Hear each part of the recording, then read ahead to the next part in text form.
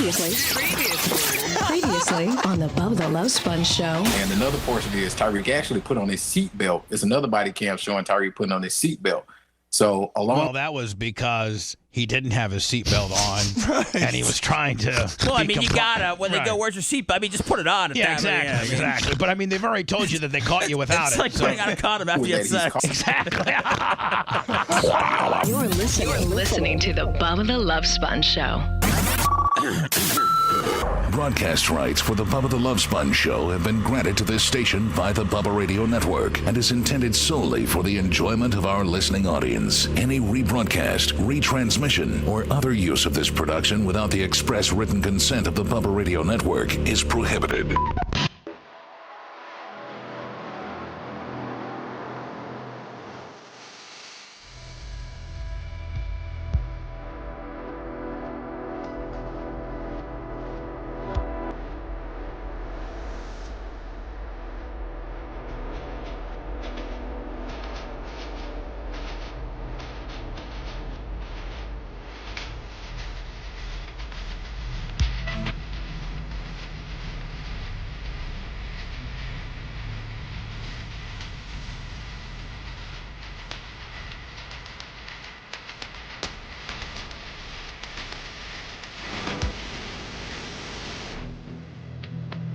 Oh, man. Whoa. Wednesday, September 11th, the, 23rd or 24th? 23rd anniversary of... 23rd anniversary of the largest attack on our country. Well, was it larger than Pearl Harbor? I think we had more casualties, didn't we? I think this was. Yeah, I think 9/11 might have been the largest attack. And technically, Hawaii, I mean, it's considered American soil, but it's not part of the, continental homeland, if you will. So I think 9/11 will forever go. Well, if we get something bigger than that, we're probably pretty much screwed. I think so, yeah. The way Donald was talking about nukes last night. Well, I mean, he was throwing that around to try to scare people, I think. Well, he's right. I mean, all these world superpowers that have hostilities toward each other also have the most amount of nukes in the world. We had a debate show last night. Tara, my sister, is going to be our Wednesday guest. She's running a few minutes behind. The old Bubba would be mad as hell. The new Bubba's like, man, I know you got a Tesla that'll go about 100 and whatever. Just slow down. Just get here when you get here. And then once you pull in, gather yourself and just calmly walk in. Just take your time. No big deal. We're all absolutely. It is a big deal. Get here, Tara, because we need you to do some heavy lifting today. Looks like 9/11 had the most deaths out of Pearl Harbor. Pearl Harbor was 2,400. 9/11 was 2,900. And not to, like a military death is different than a civilian death, but the Japanese attacked a military establishment, not just, the civilians of New York City. Well, I guess did the Pentagon have any, did those, was it all the Twin Towers, or did the Pentagon have some casualties as well? I think. Well, then I guess the jetliner 125 in Pentagon. Right, and then there was the entire jetliner that crashed somewhere in Pennsylvania, right? Yes. Now they say that was there's conflicting reports, but they say that was supposedly either headed. A lot of people say it was headed to Sears Tower in Chicago. Never heard that. Yeah, I heard it was going to the White House. Well, why would it crash in Pennsylvania? They overshot the White House because I think they left from Boston. Yeah, but you're in Pennsylvania, you're a lot farther away from Chicago, I think, than you are. Yeah. Going over to the White House. But I think they're trying to hit a building that they could take the most people out. I don't know. I thought the Pentagon, that plane was headed to the White House. And then the plane that crashed in Pennsylvania was headed to Sears Tower. I could be completely wrong. Well, I think we're far enough away from it that we can start making things like that up, and it'll be hard to shoot it down. Right. Like I heard that it was on its way to Los Angeles, and Les Lummy Bing, can look it up. Where did the plane in 9/11? that crashed in Pennsylvania. Where was it supposedly headed? Something like that. Yes, I'm looking at. I am absolutely dragging ass. And then I had GERD all night long from that little bit of pizza I ate late. It girded me out. So I was like, well, don't blame Domino's Pizza. They're an upstanding pizzeria, Bubba, okay? They're not responsible for any GERD. no, any type of food would have caused me GERD. I should have known better than to eat that late, you know. Well, I mean, we're hungry. We're doing heavy lifting late at night, like real American men. We had a great financial windfall, did we not? My God. Yeah, it was great. John Costica, like $2,250 or $2,500 alone. Just I thought Johnny K. John did his thing, but I thought everybody Mark was from Tarpon. thought everybody was kind of stepping up last night. Yeah, Mario. I could go through them all later, today, as I probably should. So we watched the debate last night, and I think we'll be talking a lot about it, especially when Tara gets here, and she can put her 2 cents in. I'm sure she watched it. Lummy, how Nation's capital is where it was supposed to hit. Oh, so DC. Yes. They were just bellying out to try to get some steam.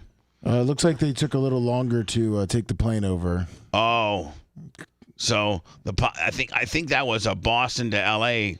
Yes, was where it was going. Was that American Airlines? Was that what it was? Yes, American Airlines. United Airlines. United. Did they pick several? Was it all United or was it American, United? I feel as if it was not a single carrier. It was different carriers. I think it was American, United. I think those were the two, right? Yes, you are correct. And I wonder if the people that perished on the planes, if they had lawsuits, against, the carrier or TSA or, would they have any legal standing to sue, right? I don't know if they would or not.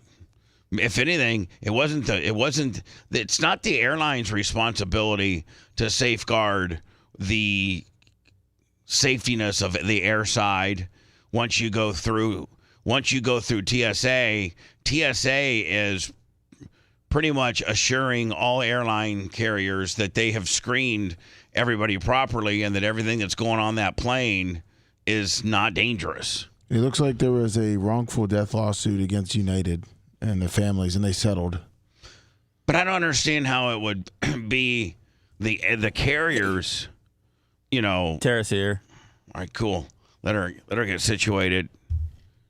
I wonder if she's dragging ass as much as I am. I'm sure she is. What are we talking about suing after 9/11? Yes. Looks like they did. Hello. And they settled. Hey, morning, Bubba. Morning, show. Gene Ruskin. Hello, Gene. Hi, Gene from Ruskin. How are you?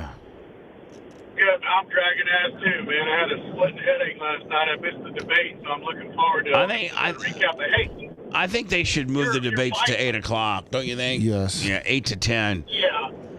Your mic on the radio, I don't know if it's because you got regurg Willie from last night, but your mic on the radio, on the air, it sounds like a robot, but on hold on the phone, it sounds good. You sound horrible, sir. So you're saying while you're listening to, by what means are you listening to me on like AM 820? Yeah, I'm still down south, so I'm on 820 until I get up where I can't pick it up. I'll be on HQ. But on the air, your mic sounds like a robot. Oh, Macho Man's going to be beside himself Macho now. Man got to go climb the tower. Macho Man will be headed to the tower. It's leg day. So we'll look into that, my friend. I appreciate the heads up. All right, love you guys. Talk to you later. Thank you. Love you too. Thanks. I'm gonna say that's that guy's technology.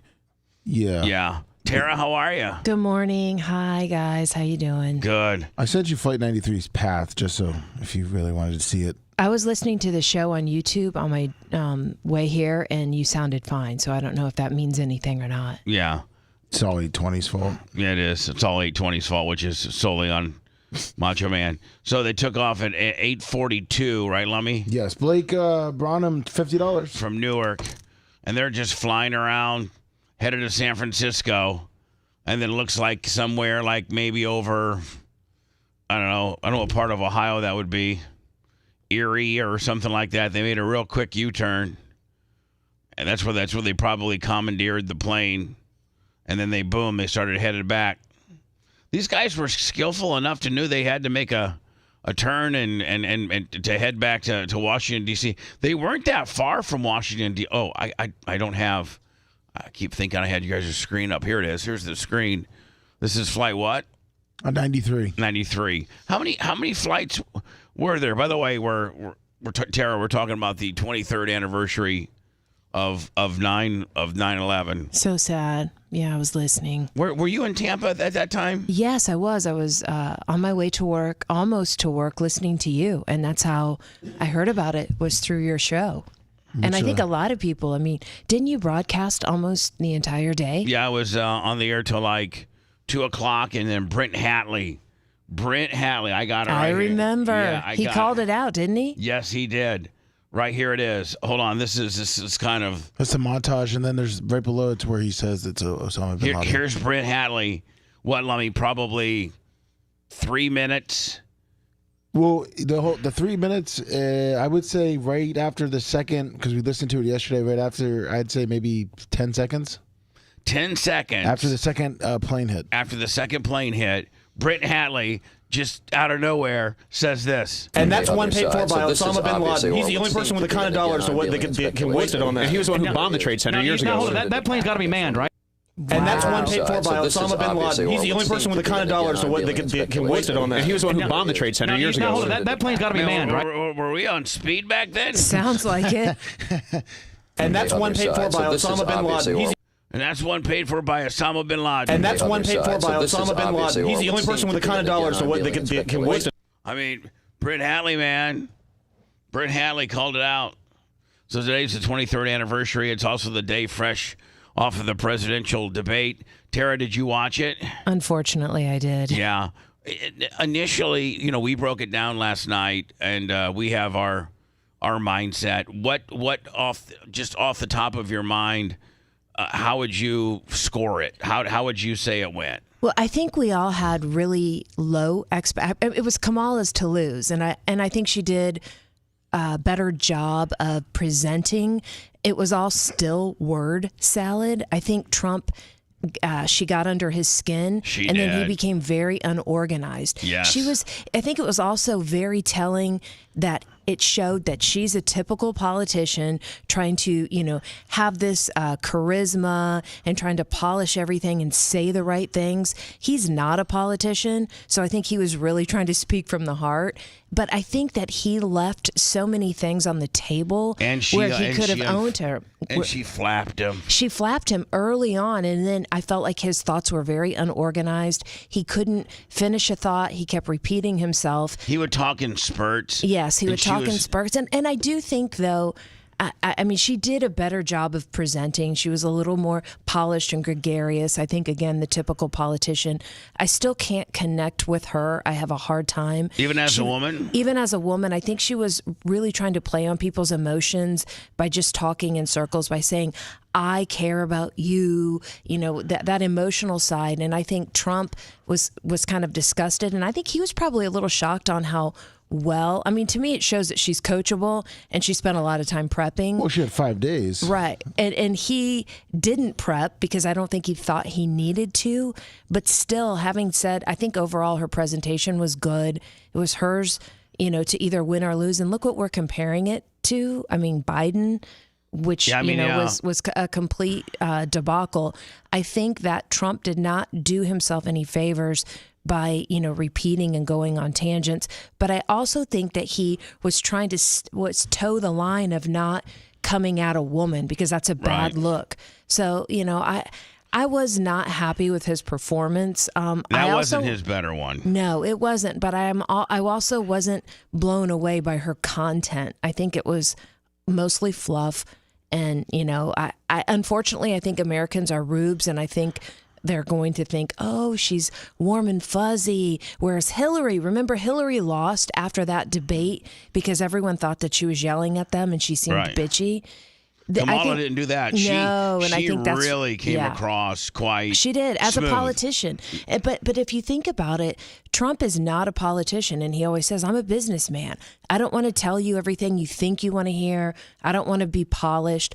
I want to tell you the truth." And I think that really, I'm not saying that he was necessarily all telling the truth, and I'm not trying to tote him because I don't think he did a great job.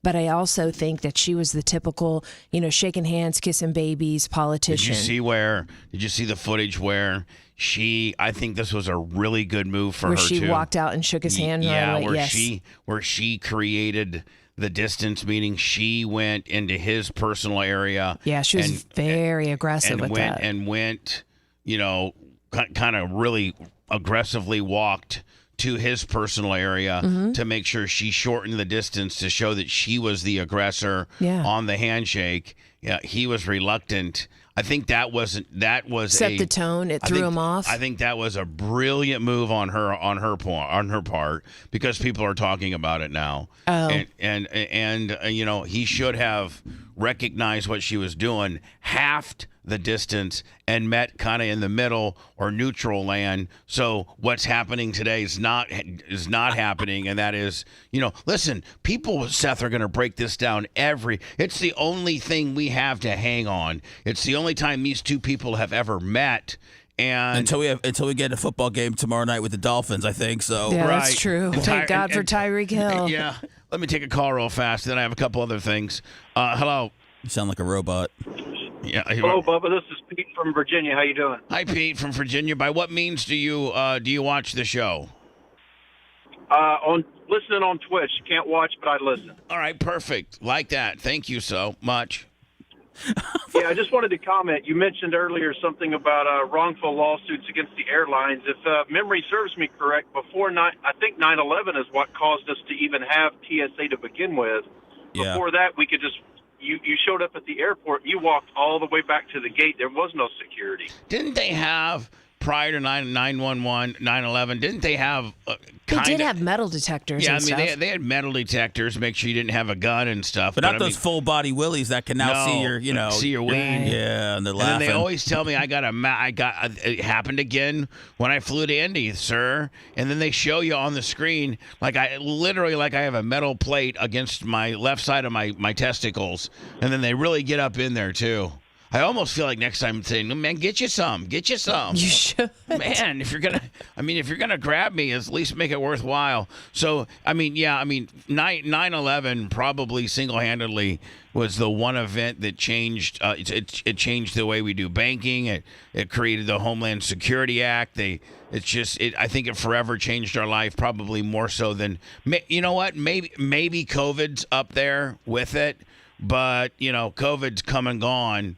And, 9/11, we still, till the day we die, will be forever changed by the acts of 9/11.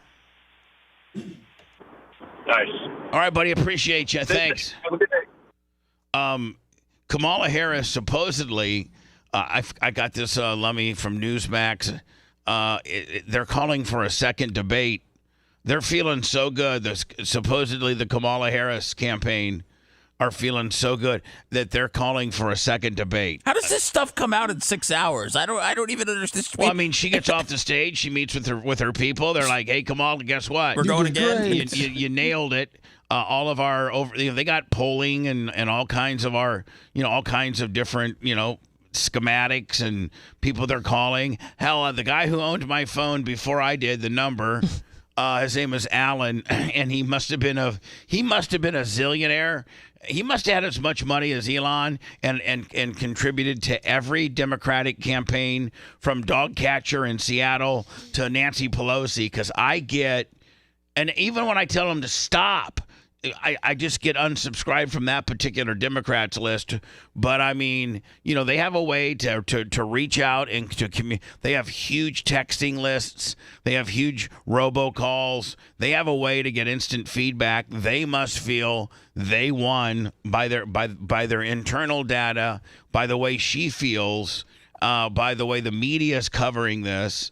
They must feel that if there's a winner to be had, she won, and it would better serve her. I mean, Donald's the big bag bully. Everybody's afraid to debate him, because he's because for the most part he's had an old guy to punch up against. He's the old guy now. And right. yeah, I think didn't she call him the 80-year-old? Yes.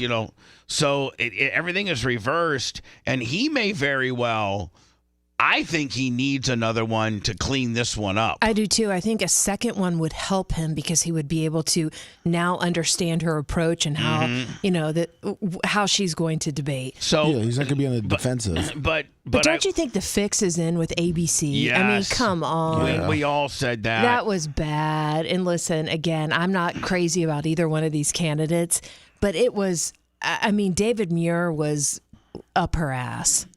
Oh, he was a prick. Let me fact check you, Trump, blah, blah, blah. And then never fact check her. Well, here's the deal. Right. They actually would open up with a question about him to her rather than to ask a question about what we're going through, immigration, the economy, inflation. Just there's a plethora. Afghanistan.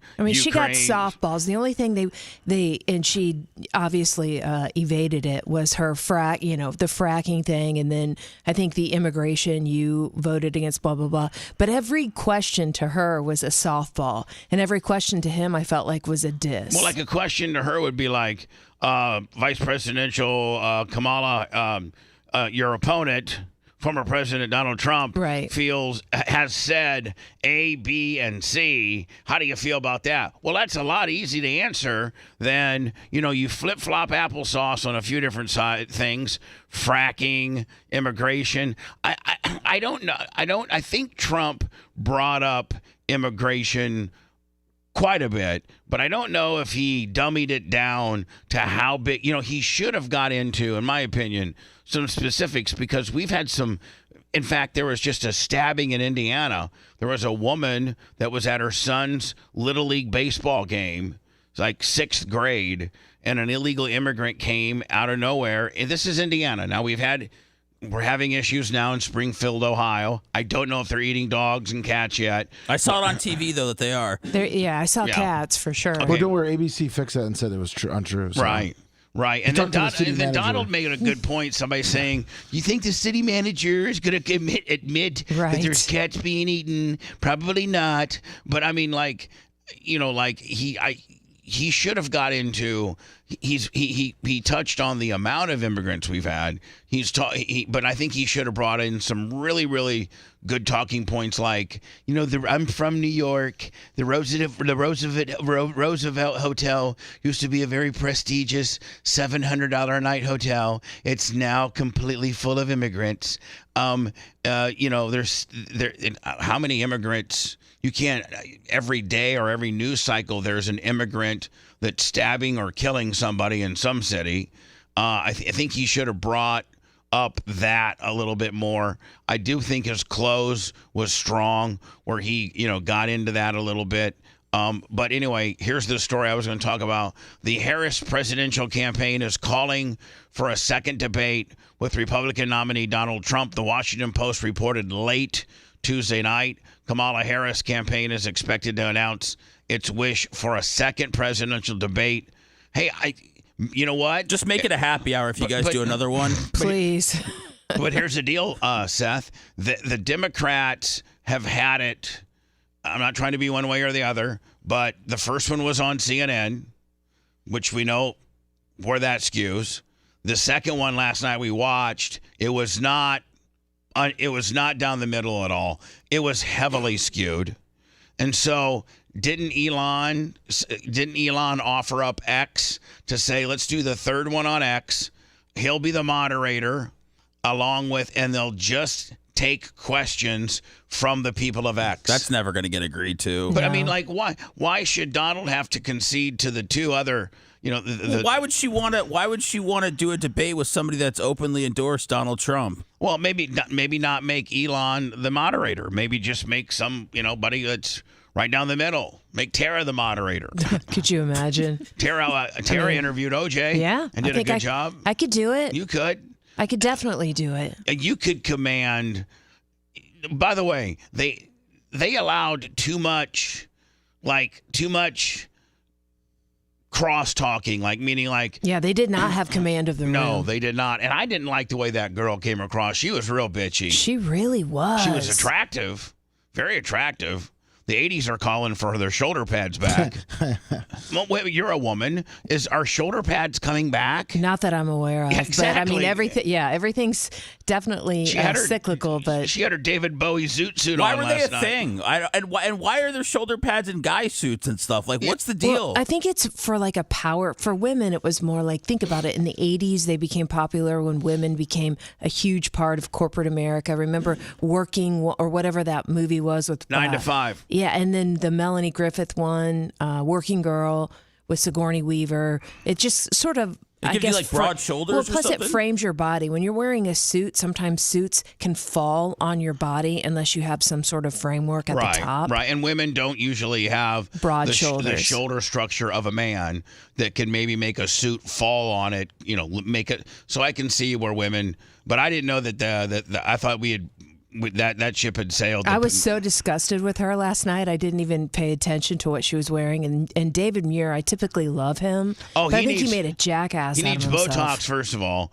And then second of all, he looked like the only person that was mean, that had a meaner schmug than Trump was David Muir. Yes, he made Trump look like a baby. Yeah, it was not cool. But I think Trump also really missed the boat on speaking facts. I mean, when he was president, interest rates were 2%. Groceries were, drop knowledge like that. Interest rates are 7 You should have said I left to 8. office and gas was $2.13. Right. Right now it's, I don't know, what is gas, Lummy? $3.50 maybe? I don't know. No, it's it depends on the county, but it's ranging between $2.99 and $3.25. And that's just because they supposedly got into some reserves for the upcoming winter blend as they're trying to, listen, strategically, whatever party's in office, it doesn't matter. Whatever party's in office always tries to nudge that gas down through getting into the supplies because Americans really, really take credence in what the gas price is. So that's a deal breaker in an election. So you got to have gas can't be $5.10 and think that the incumbent that has $5.10 on his tab, he's really going to catch a lot of heat. So Joe has done a good job. It was a lot higher. It was $1 higher, wasn't it? Yeah, but if you look at it, we haven't had a hurricane, which always raises the gas prices.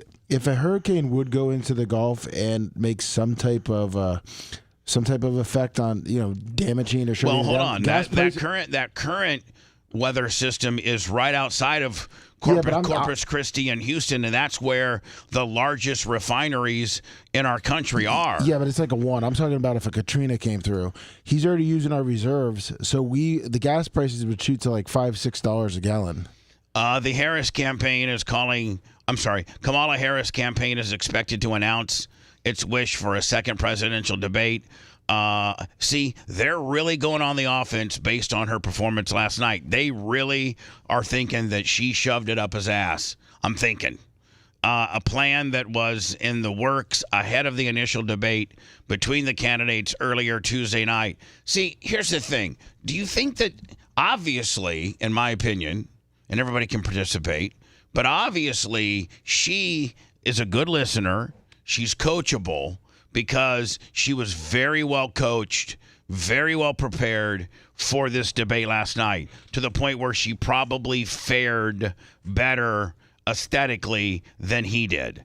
Now, do you think that he has the ability to sit down with somebody, a Roger Stone or a consultant or a spin doctor or, just somebody that can intellectually break down the debate and say, okay, Donald, here's where, this is their tact. This is their technique. This is what they're going to try to do. They did it a few times Tuesday night on getting you flapped up. You did a good job in not calling. I found it a little ironic, Tara, in the fact that she opened up with, this guy's going to end up be doing a bunch of name calling, and she was the one that ended up calling him a name first. I know, and she kept saying that he's just going to tell lies and name call, when I felt like she was really participating equally, if not more, in that than he was. And the other thing is, I think he drove home. Did all of us take away, I think, the message he needed to deliver the most? And I think he did. But that was, you've been part of this for 3.5 years. You've been part of the second in charge, and maybe in some cases first in charge because Grandpa's pooping his pants. Mm-hmm. But we're in the predicament we are, with regards to immigration, with regards to inflation, with regards to uncertainty in Ukraine and Russia, with regards to uncertainty in Palestine and in Israel, with regards to the pullout of Afghanistan, with regards to the 13 soldiers that got killed in Afghanistan, with regards to the weapons that we left in Afghanistan are now some of the same weapons that Hamas is using against Israel and the world. Did he officially get that message out by saying all of your policies that you have are to clean up your failures of the administration that you've been in for 3.5 years? I mean, I felt like I heard that, but I think he was disjointed. It wasn't that clean. Right. It was very disjointed and disorganized. And I think I felt as if he talked in spurts and circles. And she talked smoothly. Yes. She talked to me and he talked at me. And her her presentation skills were on point. I mean, if we were to be completely fair and look at it, from 30,000 feet, I think he got flapped up. I think, to your point, her shaking his hand, her walking, taking the initiative, beating him to the punch right out of the gate. And she seemed very relaxed. He did not. She does need a neck job, though, doesn't she? Yeah. I mean, I think I don't want to hate on that. I think the Trump thing also had to do with the questions and how they were asked to him compared to her. And I think that threw him off too. I agree. And I think he was trying to answer for her by being negative about her. Right. And they were then trying to just move on from it. Right. Well, there would be instances where David Muir or whatever the question to Kamala Harris would be, your opponent, the former president. Right, they teed it up for her. Said A, B, C, and D.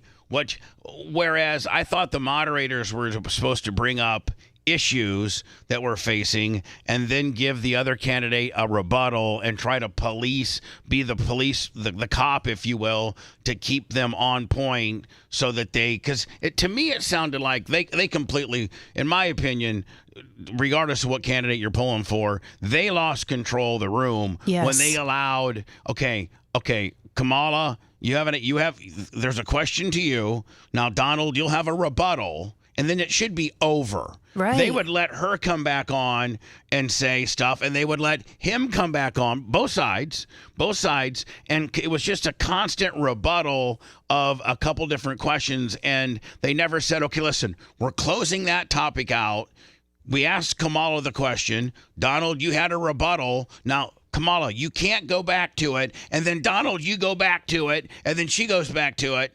Like, it needs to be. I thought that the first hosts on CNN did a way better job. Because they didn't turn the mics back on. So last night they had no control because once they would rebut after their time, they would allow the other person, they'd turn their mic back on.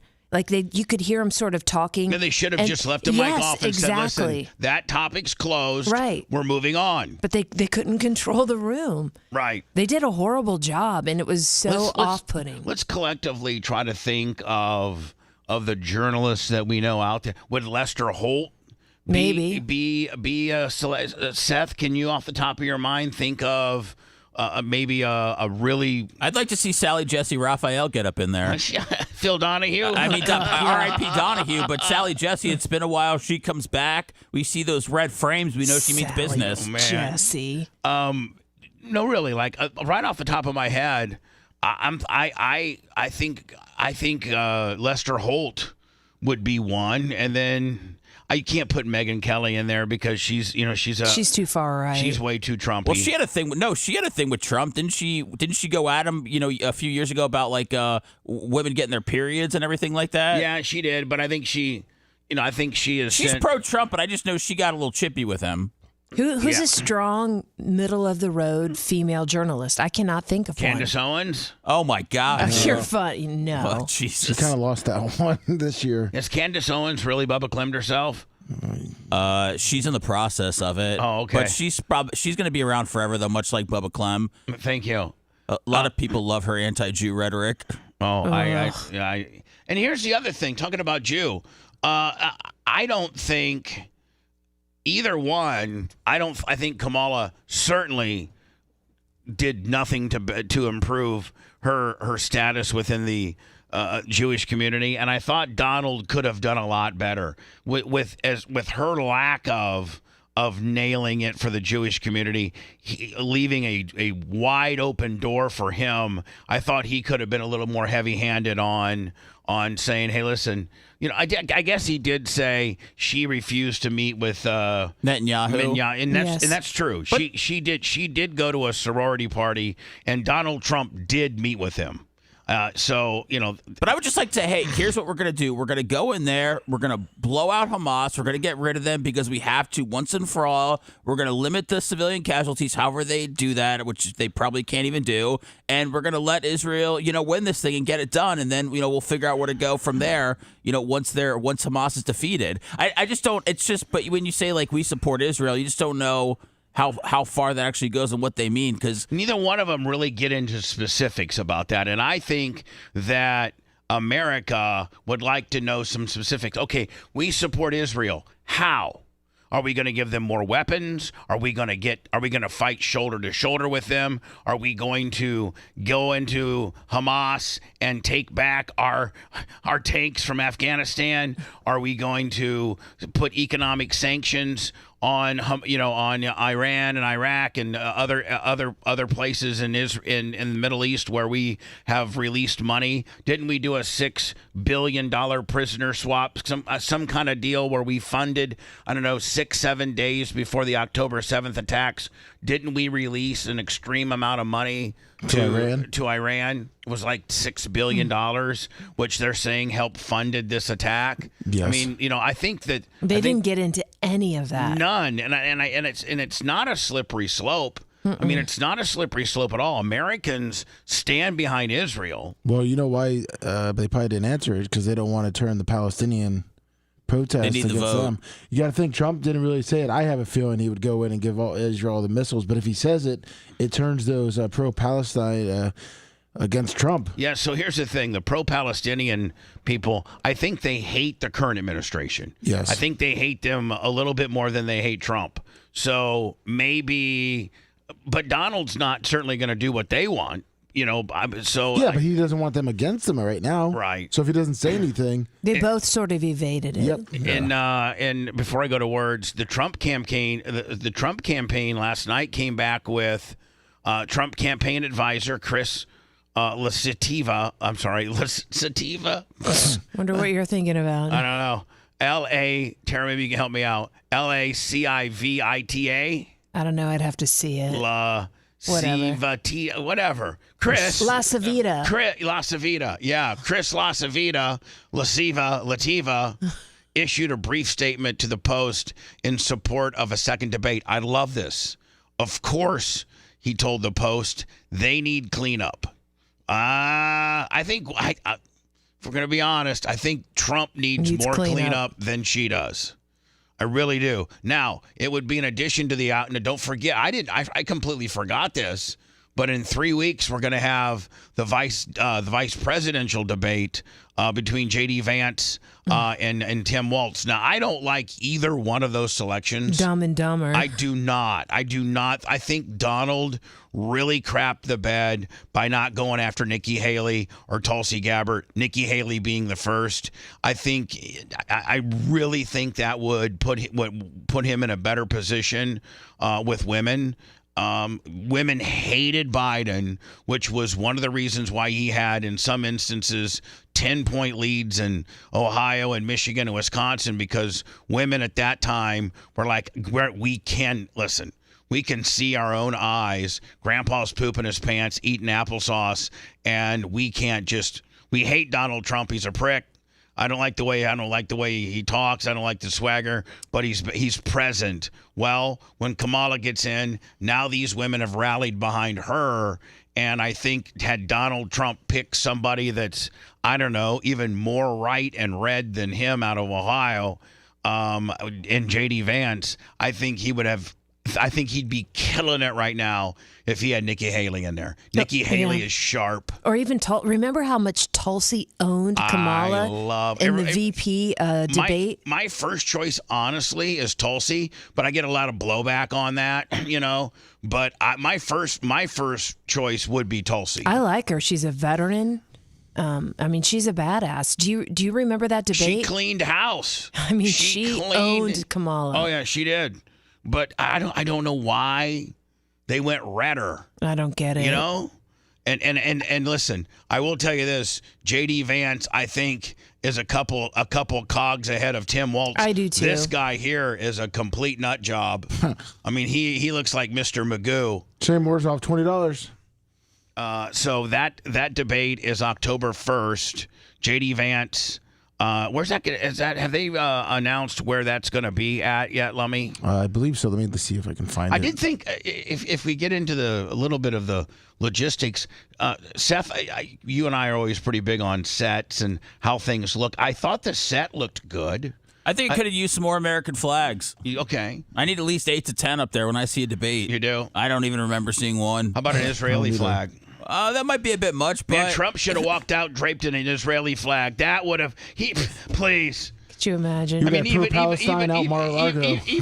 Elise would have, maybe think about... Hey, Trump's daughter is Jewish. Oh, she is? Yeah, Ivanka, she converted for Jared Kushner, her husband. Oh, really? Her first husband? Her only husband. Her only husband, yes. I thought we were talking about Melania. No, his daughter. I want to do. Hold on, Ivanka, the one he wants to have sex with. I want to do a first lady, first husband debate. Melania versus Kamala. What's Kamala's Dougie? Doug, yeah. I want to go Dougie versus Melania. Well, and Melania doesn't have to say one thing. She just has to look hot as hell. Hey, listen, don't underestimate her. She speaks like 8 languages. She's very smart. She really is. And you know what? I got to go to words before we get too late, but the American media has been so mean to her. Vice President is in New York City. Oh, it's going to be in New York City. Well, then it's, by CBS. That's God. It seems like none of it's been, whether it's where they've had it or the network that they've had it or the people that are asking the questions or geographically where they had it. It sounds like all 3 have been way skewed blue. The first one was in... You mean just where they have it? Like they didn't have an audience or anything like that? No, but Philadelphia, and on ABC... but these 2 bozos, obviously it was skewed, and she was given some softballs. The second one wasn't it in Atlanta at CNN? Yes, it was. Okay. Do I need to say anything further from that? And now the third one's in New York. Right? Yeah, on CBS. On CBS, the same state where they're going to have Gayle. For real. For real. Have they announced... the vice presidential debate, question askers? I believe so. I can't take much more of Gay. I'm Gailed out. I really am. Yeah. Nora O'Donnell. Oh, with the Benson and Hedges bottom teeth? Yeah, and Margaret Brennan. And did anybody notice that Kamala's teeth, her bottom teeth were coffee stained? I don't think she smokes, but her bottom teeth were coffee stained. Don't they know that Donald Trump's got fake teeth? What do we want to go chiclet for chiclet here? Here's the thing: you never really see Donald. You never see Donald's teeth much. No, he's a teeth hider for the most part. That's because he practices a lot when his dentures are out at night. Is he a teeth hider? I think I don't. Does he have fake chiclets, Seth? I know what he's got. Pop-ins? He's got Hollywood. C. Harvey's. I think he's got veneers, $46,000 worth of veneers. Then he needs to be flashing those bad boys. I think he does occasionally, but hey, did you notice his hair looked different? Did he have shorter? First of all, it looked good. Did he have a transplant or something? I don't know. Maybe Dan. Maybe Dan's been working on him. I gotta tell you, man, he looked good. He looked like he's lost about 20 pounds. He looked less orange. Whoever's doing his makeup had it dialed in last night, and his hair was less comb. I think the shorter he keeps his hair. Actually, I hate to bring this up, Tara, but your husband, when I saw him on Saturday, he had just gotten a haircut, and when he keeps it shorter like that, it looks way better. I know. And but Donald, she didn't look that good last night. I didn't think. I thought she looked really good. She's got that big turkey gob. A woman of her age, I thought she looked. How old is she? Like maybe, 60, right? Almost 60? I think somewhere in there, right? Mom's age? Mom's not 60. I mean, no, I'm sorry. I'm sorry. Not mom's. Not mom. What? I'm not mom. Who are you talking about? She's 59. She's 59? So she's a year older than me. I look better than she does. Sure do. Although Brian called me fat yesterday. He did? Yeah, on the air. That was mean. For real, Tara. He called me. I mean, Seth, did he not? No, he did. Yeah, it was at the end of the long debate, though. That's kind of cheap, isn't it? It's real cheap. And quite frankly, I blew it off and said I accepted his apology. But, I mean, I tossed and turned over it all night long. Shut up! If you liked that segment, then you'll definitely like the new redesigned BubbaArmyHQ.com. We'll be back to the Bubba the Love Sponge show after this.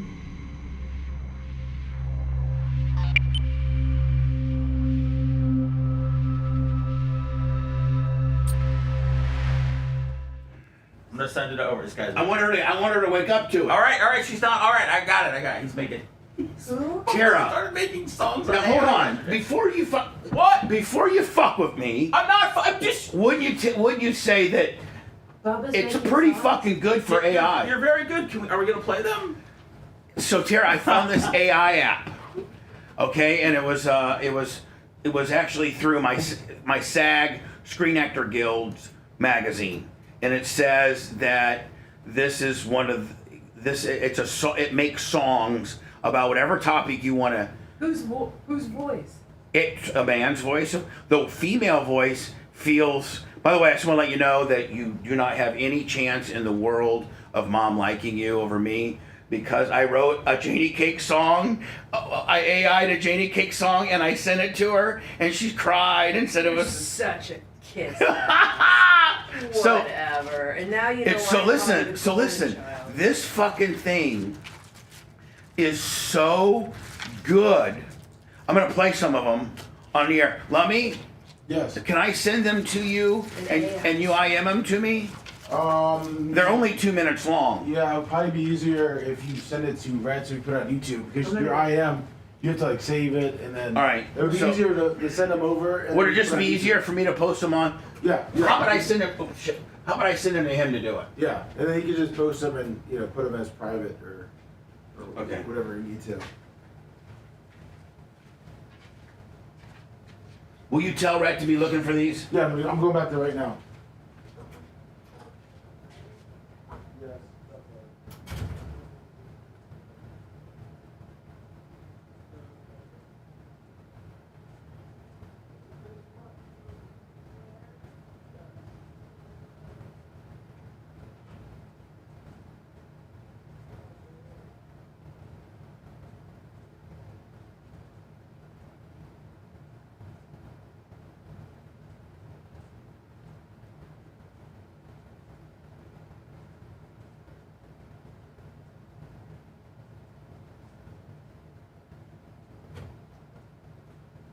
I don't feel beautiful today. I do feel better after the opening segment. That was a great segment. I guess. I just wrote Samantha is a Star. I guess if you're into you. I just wrote Samantha is a Star for you, for your beautiful little baby, and she's gonna open, and she's gonna. Have you heard it? No. Okay, well, listen. I'm gonna play it for you right now, and you're gonna, and she's gonna hear this morning.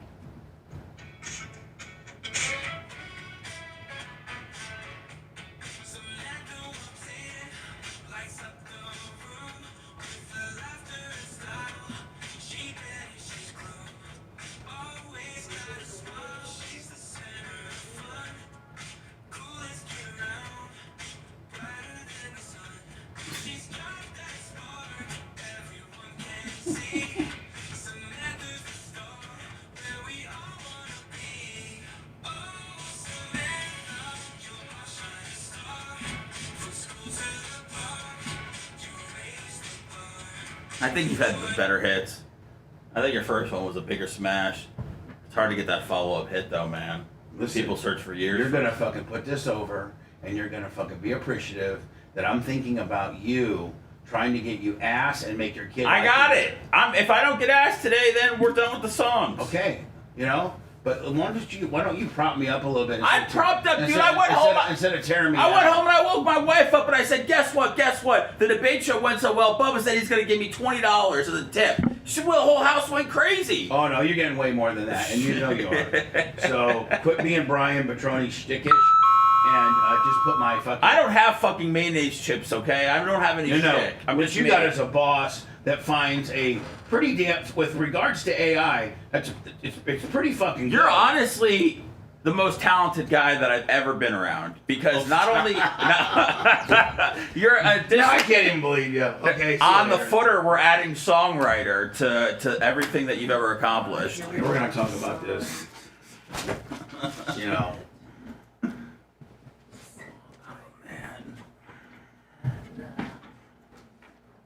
Dude, have a fucking debate at noon on lunchtime. I mean, come on. This is bullshit. Bullshit West Seth, Coast. add those. I sent 4 to you. I know it may take a while. Oh, you sent more? Oh, my. Okay.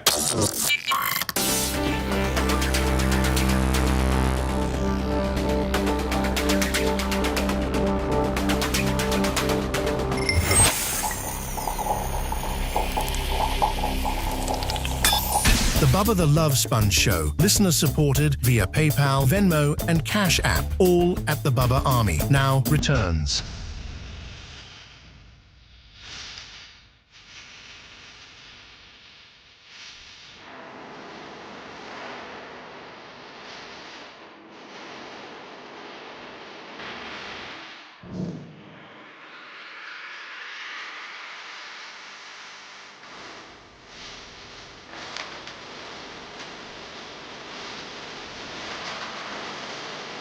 My sister, Tara, is part of our Wednesday rotation.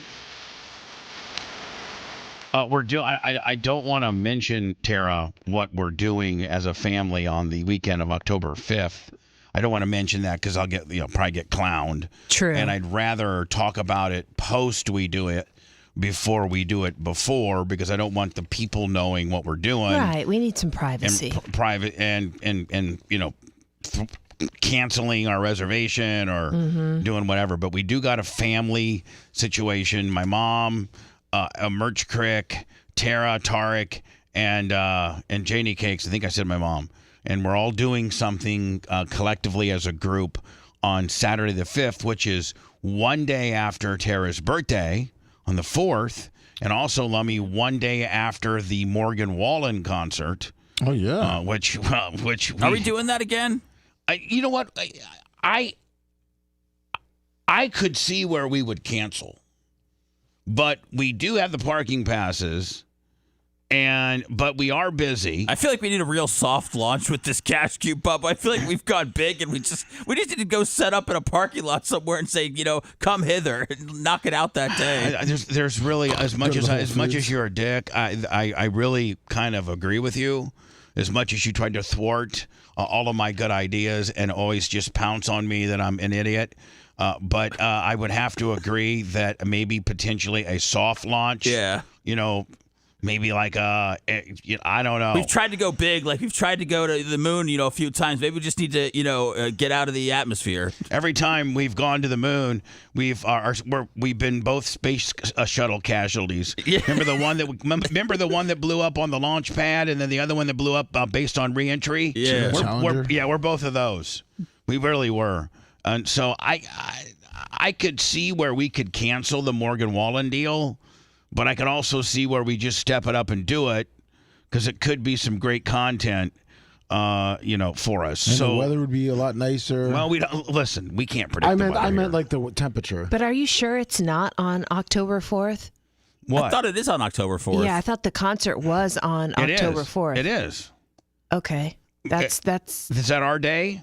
I think so. Oh, okay, then we're canceling Morgan Wallen. Well, we can reschedule our day, though, because Morgan Wallen might be better for content. No. I'm with Seth. I really don't want to go to a country, but see, what does the EP think? What's best for the show? Lummy had to actually take a few seconds to remember that he was the EP.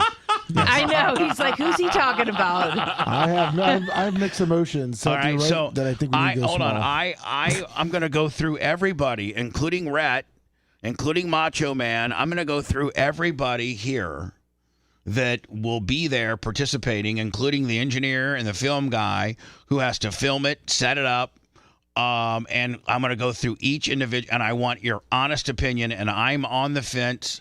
I'm not one way or the other. I can go either way, but I'd like to throw it out for conversation. Lummy, we're going to start with you as the EP about do we cancel Morgan Wallen and scale down the cash cube on a much smaller scale where we, one of these Saturdays or something, we say, hey, meet us wherever.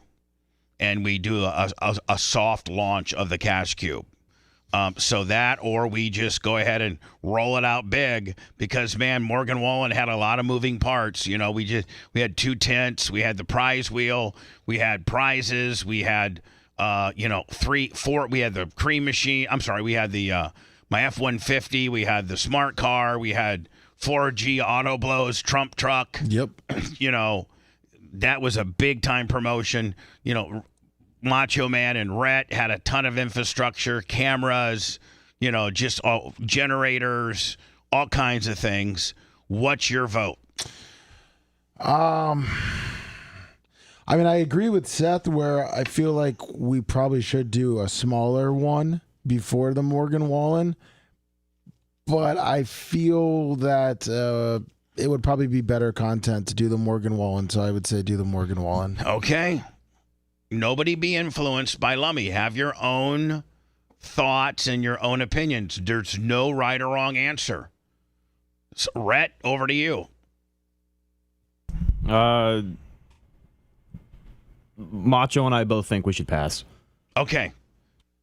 And I'm kind of dancing with you guys. I really am. Over to you, Kush.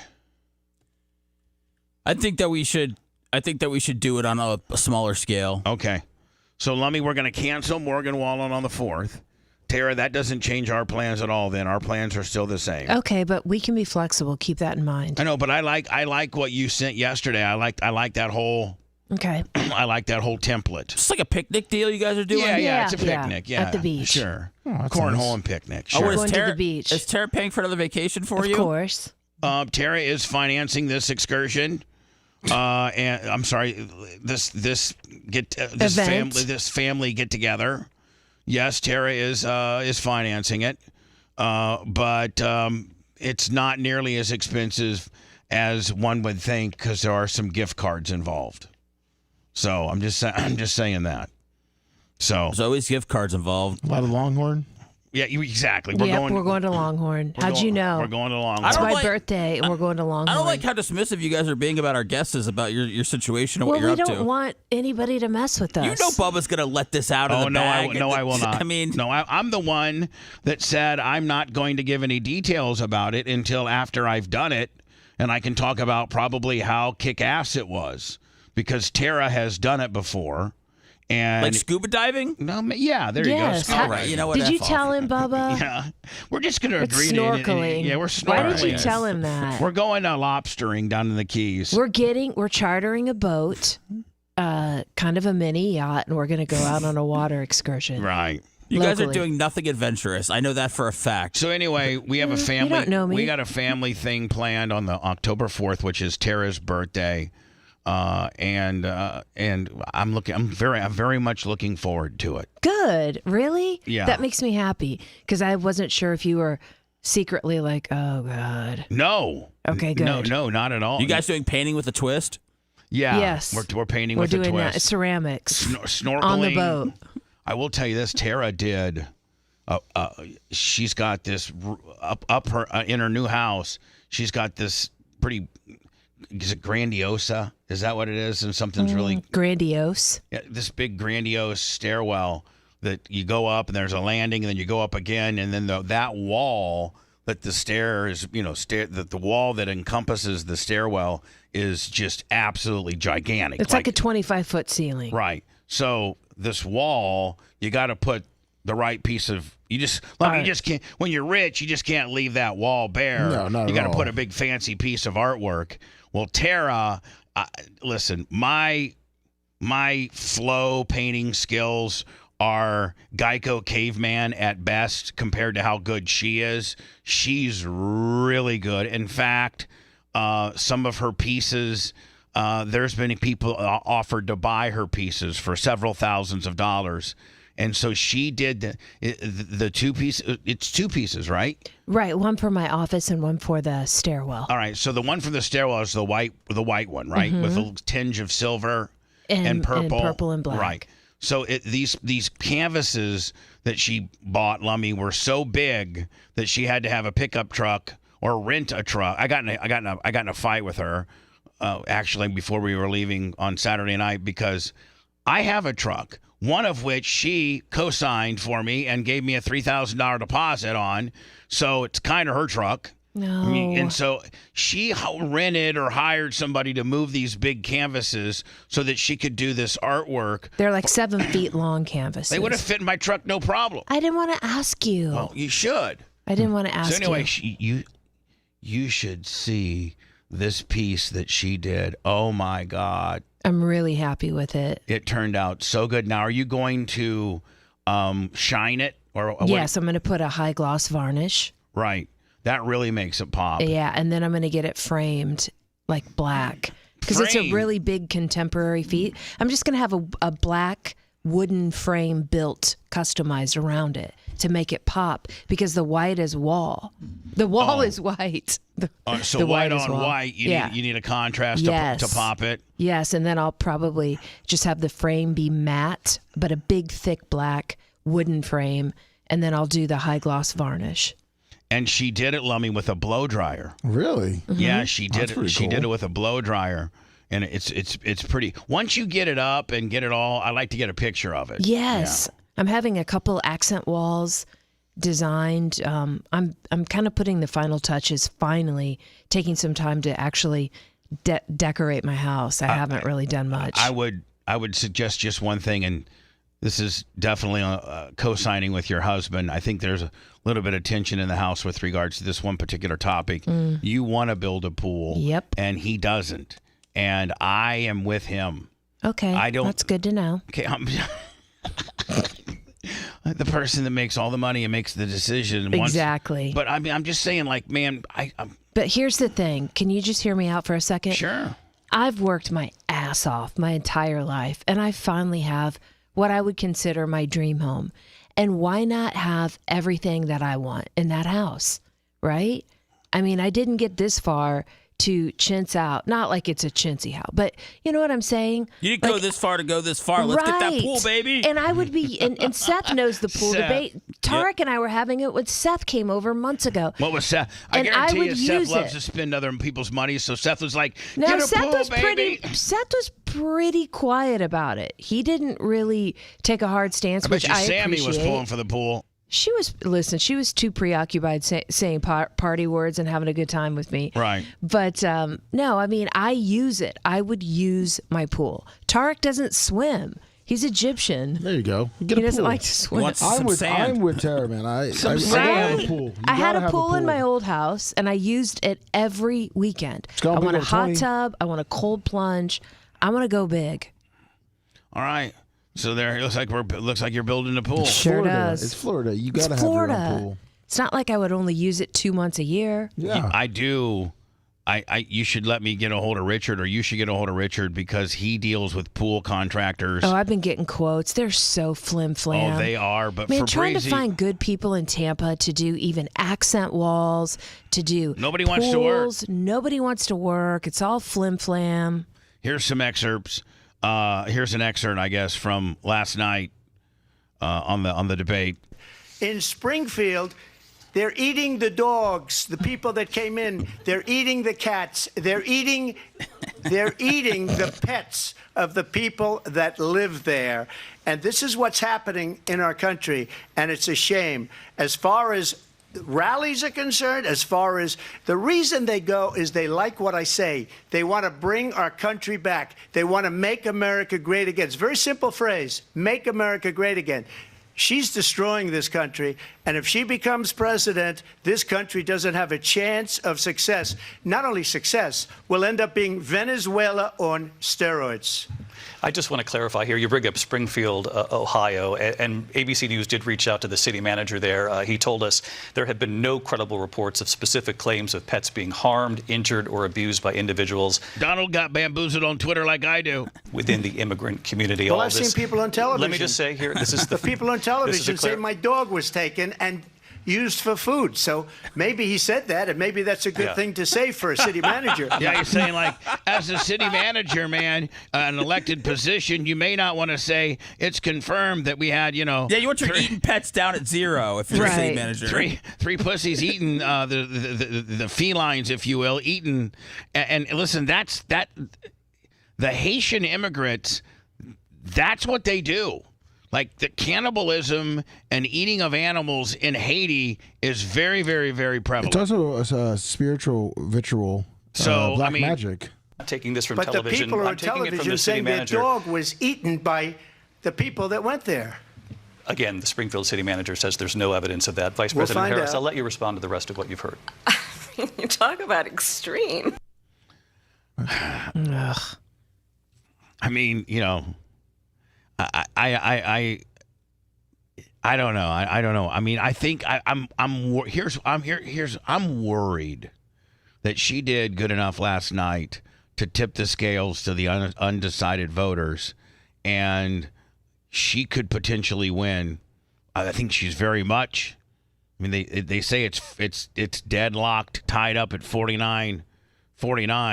But Lummy, did you see there was a bakery outside of Philadelphia? There was a bakery that was 2 or 3 blocks from where the debates were being held last night. Did you see that? No, I did not. And they were selling they were selling Harris cookies, and they were selling Trump cookies. Here's the story right here. And they were just selling cookies. Harris cookies, Trump cookies. Not that this is the big, cookie poll, but this is the story. Take it for what it's worth. You've sold thousands already, and I know you've baked thousands in preparation for tonight. Yes. Everyone wants to know, what do the sales maybe tell us about who might win the election in November? Talk to me about sales. Now, mind you, this is, Pennsylvania. This is a battleground state. Pennsylvania Pennsylvania will be in the mix to decide who the next president is. Pennsylvania, Ohio, Michigan, Wisconsin, Minnesota, Georgia, Arizona. Those are the swing states. Those are the states that Trump got beat in, regardless, if it's fair or not. They're uncovering some of those scandals now. But this is Pennsylvania. This is boots on the ground. This is a swing state. And this woman's just going to give you the data from selling cookies. Take it for whatever it's worth. The sales, the red is leading by a lot. By a lot. By a lot. You got the tally board over here. The tally was just updated. You're new to see it, but almost by 4,000 cookies, as you can see. And that's tremendous. Tremendous for us as a small business to produce this and sell this as well. Yeah, I mean, think about the windfall. Talk about a great promotional gimmick. But, I mean, to sell 4,200 cookies, Donald Trump 4,228 cookies. And see the faces that and Harris 369 cookies. Are coming around to buy these from all over. Absolutely. And just to stress this, that is not a typo. Former President Trump with more than 4,000 cookies sold. Current Vice President Kamala Harris with only about 400. So the Harris voters got some work to do if they want to boost their numbers here. But again, we want to stress, we've been saying this all morning, you guys are not politically driven. I know you take a lot of flack online especially. Talk to me about your motivation here. You're just trying to do business. Hey, man, we're just trying to sell 6,000 cookies to the suckers that want to buy them. Yeah, I mean, I'm a small business, and prices are really high right now. Like, we're seeing increases daily on eggs and butter, and so these help get people in the... So, Tara, do you do... I don't do the grocery shopping at my place. Shocking. Seth, I don't think you do the grocery shopping at your place. Do you? No, right. I don't. You got me there. Lummy, do you do the grocery shopping at your place? 50-50. Okay.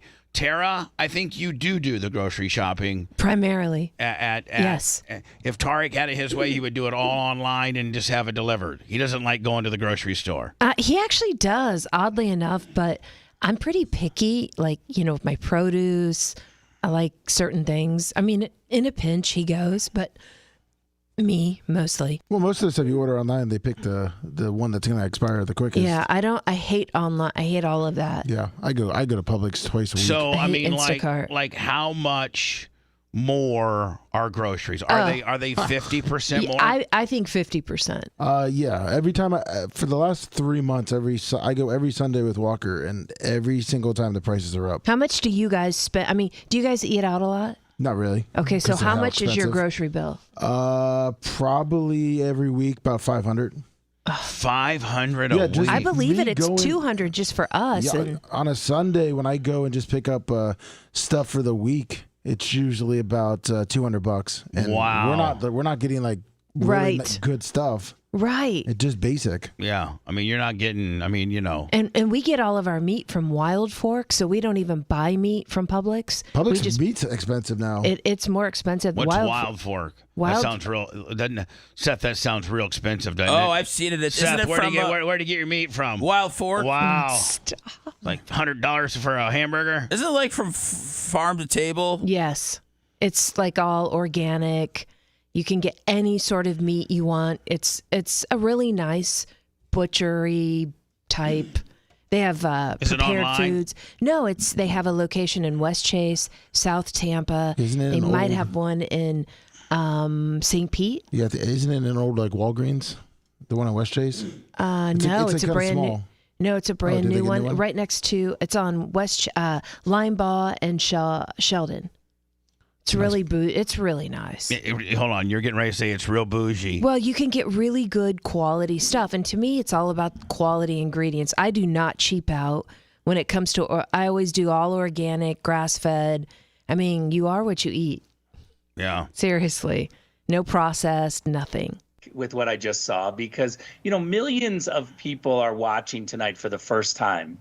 And what the ABC moderators just did is completely prove to these millions of people that I'm ecstatic with. Hold on, do you think that, or are you so locked in on your candidate that you could care less if the questions were skewed towards her or not? I think so. Because you hate him so bad that you could care less. Or you like her so much that you can't even have an open mind to say that, man, they were definitely skewed to her. So if you're just the average American, do you think you have the ability to even be honest with regards to the slanting of the questions like this guy's reporting on from last night? I think that I don't think that last night's debate really moved the needle. I think people kind of already had their mind made up. I think people who want to support Trump, I don't think last night did anything. I don't know about the tweeners, like the people who are supporting, Kennedy.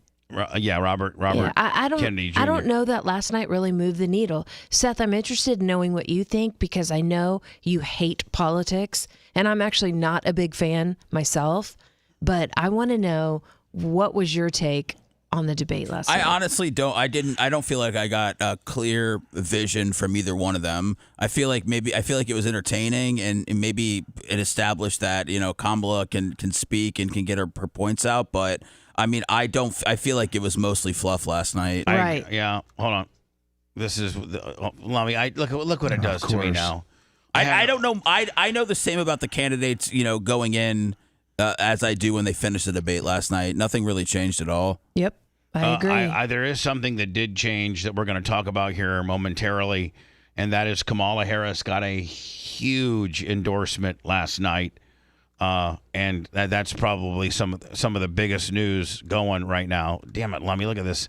It won't give it to me. Okay, here we go. And I'm ecstatic with what I just saw because, millions of people are watching tonight for the first time. And what the ABC moderators just did is completely prove to these millions of people that the media are out to get Donald Trump. We couldn't have scripted this better. Both moderators were so over the top attacking Trump and not attacking her.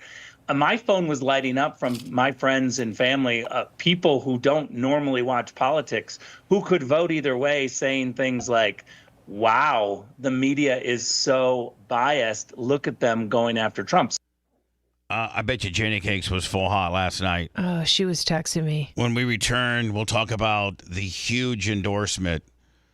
And this is so huge that I think this could be childless cat lady coming through. I'm just telling you, man, this could be a game changer. She's, let's just be on. I'll talk about it next. Taylor Swift threw her endorsement to Kamala last night, and she has a prepared statement from it. If I was Taylor Swift, I may have just tried to stay out of it. I don't know. She's such a huge brand that it can certainly make a difference. The next half of her stadium tour sold out, so she's right. I mean, she doesn't. She's just too. You know what? She's just too big, Bubba. She's too big to. If she lost half of her audience because of her decision, then another half of people would gladly come in and replace those people. Go to the concert. Yes. If you want a deep dive into the Bubba the Love Sponge show from the past, go to BubbaArmyHQ.com. We'll be back after these words.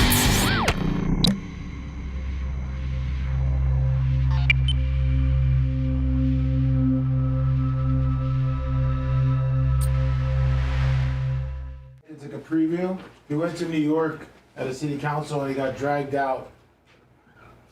And he gets the full version. They're gonna have him up. Is this it right here? Yeah, he gets dragged out. They rip his coat, hurt his arm. Oh, he's gonna own them, aren't they?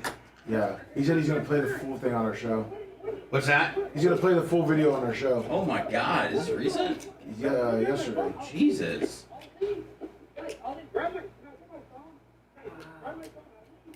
Where is he? New York. Oh, they hate him there. He's sued him before, hasn't he? They yanked him out of the chair. So we'll go Taylor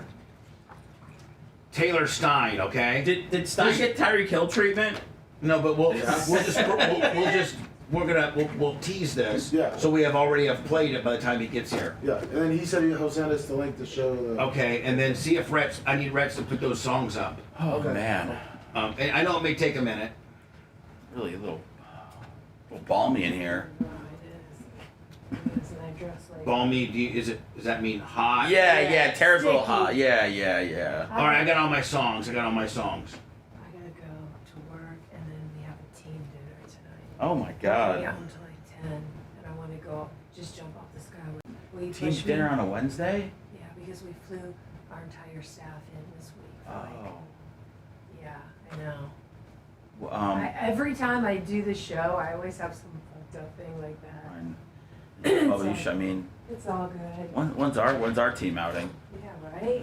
Well, we're having a family outing on the 4th, but you can't go to that. I heard. Yeah.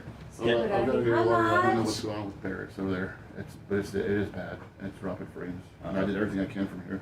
So All right, bud. I'll be back. We're good. The last thing I want to do this morning. Hey, good morning. Good to see you. Good to see you too. Thank you, Mach. All right, I'm going to go to see what's going on at 8:20. Oh boy, that's right. I forgot you gotta. He hates your test. I know. But I love you. I love your Mustang. Give me a hug. Oh, this made my day. Give me a hug. I got a hug from Macho. I got a hug from Macho. What's up, man? What's good, cuz? Figuring out what I'm doing. I got my songs here. Look, I got my. Are these the written songs for Mom? No, so these are his AI songs. These are.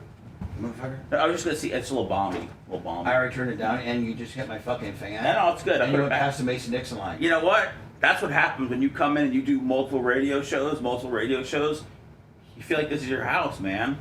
You know. This is his house. I'm totally violating the Mason Dixon right now. Hey, does Starbucks open? At 5, yeah. What? Yeah. I didn't know that.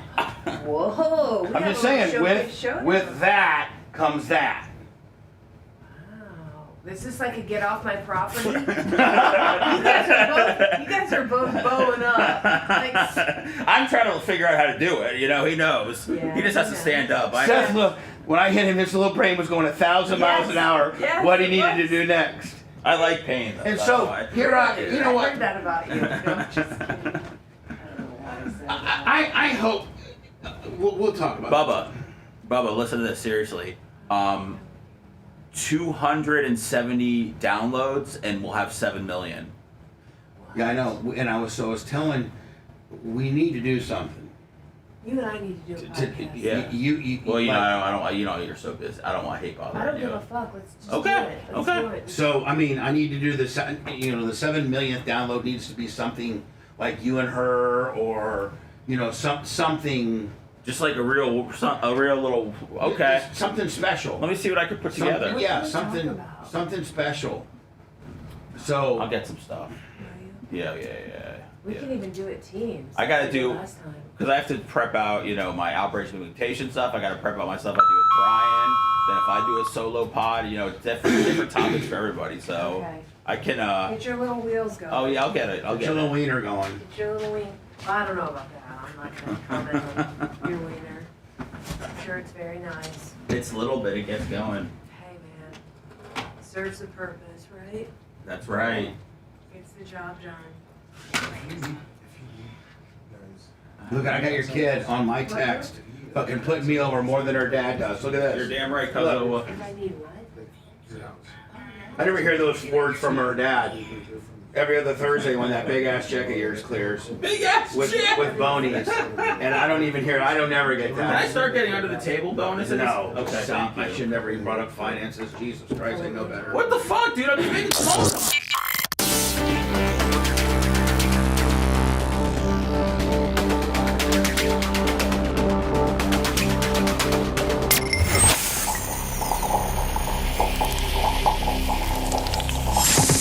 The Bubba the Love Sponge Show, listener supported via PayPal, Venmo, and Cash App. All at the Bubba Army now returns.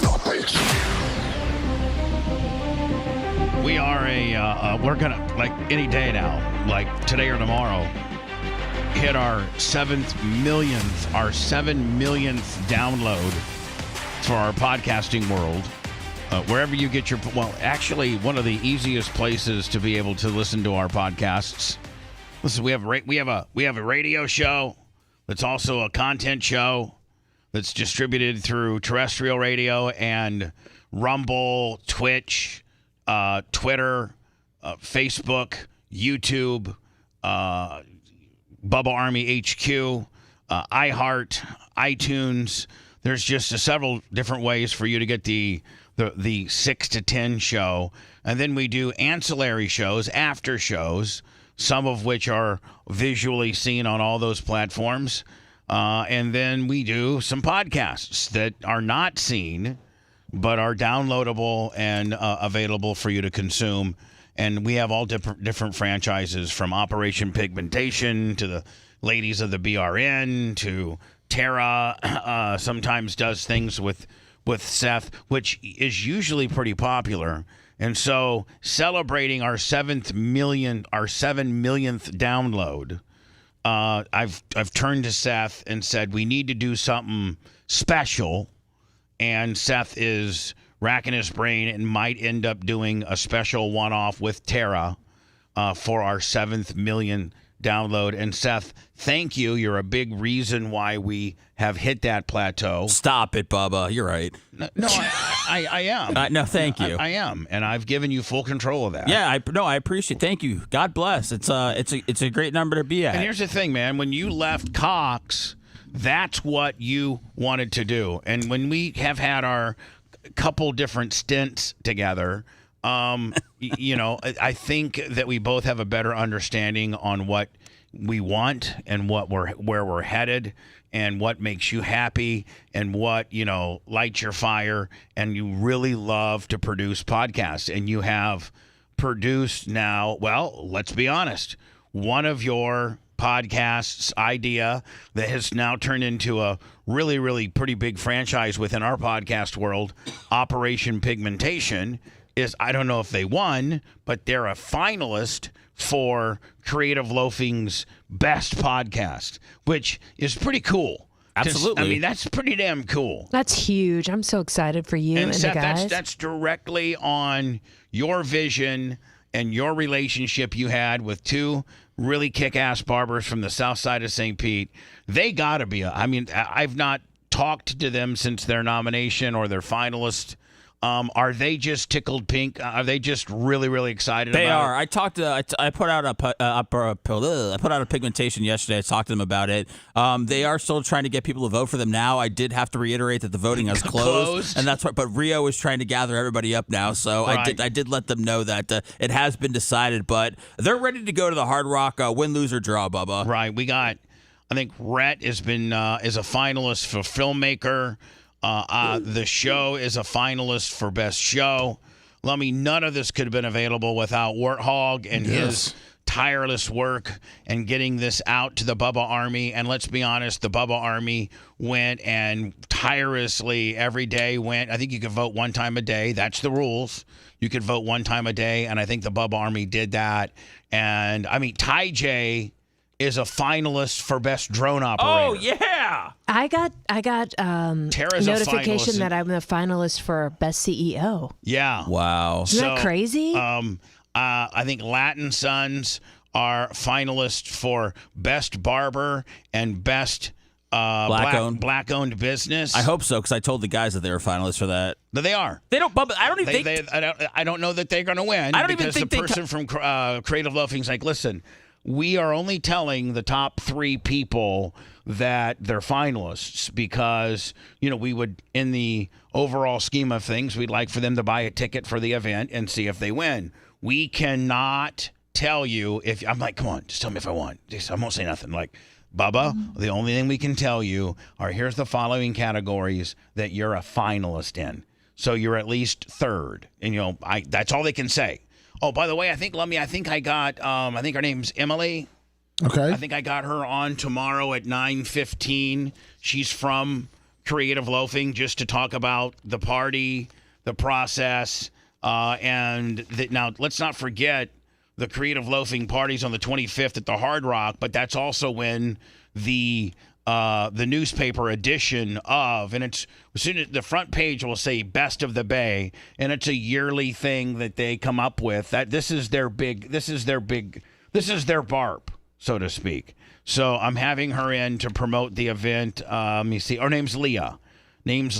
She'll be in tomorrow at 9:15 to talk about the event. So I think I gotta find out about pigmentation. I'm gonna get that out of her, even if I have to sit in her car. I talked to the sit in her car. You mean block her car like you're a Palestinian protester? Yes, lay behind it. Are you gonna lay behind her back tires and say until you tell me whether my guys won or not, I'm not moving? Yo, they're not gonna juice me in the hood out of 10 VIP tickets unless I know that I'm going there to claim that certificate. I'm gonna ask you not to use "juice me in the hood" language with her. Okay, all right. And just let her promote her beautiful event. Okay, of course. A couple things. So anyway, Seth, congratulations. Rhett and Lummy, everybody that contributes to the podcast. Tara, you've contributed a lot and will continue to contribute. It's been a group effort. Listen, getting 7 million downloads. Yes, Joe Rogan does that in 15 minutes. Pretty much. He does. But, we are still, the world of podcasting is such a misnomer. Everybody thinks I'm just going to start a podcast. And they don't realize that if you Google what the average podcast does, the average podcast does about 450 downloads a month. And so if we're roughly around 200,000 downloads a month. And at that level, it puts us in the upper 1% of all downloads. Even though, we're not Rogan or Call Her Dad. Did you see the deal that Call Her Daddy signed with SiriusXM? Oh, yeah. $125 million. Crazy. And then did you see the Kelsey brothers signed a $100 million podcast deal with Amazon? No. Yeah. So I'm always happy for people, Bubba, but now these large podcast deals are really starting to bother me. They are, and you know what? Yeah, I think it's good. And I've been watching a lot of radio people and art inside radio and various, and they're like, the podcast bubble. It's really, listen, Spotify had to scale Joe back because they couldn't make the greatest of all time, the #1 podcaster of all time, Joe Rogan. Now, he fluctuates between two, like I'm number 1 and number 5, based on what guest he has. But he's the god of podcasting. He's made the most money at it. He's got the most downloads. He was in on the game early. He is pop culturally the guy, period. And, Spotify couldn't turn what they were paying him into a profit because you don't have the inventory that you have on regular radio or other forms of content. Podcast is long form and not very many commercials. So it's tough to monetize podcasting. And you see some of these aggregators of podcasting paying just unbelievable amount of dollars. And most industry people say that there's no way they can recoup that kind of money. And so we're very happy and very, very, very proud that we're at the 7 million mark. That 7 million in a year or so will turn into 10. And we'll continue to hit plateaus within podcasting. Your vision, Seth, I can remember the day you quit Drew Garabo's show and you said, I want to concentrate on producing podcasts. And I think this has really been your best opportunity to be in charge of a network of podcasting, not micromanaged, not told what to do. It's your baby. Let it rip. I think this is one of the things that you really wanted to do. Yeah. No, I make you be on this show. Like, you would prefer not to be on this show. Let's just be honest. You and I have a great chemistry. I love our chemistry. I love what you bring to the show. But if we were to be honest, if you could make the same amount of money and just produce podcasts and not deal with this morning nonsense, you wouldn't. I don't think you would either. Yes. Good point. You think this too. You got me. I'm the first one that said, if this documentary doesn't reinvent me some way, shape, or form terrestrially, that we're going to middays, baby. I mean, 11 to 11. I already got it marked out. Like, how great would that be? 10 to noon or 11 to 1. Or 10 to 1. I think you got to probably make it 3 hours, right? I think I always got 4 in me, Bubba. Yeah, but we could whiz through 3. I mean, right? I mean, we're almost at 2 already in today's world. We could whiz through 3. I think we could give them a good hard 4. But whatever the people want, Bubba, we'll eventually give that to them. Is it 10 to 1 or is it 11 to 2? What? 10 to 1. If we do, if we end up moving the show, 10 to 1. Is it 10 to 1? Yeah, 10 to 1. It's 10 to 1. Out of here by 2 o'clock, please. You'd have a life back. Oh my God, I wouldn't have to. Tara will tell you whether she's lived with me a few different times, or I've lived with her a few different times, or she's been on the show on a regular basis. But if you this morning show world is a lifestyle in itself. It is. You're constantly fighting the clock. You plan your life around it. Yeah, you're like, oh God, it's Sunday, it's 8:30. You really can't have a life. Well, I had full on panic last night. Towards the end of the debate because I was like, man, we're got to be back start doing that here. countdown of how many hours you might get. Yeah. If I go to bed now, man, I'll get lost. And then those numbers end up being like 5, 6 on a good day, 4. I didn't go to bed till 1. True. Right. I had GERD all night long because of that pepperoni pizza. Oh God, that's the worst. Don't say that about Domino's. Domino's is a very upstanding pizzeria. It's not. It's not about the pizza. The pizza quality. It was the person who bought it. It's no. Might have been the person that called me a fat ass before I ate my final slice. So how was Brian during the debate show? He was good. He was really good. Did you see a picture of him on our Instagram with his Trump shirt? Yeah. Drill, baby, drill. Don't you think that's all? Don't you think he's still going to vote for Kamala? No, I don't. I mean, how are you going to know for sure? He lost a bet. Is he going to take a picture of it? He is a man of his word. He's so stiff. I just kind of got my feelings hurt. He bona fide. He got a little drunk last night. He did get a little drunk. Wasn't it those monsters? Yeah, with those 8%. Those get you drunk? Yeah, they're 8%. I don't know what that means with alcohol. A beer is about 3 to 4% alcohol. These are like 8% alcohol. They have monsters with alcohol in them? Yeah, hold on. Brian's on the warm line. Speaking of Oh, my God. He must really he wants to listen. vote against the new schedule. God. Oh, that's right. We're gonna lose the Diacos, Brian. Hey, could you hand this down to Tara? Yeah. And this is kind of the Monsters' new. They're kind of in the like the Mike's Lemonade hard tea world. They kind of, but it's it's an energy drink with between 6 and 8%. No, it's not energy drink. Oh, it's not an energy Make drink. sure you say that. It's Nasty not Beast. Yeah. Hard tea. I'm sorry, it's not an energy drink. It's an alcoholic drink. Correct. Right? Yep. Is Brian on the phone? Yes, he is. Go ahead, Brian. He's on the warm line. All right, here we go. Hey, hold on. You're on the air now. I'm sorry. Oh, okay. I'm just calling as the union rep for your attorneys, stating that we vehemently disagree with at least every day of the week being 10 to 1, because there's just no way we can all shut down our practices in the middle of the day. It's easier in the morning. Yeah, well, maybe we don't have the attorney aspect anymore, and we just go back. We just go back to what got us to the dance. I mean, I don't know. And here's the deal. No, I mean, here's the deal. If you could move your schedule around because you are the partner, there's two people that make the decisions, you and Gina, and so you could move your schedule around a little bit to accommodate 11 to 1. 10 to 1. You could. We could some days, but there's certain things that come up, that are unavoidable. Yeah. Like it's easier to clear your calendar from 9 to 10 in the morning. You're talking about clearing 4 hours off of a professional's day. And in Dan's case, it would be 12 hours or 9 to 12 hours a week. Well, obviously he would get cut down then, so that might actually be a good thing for the show. But what do you think, Bubba? Like, do you think we do like a morning show or 2 week? Do you think maybe we start at like 8 once or twice a week? I'd hate to lose some of the characters on the show. Yeah, I mean, Brian, that's something we're gonna have to take in consideration. But by the name calling that you called me last night, he can't get over that, Brian. That decision's going to be far easier to make. He's it was so. It was hold on. It was so nasty beast.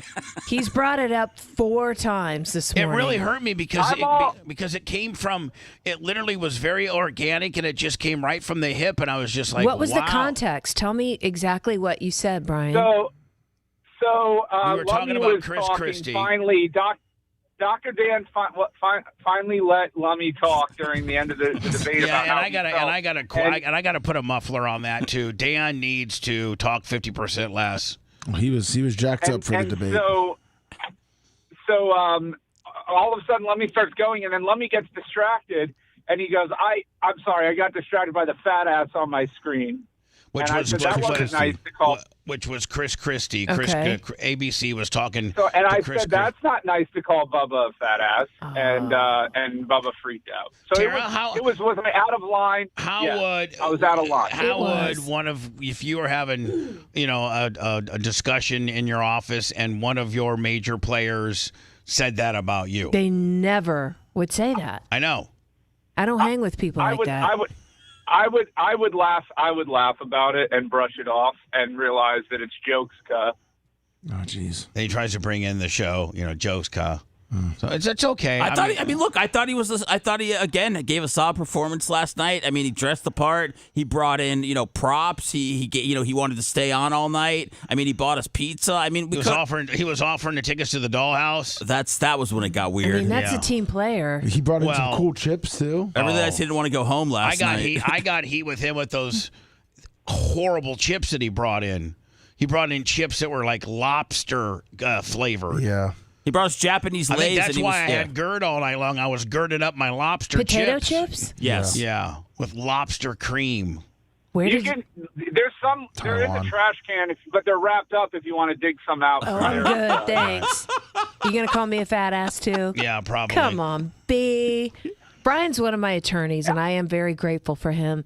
He is extremely talented. In fact, I've had several colleagues comment on his skills in terms of dissecting contracts. Didn't he write something up for you? Or I mean, he has saved our ass. Or he went times. through a couple pieces that you guys needed to ongoing. And one of your big slinging D's in your corporation, yes, said, I think it might have been your CFO, said that whoever prepared or fixed this document is one of the best he's ever seen. And absolutely, it was Brian's work. And our CFO, I will say this guy is like Doogie Howser. He graduated high school when he was 13. By the time he was 18, he had a bachelor's and a master's in accounting and a CPA.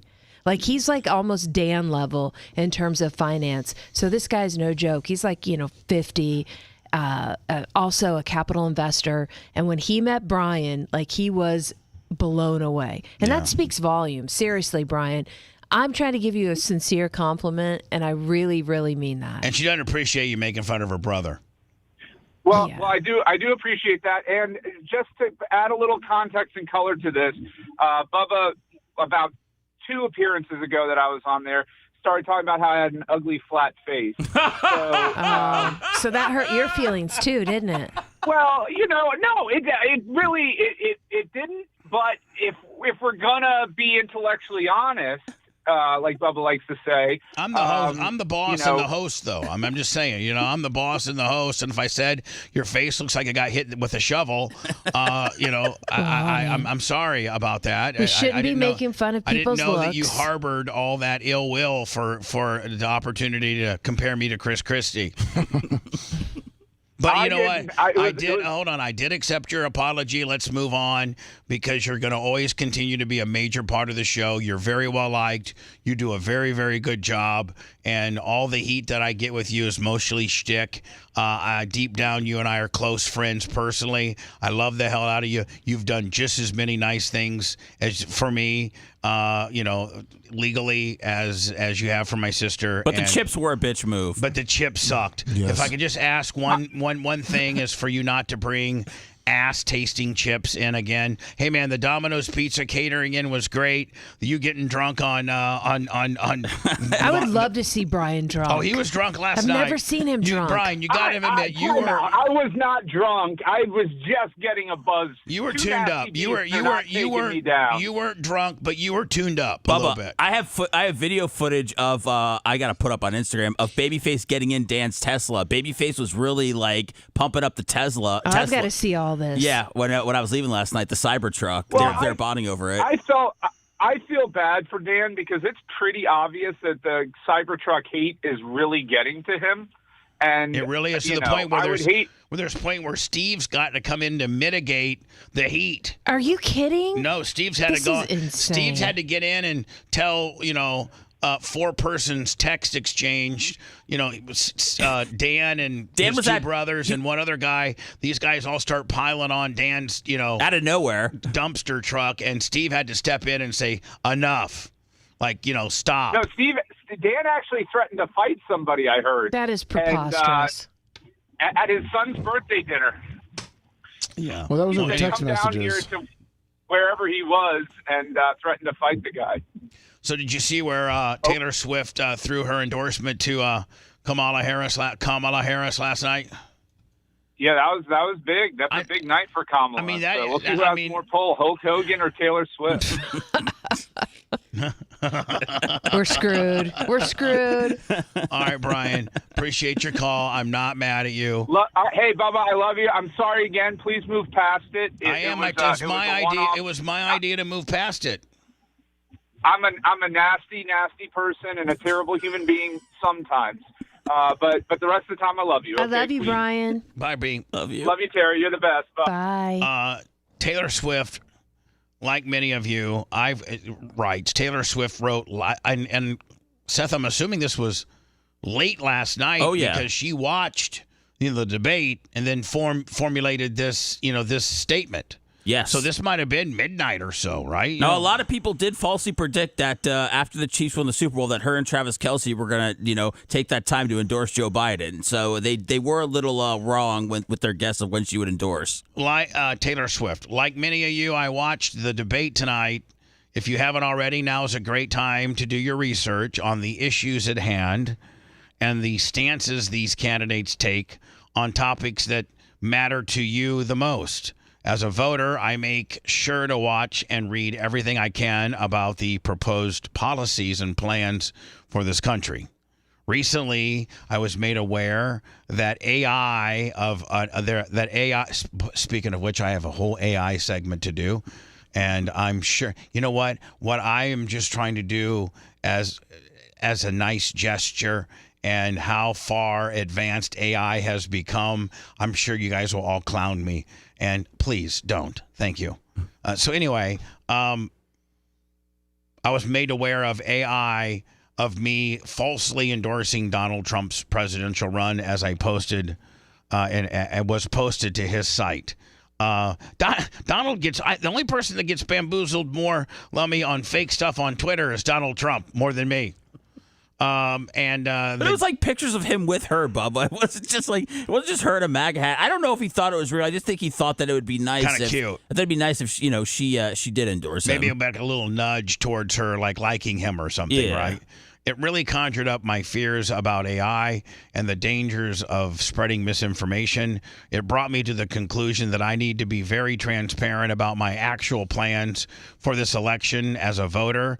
The simplest way to combat misinformation is with the truth. I will be casting my vote for Kamala Harris and Tim Walz in the 2024 presidential election. I'm voting for Kamala Harris because she fights for the rights and causes I believe need to be a warrior to champion them. It all runs together this early in the morning, Lummy. I think she is a steady-handed, gifted leader, and I believe she can accomplish so much more in this country if we were led by calm and not chaos. I was so heartened and impressed by her selection of a running mate in Tim Walz, who has been standing up for the LGBTQ plus rights and IFV and women's rights to do right to her own body for decades. I've done my research. I've made my choice. Your research is all yours to do. The choice is yours to make. I also want to say, especially to the first-time voters, remember that in order to vote, you have to be registered. I also find it much easier to vote early. The link where to register and find early voting dates and info is in my story. With love and hope, Taylor Swift, the childless cat lady. Oh, boy. That's going to influence a lot of people. It will. I think younger people for sure. Yeah. Yeah, maybe like 18 to 24 girls, I think. Absolutely. Lummy, we're going to have Alex Stein on later today. Yes, we are. And now, did this happen just in the last few days? I believe it was yesterday. And he was in New York. Yes, it was yesterday or the day before. And was he talking to like a city council? City council. Yes. That's not AOC, is it? No, I thought it was too. Now, is it about a particular topic, or we don't? This is just the tease. This is the tease. And he's going to play the full version when we have him on today about 9:20. Yes. Okay, hold on now. What do you think about those? What do you think about all the people? No, it's not my time. What is? Let me get. What is going on? Let me grab my phone. Are they dragging? He's got the Tyree killed. They literally are dragging, and you can see his ankles. His heels going against the carpet, and like they literally are yoked him out. I'll leave. Guys, I'll leave. Can I get my phone? Guys, grab my phone. I'll leave. Keep going. I'll leave. We got it. Keep going. What is them? What do you think about those? What do you think about all the people? No, it's not my time. What is? Let me get. He's getting dragged in the chair. They put hands on him? The chair, yeah. Oh yeah, they ripped his jacket. Didn't he sue New York before? Yeah. Yeah. Guys, I'll leave. Can I get my phone? Guys, grab my phone. I'll leave. Keep going. I'll leave. We got it. Keep going. What is them? So. Oh, they weren't able to see it on YouTube at all. Oh, they weren't? No. I played it. I played it right here. I don't know. They're saying can't see it. Okay. I don't know. I'm just going. I don't know. Maybe they saw it. Maybe you sound like a robot. I don't know. Not just fixing the robot thing. So I played it 3 times on this screen. What do you think about those? What do you think about all the people? No, it's not my time. What? Maybe Rhett's working on something. Well, it's on the screen. I'm watching it. Seth, what are you talking about? What? I don't think it was on before. Macho left. I was in the other room. Sorry. All right, no problem. We'll play it again. What is going on? Let me grab my phone. I'll leave. Guys, I'll leave. Can I get my phone? And so Guys, grab my phone. when it's over, I'm going to play it one more time from the get-go, just so that everybody sees it. I'll leave. Keep going. I'll leave. We got it. Keep going. What is them? All right, so here it is. It obviously, I think when the gavel falls, maybe that's the Iggy for the security guy to yoke you. Yeah. And it looks like they may have yoked him while he was still in his chair, from what we can gather. I'm Looks sure. like he's at almost like a table. That's how New York is. Yeah. And so maybe Alex is going to give us the full version of this later today and be able to backfill it a little bit. What do you think about those? What do you think about all the people? No, it's not my time. What is? Let me get. What is going on? Let me grab my phone. They literally are yoking him by the chair. I'll leave. Guys, I'll leave. Can I get my phone? Guys, grab my phone. I'll leave. I mean, he's going to sue them again, isn't he? I'll leave. We got it. He ripped his jacket. He said his arm hurts. Yeah, I mean, I got to think. His arm hurts. Yeah, I can see that. I mean, his arm needs to hurt. He needs to go in for some. Does he need to have a full body cast on today for his appearance? He needs to go in for at least an MRI and get checked out and all of that. Put a neck brace on. All right. So yesterday, I'm on my SAG. I'm not trying to brag or anything, but I'm a member of the Screen Actors Guild, and let me remember how I got it. Yes. For being the DJ on Razor 107.3 on the second edition of Saints Row. Yes. And I was the radio DJ on one of the channels that the bad guys could listen to before they shot the hooker. That's right. Yeah. It was the Crunch. Was it the Crunch? 106.6 the Crunch. You know more than I do, my friend. But Yeah, I grew up playing those games. So, could you really hear me? Yeah. Yeah, you'd be cutting breaks. I remember I had to. Did you get paid? I got paid like $2,500 for it, and then that was my standing into. In order to be able to become a SAG member, you have to have worked on a SAG job, not been a SAG person, and then they give you an invitation to be a SAG member. And as long as you pay your dues, which are like $80 a year. They're pretty affordable. You are a member of SAG, the Screen Actors Guild, which is a pretty cool thing. It really is. I know this. Maybe you forgot the Mac discount, but I get a 20% Mac. It's 30. It's 30. Mm-hmm. I get a 30%, and I think Mac is like some of the best makeup they make. It's good. It's good. Yeah. So anyway, I was reading my SAG magazine. And right now, they're at odds with AI. AI is really screwing up Hollywood. Really? AI is doing things that regular people that sang jingles and true. And so yes. All these jingle producing companies and all these just songwriters and production houses. And are being replaced with AI, and they're trying to negotiate with these AI companies, and AI companies are like, screw you, it's not technology, and they're trying to make companies, that use AI have to pay, and networks that use AI. It's a real big crap storm. So within this article, it tells me of this particular AI that can make a song about anything. And within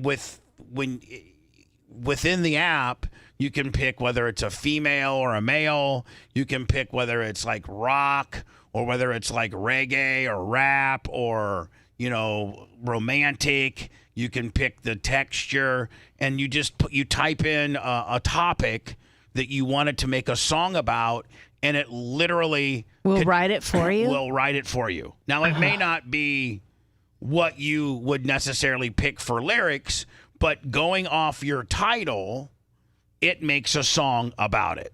So I tried it out, and it's kind of cheese dick, but it's pretty damn good. The app is $49 a year. So, like, with unlimited, is it unlimited? If you get the pro, it's like $39 for like but the pro level, which is what I bought, because it was $49. And like yesterday, I made 1, 2, 3. I made actually some more songs. I made a couple songs about Merch Crick, but it doesn't like obscenity, because one of the things I typed in, Lummy, under the description of song was Merch Crick's got big top by top sops. And it would not do that. It wouldn't? It would not. No, it called it Erica's vibe instead of how big her boobs were. I also put Dan's truck sucks. I made a song about Dan's truck, and it didn't like the suck. So I was thinking about Seth, and I'm like, I'm gonna make a song about Seth being a snowflake, right? So I typed in Seth is a snowflake, and I made it a female. Well, here it is. And again, it only. And now hold on. Now hold on. You made a song about everyone that works here? Well, That's cool. I will. Oh. Like my next song I make today, Lummy. Lummy, I made 8 songs yesterday before I went to bed. What? Who all did you make them? Macho? No, Macho's coming. Seth. I'm trying to get Seth some. I'm trying to get Seth some lovin'. So I made a song about how good of a mom Phoebe is. I made a song. Nothing gets a mom voice like an AI song. Right. I made a song about Seth being a snowflake. I made a song about Janie Cakes being the world's best mom. Oh, here we go. Oh yeah, she cried. She loved it so much. Oh my God! And does she even know? She probably thinks you really like. She listened to it with Sue. She was down at Sue's house. Oh boy! And she said, "Me and Sue are crying. It's so unbelievable." It's another one for me. And then I made one about Phoebe being a good mom. And then I just made one about little Sammy, because after I made one about Seth and Phoebe, Sammy started cutting a promo about where the hell's my song. So I made a song about Sammy being a cool kid. And then I made a song about Dan's truck sucking. And so literally with Seth, I just put in female voice. They can make it sound like it's at a live concert or in a studio. I picked studio quality. Seth is a big snowflake. And here's how it turned. I mean, Rick Rubin over here. So yes. He just faced you, Bubba. Well, if you're going to go into your songs, we're past the break. No songs about Lummy. That means we got to go to break. Okay. Lummy, we'll come back with the songs, okay? Sounds good. All right. You're listening to the Bubba the Love Sponge Show. If you want 24/7 on-demand Bubba and the crew, go to BubbaArmyHQ.com. The Bubba the Love Sponge Show will be back after this.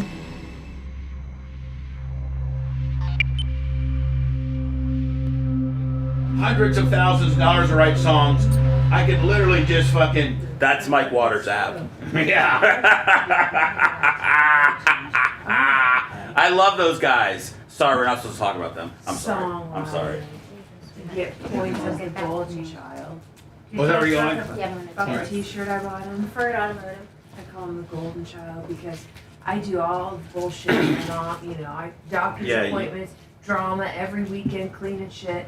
He goes over there once a month and spends the whole day, and all I hear about it. So I call him the golden child. Goes in there, eats for free. Mm-hmm. You know. Right, exactly. She cooks for him. Yeah, grabs Bitches some. never cook for me. Yeah. She has it all laid out for me, everything. I have to pay for dinner for everyone, take them on vacations, rent a yacht, I know. go snorkeling, and he gets. It's just the true women. He has an AI's written song, and I know, and he's he'll be the executor of the will next week. Mm-hmm. Well, Mom told me that she was just gonna probably pretty much give it all to me because she already got enough. That's cool. I don't give a shit about money. Money means dick.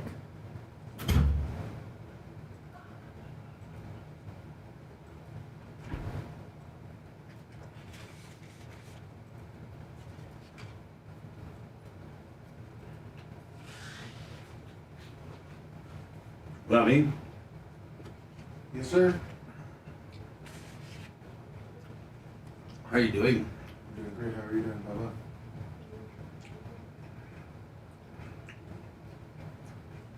That's nice.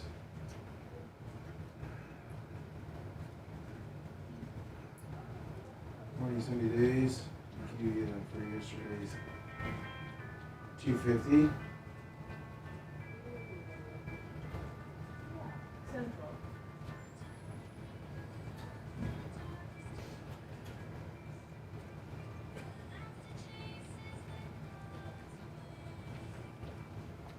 So, Mom, tell me about these guys that do the work for Yeah. you.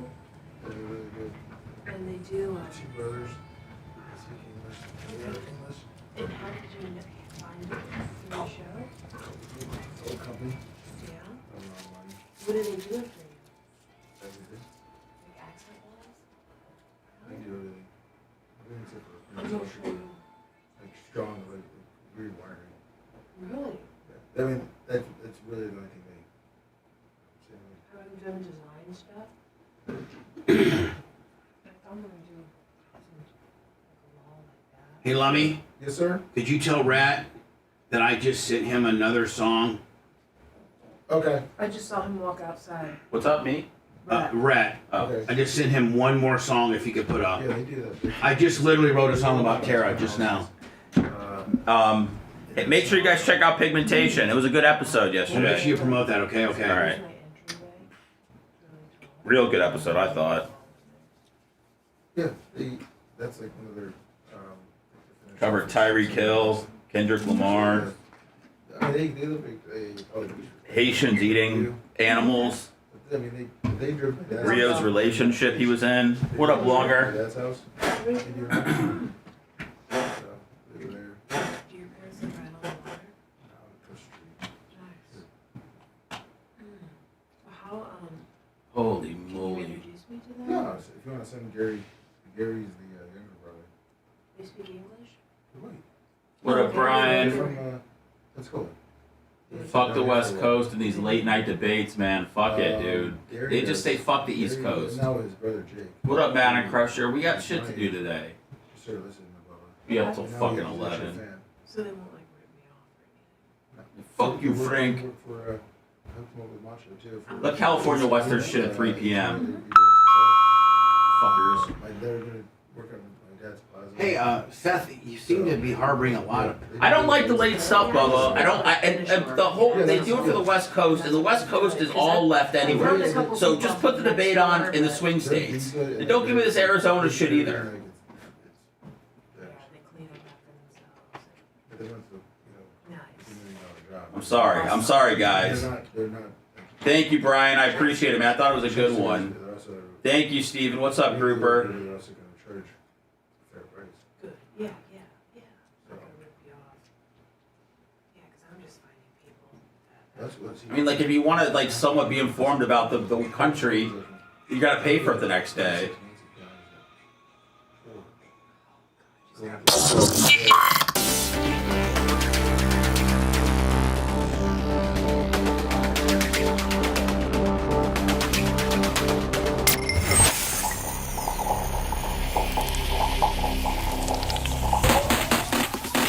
The Bubba the Love Sponge Show. Listener supported via PayPal, Venmo, and Cash App. All at the Bubba Army. Now returns.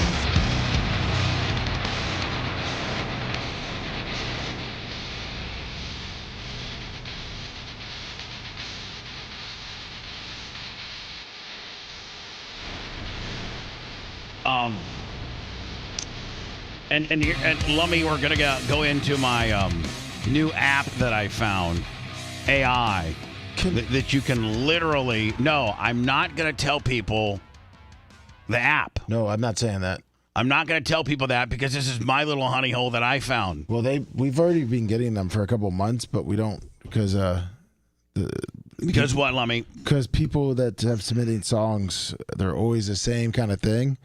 So we've so I was gonna say just other people that keep submitting the songs do the AI. It's probably not gonna make it on. So yeah, now that Bubba figures out he can do his own songs, yes, and make them, I think they're pretty catchy and pretty good, especially if you just give them a little limited amount of information and they make a full-blown song about it. I mean, Seth, you're natural. You like to clown stuff and make fun of stuff, but I do think that when I sent yours over to you yesterday, followed by Phoebe's, you were, I don't know if you were impressed. No, I realized I was working for a real Renaissance man. A guy that can not only, do 4 hours of talk radio, a man that, can not only, run racetracks and grade dirt, but can also write songs in a matter of moments. Well, thank you. You're welcome, That's sir. not the case here. It's like Lennon and McCartney, man. I stumbled upon. Here's what I'm not trying to say these are good. I'm not trying to say that these are, anything that shows my skill set. I'm taking these to Interscope today, Bubba. We're getting you a deal. I'm telling you that you can whip up a song about anybody pretty quickly, and AI, and I think we've just scratched the surface with AI, and if they're already here for $49 where you can write a song about anybody. I mean, Lummy, I used to pay a guy $600,000 to write songs. Yes. I mean, my Lord. Now, again, they don't like I put Dan's Truck Sucks. It doesn't like curse, or it doesn't like I said I made a song called Merch Crick's Got Big T's. They turned that into Erica's Vibe. So they'll take liberties if you use, obscenities. And so this was the first song that I tried. And it's really simple. You just open up the app, you pick the texture of music you like, folk, country, rap, lyrical, electric, there's all kinds of different selections. Then you type in, it gives you an option for a male or a female voice. And then it gives you an option for a live, concert feel or studio quality. Could you pick a transitioning voice? No. Wow. I can't. Racial. And then it says type in the subject of your song, what you want your song to be about.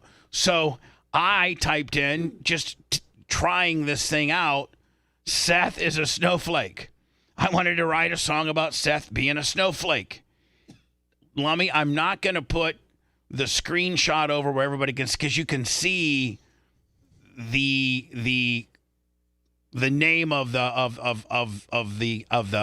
AI app. You can see it, and I don't want to disclose that. This is my little honey hole. By the way, although stupid. Matroni wants to know: does AI fall asleep in the middle of the show? No. So again, this isn't anything about me. I just have to type in what I wanted to make. But it's pretty cute. It's pretty catchy. And for the average person that's not in content and knows how tough it is to really come up and to how to make an original song, this is it's pretty amazing. Seth, what did you think about it when I said, hey, Seth, I wrote you a song. And then you go, and you're like, oh, since when have you been a songwriter? And I'm like, it's AI, and I'll send it to you. I sent it to you, and even though you like to be a dick to me on the air, privately you're like, really, it's not that bad. And it sounds a lot like Taylor Swift. Did you not say that? I was glazing you, yeah.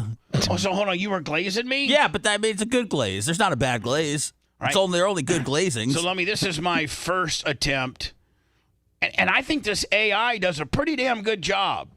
My sister will be honest with me. She'll be honest with me. Yes, I will.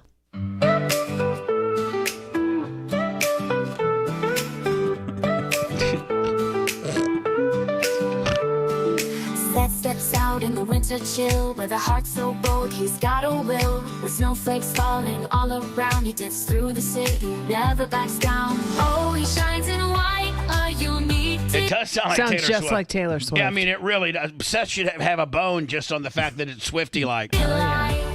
He's more than just a pretty sight. Seth is a snowflake, one of a kind, rising above, leaving doubts behind. With every breath, he claims his space. In the heart of winter, he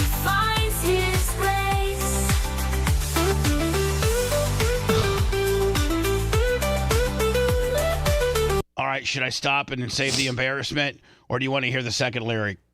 I mean, I want to hear the second lyric. Oh, we got 6 more songs to go, buddy. I mean, Jesus. Red, I'm sending you Lummies. I just whipped up one for Lummy, so if you could put that one up too, appreciate it. Don't read YouTube, Bubba. It is Bubba Rubin over there. We got 2 emails, Bubba, from fans that just did some too. We can send. Yeah, those don't forget over. we got to get to the other stuff too. What other stuff?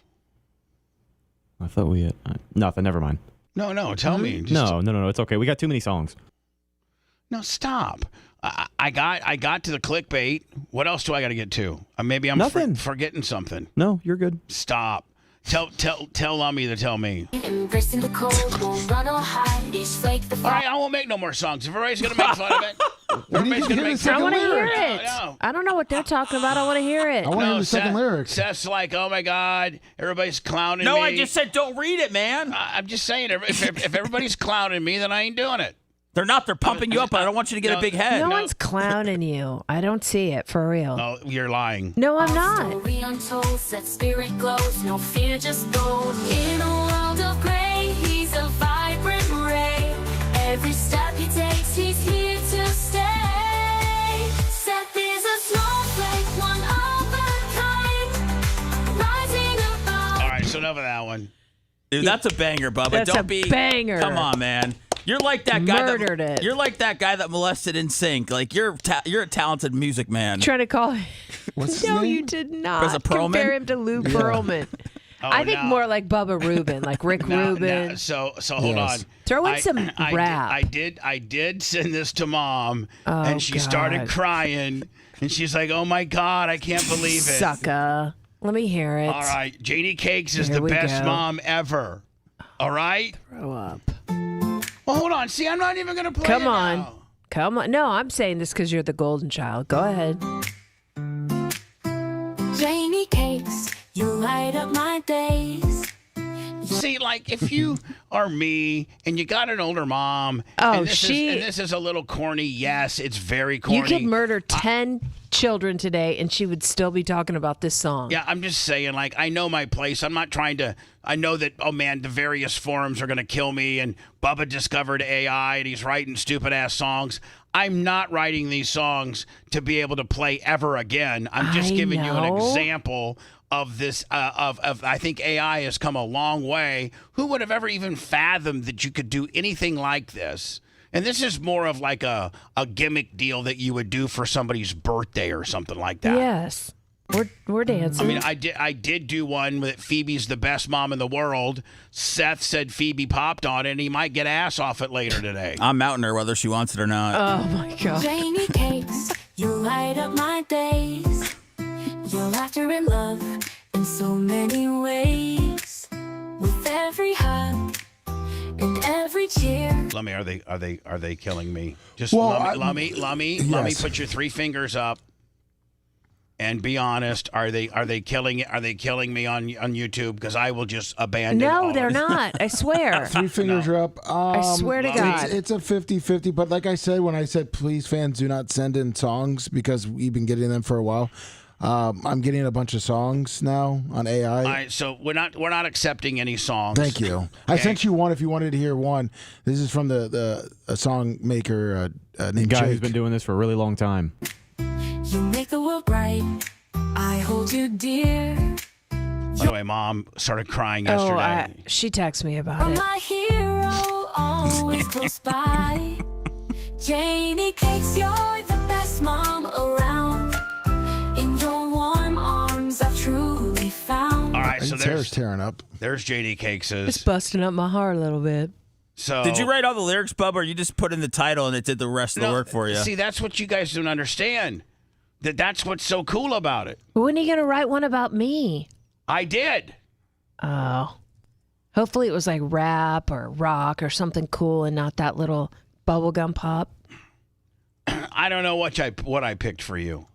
But what was the title? It's called, I think Tara's the best sister in the world. Oh, now I feel like a real jackass. You should.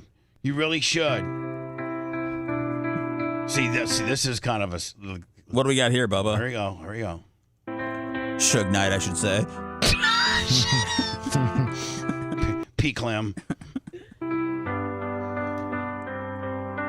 Shadow, you light up the darkest days.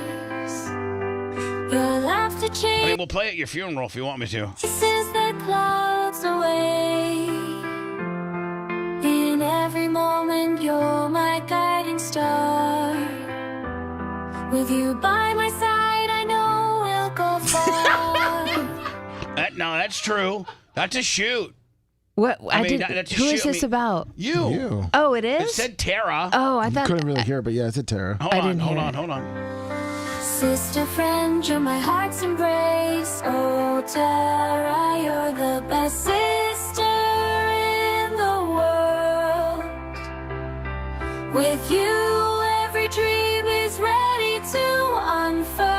Bubba's singing his heart out for you, Tara. This is busting me up a little bit. I always wanted an a brand new F-150. Yes. Who made my dream come true? Tara. Right here, the lyric says Boy, it. you're really making a play to get that Tesla now, aren't you? Ready to unfurl through all the laughter and all of. So hold on, Seth. You're trying to tell me right now if you would whip up something nice for Elise and you would send it to her, like she wouldn't think that would be pretty cool. No, she would love it. For real. Yeah, for real. And like, listen, I'm not trying to make this major radio, host quality. No, it's not. You can't be more specific in lyrics. It's very loosely. Everything's, you can almost pick what the next line's going to be. But it's a cute thing to use for special occasions. It is. It really is. We'll face tomorrow together through the years. Which is true. I know.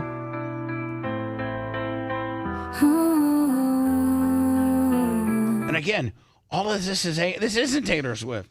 This sounds just like her. It's AI. Everybody's mind continues to be blown, Bubba. Did you do any like upbeat fast songs? Yeah. Okay. Wait till you hear Lummy's. Yours is a rock song. All right. Through every challenge, your strength shines bright. I mean, Tarek's probably crying right now. I'm about ready Together to. we conquer, we rise to new heights. Your kindness flows like a beautiful song. Sorry about your birthday present, but I made you the song. Sorry I missed your wedding, but I made you a song 10 years later. It took him a lot of work, Tara. 16 years later. It's 16 cool. years later, I made you a song, sissy. Aww. All right, so I made so. How much do you want? I'll write the check right now. My heart's busted open. I don't need anything. So I send Seth his song. He glazes me and says, cool. So I'm like, listen, I'm going to write Phoebe a song because Seth is always in a constant struggle to try to get some ass off Phoebe. And so I figured what better way than to make her the best mom in the world, right? So I came up with a Phoebe song, sent it to Seth. She said she popped on it. Then I got heat with Sammy because Sammy didn't have a song. Now everybody's got a song except Sammy. Oh, that's funny as hell. So I wrote one for Sammy, Lummy, and Dan's Ugly Truck. All right. Those are the hits that I got yet to play. And Lummy, be honest, 3 fingers up. Yes. Is everybody taking a crap on it? And this is a segment on one particular show. This is not going to be my go-to, content where I come up with a song about every stupid thing we talk about. I'm just basically enamored by how far along AI has come. I mean, really, this is pretty technologically advanced, isn't it? Yes, it is. That you can just type in a title, and it will spit out a song for you. Here we go. This is Phoebe's song. Maybe put it over. Phoebe wakes up with the sun shining bright. There is some misnomers in here. I don't think she's making pancakes for Seth.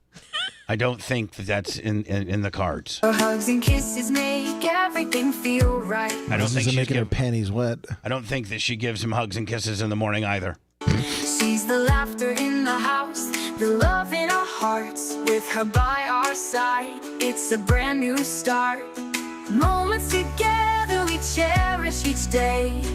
Phoebe's got magic in every little way. Oh, Phoebe, you're the best mom, it's true. With every heartbeat, our love's ever new. You light up our world and all that you do. Forever and always we cherish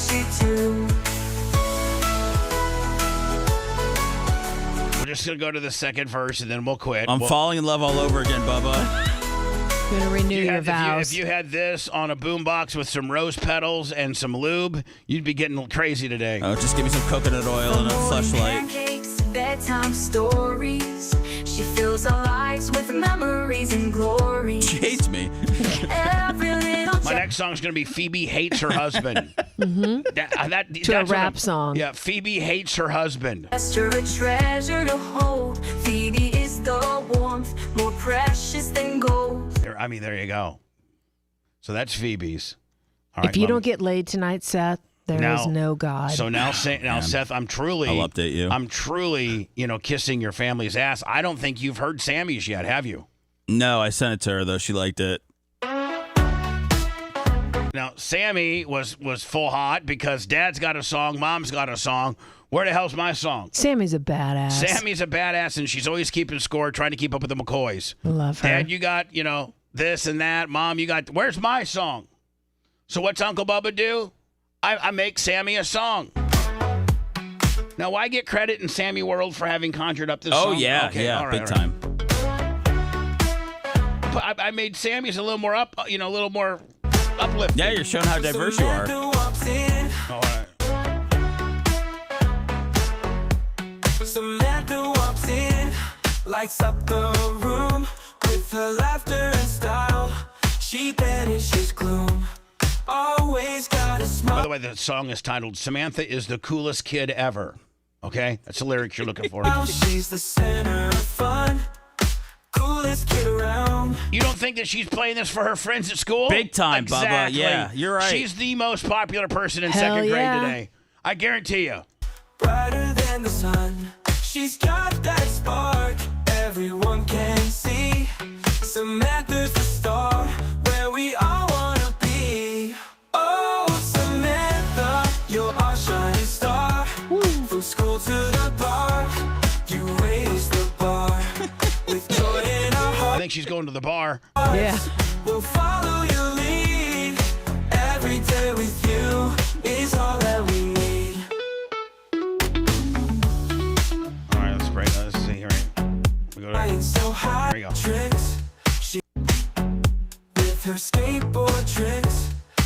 She's going to be wanting a skateboard next. She's flying so high, breezing through the streets like a bird in the sky. Friends all gather just to watch her shine. Every moment spent feels so divine. When she's in the groove, the world comes alive. With her by our side, we always thrive. Oh, Samantha, you're our shining star. All right, so there's Sammy's. Got her taken care of. Got the entire Kushner family taken care of. Might be writing one for Elise later today. Good. I got to hear Lum Lums. I got Dan's, which is a rock song about how bad his. I put Dan's truck sucks. Wait, Lummy's fingers are still up, Bubba. He told me to put 3 fingers up. Let me and then put never said anything to put me. your fingers down. Okay, He's had him up for a long time. Holy hell. He said, "Put your 3 fingers up, Lummy." Yeah. And All then right. moves So on. here's Dan's, and then Lummy will end. Do you want to hear the Bubba theme that just got sent in? Just not yet. Don't get me distracted. No other artists? Yeah, it's another new artist. Don't get me. Lummy, stop. And I Okay, see sorry. who it's from. So stop. And then hopefully Rhett will get your song up here, Lummy. I sent it to him. I hope and so I'll have to refresh it here. I want to hear the rock one. Here is Dan's song about his truck sucking. And hold on. Am I getting killed, Lummy? Am I getting... No. Again, this is a segment that we'll do one time. People are looking forward to this song. Talking to be honest. about how AI has, advanced into this now where just the average person can buy an app, type in a few words about what they want, and whip up a song and probably make the person that they're making a songs about, make them, happy. This is rock. All right. I actually titled it "Dan's New Truck is Hideous," but so I don't know. I've not heard this. And I've not heard your song either, Lummy, that I just sent to Rhett. Dr. Dan rolls down the street, engines roar, a hideous beast leaving pain in its core. This might be the best one. The paint is peeling, the wheels are cracked. No one can save him, he's falling off track. A little rock feel, Lummy. Yeah, I like it.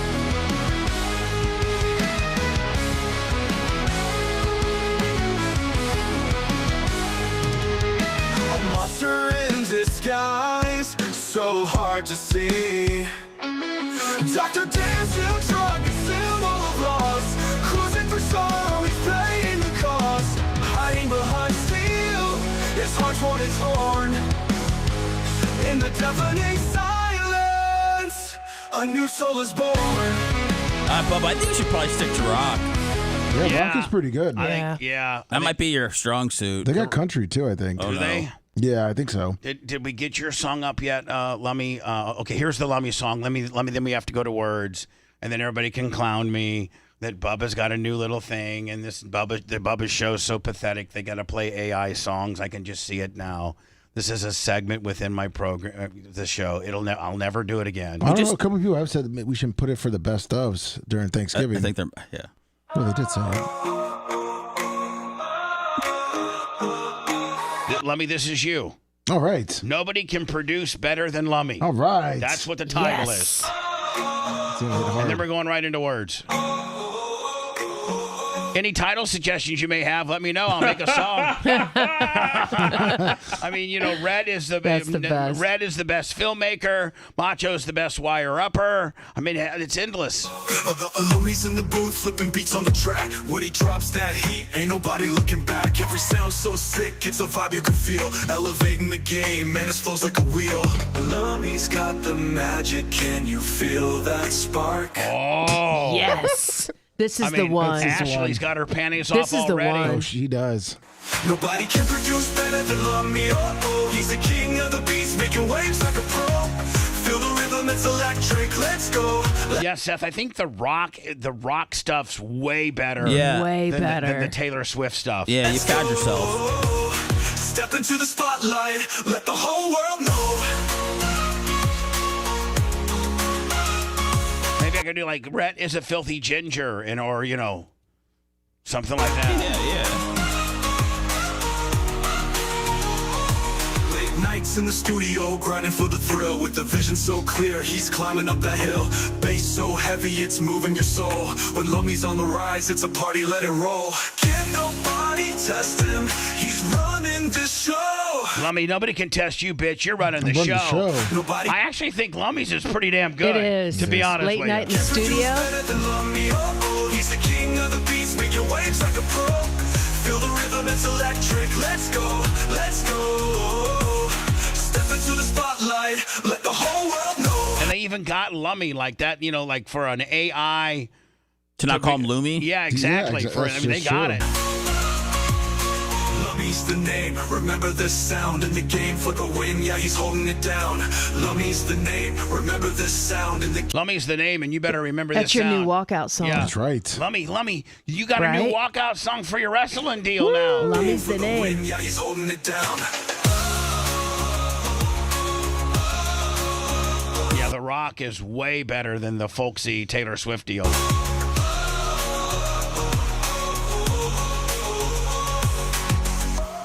So everybody said that Bubba sucked. You guys want to take it back now? Yeah. You want to take it back? I just needed to refine my suckness. Yeah. I needed to go from folksy to rock. The dance song wasn't bad. But the Sammy, you couldn't make Sammy's song rock. No, dude, it was good. Bubba, you're a true artist, just like when you were a painter. I'd like to hear a rap song. Me too. I would. Okay, well, I'm saying in your next one. I'm just curious on how they can do it. Okay, well, I have to go to words. You've sent me something from Jake Hudson. That automatically puts me in a bad mood. Well, we got Super Fat Bubba Light that sent him too. Jake's an AI veteran. He's kind of been doing this for a little while. So are you trying to say that he's a little bit better than me? No, that's not what I'm saying. I just wanted you to hear some of his handiwork. Okay. Hear how original it is. Okay. Oh, this is the country. Tuning into the chaos every morning light. Bubba on the mic, bringing the fight. With every word he's turning the dial. Got the whole crew laughing in style. From the studio to the airwaves.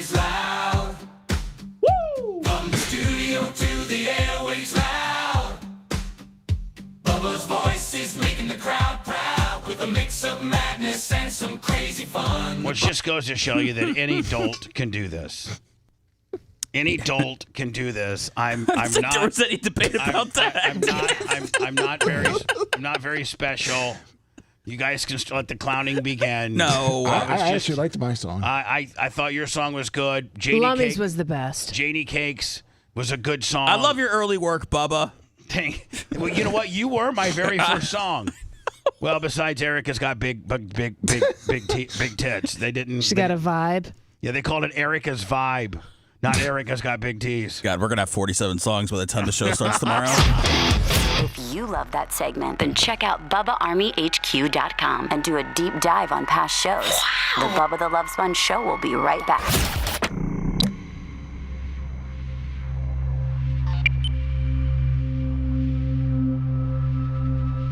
Play a couple AI songs after we did 3 hours last night. Right. After we did 3 hours last night, come on. Exactly right. We did it for the country and the people last night. I've only had one customer in my life, and it's the people. Maybe I'm not seeing all the hate. Maybe I can't. I don't have it pulled out. I mean, there were people asking like for Bubba to do a song with the rap and country. I know. I thought your song was pretty fucking good. Sure, it was. Really I was good. surprised. That's your new walkout song. I like the rock. Yeah, version yeah, way better. yeah. The bubblegum. It does sound just like Taylor Swift, though. That's crazy, man. I mean, if you think about it, I wonder what it is going to do to the music industry. I'm not saying but if they're able to manipulate it, if somebody's a really good songwriter and they can get an AI voice. Yeah. So, but here's this. Think about this. If you're Doritos or you're Yeah, exactly. you're Campbell's Soup or you're Voiceover is dead. somebody that's trying to do a jingle, Yep. you naturally have to hire a SAG jingle house to Yep. do it. Yep. Hire the fucking musicians, hire the talent. Now you can pay $49, fucking run 17,000 scenarios through it until you get the right sound. Oh yeah. And when you buy the pro package, it's unlimited. There's no amount, and you could eventually stumble if you type the right words in there, get the right combination. Yeah, that industry will be crippled. That. But Voiceover, the. that's why SAG is so fucking freaked out about it. Pull the dollars, sir. Oh. You don't have the cash? Okay, treat me like a homeless person. Okay, thank you. Thank you. That's crazy, man. That is kind of crazy. Oh, man. Can somebody tell me what Brett was alluding to? Let me text me. Lummy's out. He went to go TT. I'm here. But I'm not sure. It feels like that feels like you got a lot of AI songs in the hopper from some listeners. What do I know? Nothing. I know that you got 3 songs that's gonna get you laid. Yeah. I know that today's Wednesday. Is that usually the day? What's Do that? you guys have a day? Do we have a day? Yeah. Like, do you have sex on Wednesday? Oh, no. There's no day. Okay. There's no, Just catch as catch can. Yeah, just whenever, she's doesn't have a meeting or anything, and I can cross over into the other room and ask if I can. Knock one off during the day. Yeah. Okay. Talking about Dave Grohl. Oh, yeah, I forgot. Didn't he have a kid? Yeah, he's got a kid. A love child. And he's keeping the kid, so he put a post on Instagram. I don't know. That's the whole world needs to know.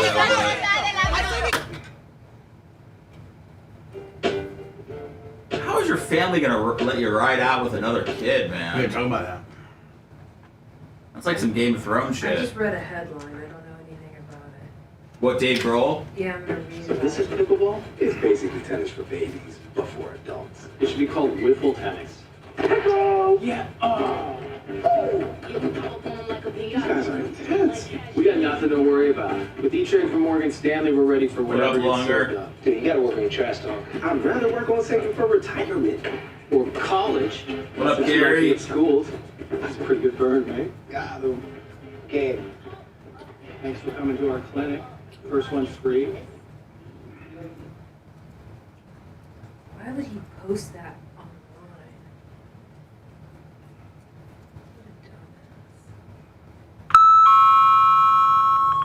Hey Gary, I was seeing if you think from the debate coverage last night, if maybe there's like shorts that we can release throughout the election that maybe wouldn't be as time sensitive.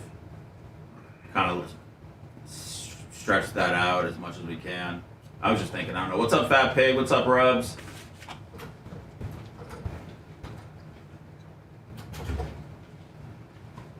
Just because I had everybody in here and shit, but that might be harder. No, it's really no big deal.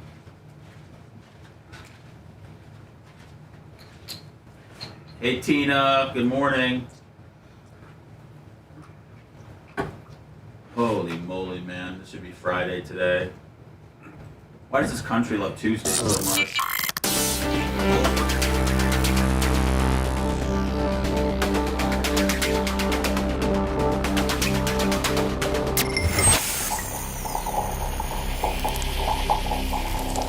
And the sign said, long-haired freaky people need not apply.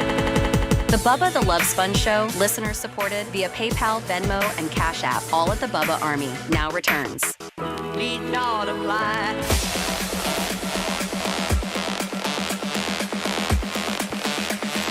Man, I got to tell you, between John Costica and Tarpon Mark and Las Vegas Mario and Fish on the J and Sunny days. We had like a Bubba 199 type night last night. I know it was, we're all dragging ass, but man, it was super good for the business. Thank you so very much. God, Johnny Costica, like, what was it, $2,500 last night? Yes, I think that's what it ended God, he with. might be richer than my sister. That guy's a rock star. From Valparaiso, Indiana, nonetheless. I want to hang out with him. He's a good dude.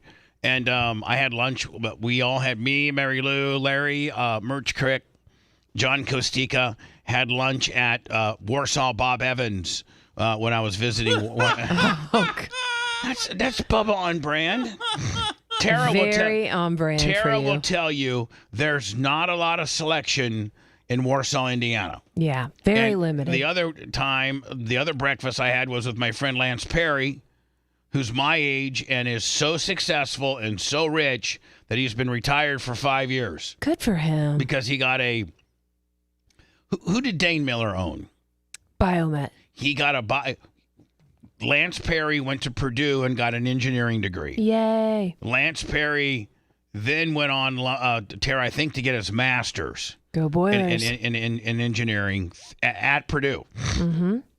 Came back to Warsaw, started with Biomat. Again, let me explain to people that Warsaw, Indiana, little Warsaw, Indiana is considered the orthopedic capital of the world. Correct. Like there's more orthopedic parts. Manufacturing. Manufacturing in little Warsaw, Indiana than any place in the world. And so the big one was who our stepfather worked for the longest, which was Zimmer. Then Biomat came in, then DePuy and Medtronics, and I don't know, there's Stryker, I think. There's like 5 or 6, 7, 8, 9 big companies, but they pay a lot of money for lot of money in that city. Real smart people. So my buddy Lance Perry, unlike me that goes to Terre Haute, Indiana, flunks out of college, gets into radio, has been a grifter all my life. Lance Perry gets an education, becomes a master engineer, goes to Biomat. I had breakfast with him, Tara, at the American Table. Very cool. Which is actually the best place to have breakfast. Is it better than Bob Evans? Oh, yeah. Oh, okay. Oh, yeah. It's a little mom and pop place. You know where it's at. Yeah. American Table. I used to go there. So I went to school with a guy named Lance Perry. This guy was a stud in school. He was a stud in school. He was our field goal kicker. He was a soccer player. And so, Seth, his first year out of college, his first contract that he signed with Dane Miller and Biomat. Now, this is 1990 because he did 4 years of undergrad at Purdue, and then I think his master's was 2 or 3. Usually, yeah. So I think he got I think he was there by 90. Was his first year at Biomat. He told me his first year was 225. Back in 1990? Back in 1990. So he goes and he instantaneously, gets up the ranks. Plus Dane likes him, and he ends up being like a vice president of everything, he wouldn't tell me what he made. But then, Tara, while Dane was still alive, and before the Biomat Zimmer merge, Zimmer was interested in him. And Lance skillfully played the two and got Dane to pay him even more than what Zimmer was offering. Did that for like 10 years. Then once Zimmer and Biomat, and then Dane died, and then Biomat and Zimmer merged, and he had, now, I don't know this to be true, but I mean, the stock options he must have. It came from fairly reliable sources that he had a $10 million parachute. That makes sense. That sounds about right. And all he does is just hang out. Now, he's adopted 6 daughters from China. Oh, that's cool. He has 3 sons that him and his wife had. And he's adopted, I think, 6 So he has 9 children? Yes. Good for him. And they're all going between Purdue and IU. Wow. He's like, you don't think my kids could just all pick Purdue and make it easy on right. me? No. But they're all brilliant. Did he marry a girl from Warsaw? No, I think he married a girl from Purdue. Okay. Good for him. And got a big ass house. And all he does is train for Ironman stuff. He's in better shape than he was. I mean, he looks 40. I have not seen him since you were in high school with him. What a great. Do you have a picture of him? No, I didn't get one with him. I should have. But what a great dude. And we had breakfast my last day in Warsaw at the American table, and they got the best biscuits and gravy ever. I always get biscuits and gravy. I know. It's my favorite. So anyway, let me have you got a hold of DraftKings or FanDuel? I have FanDuels. And is there a way to monetize that? Yes. We need to, which I was going to talk to you when we actually had a real meeting. Starting one for this every weekend. Meeting we've had so far, it's not a real meeting? I just heard back. Like today kind of was not really the best to kind of get into it. Yeah, maybe tomorrow. Yeah. Because I got to go right from here to Tom Bean. I got 11 o'clock at Tom Bean's. Yeah, that's why I figured tomorrow because we have plenty of time then for Sunday. Oh, okay. We just got to start one. Oh, we got to start one? They want to see what our week 1. Yeah, but. Or week 2. But hold on. If we start one, why don't we start one next week? Okay. So that we can talk about it. Okay. Because literally we'd only be able to talk. Because they have a Thursday night game. So right? Yeah. Well, you can do it where you're only just doing like Sunday night or Sunday games, like the normal games. That's the biggest pop they usually get. So Sunday only? 1 to 7. Sunday only. Yeah. That would still only give us a couple days to talk about it. So maybe we can strategize. And so we will be able to talk about it starting on Monday that, hey, we got a league coming up this Sunday. And they let us start with a league with 100 people. 100? Yes. Just for now, just until they open it up. They just want to. So what? I mean, okay. So we pack out 100. Then we go, 500? Yes. Or 200? Well, I think once they do 100, I think they see how quick it goes, how quick it sells out, kind of opens up some avenues. Maybe we could get some. Well, Merch Crick's got jugs this big.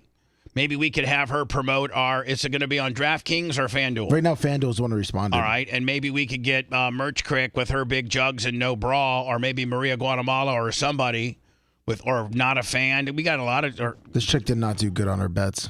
She didn't do good. Well, 1 for 5. Here we go. This is called the bouncing bets. Here we go.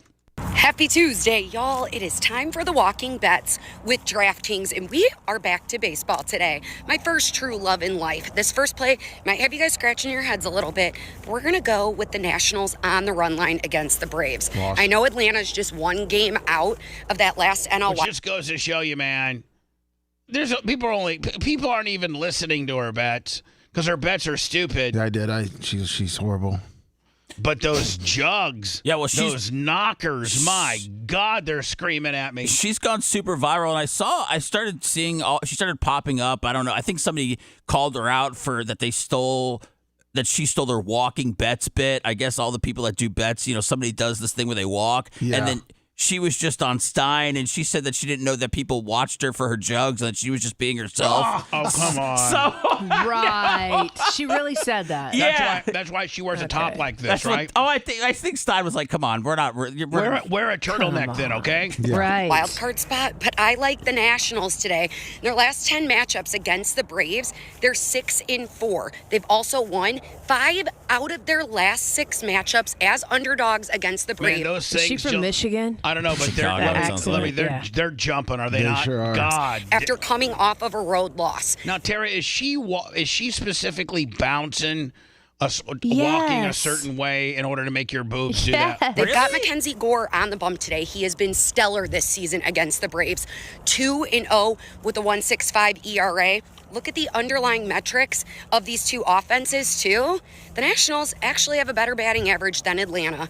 Give me the Nationals on the run line. We're going to go with Palante, under 5.5 hits allowed.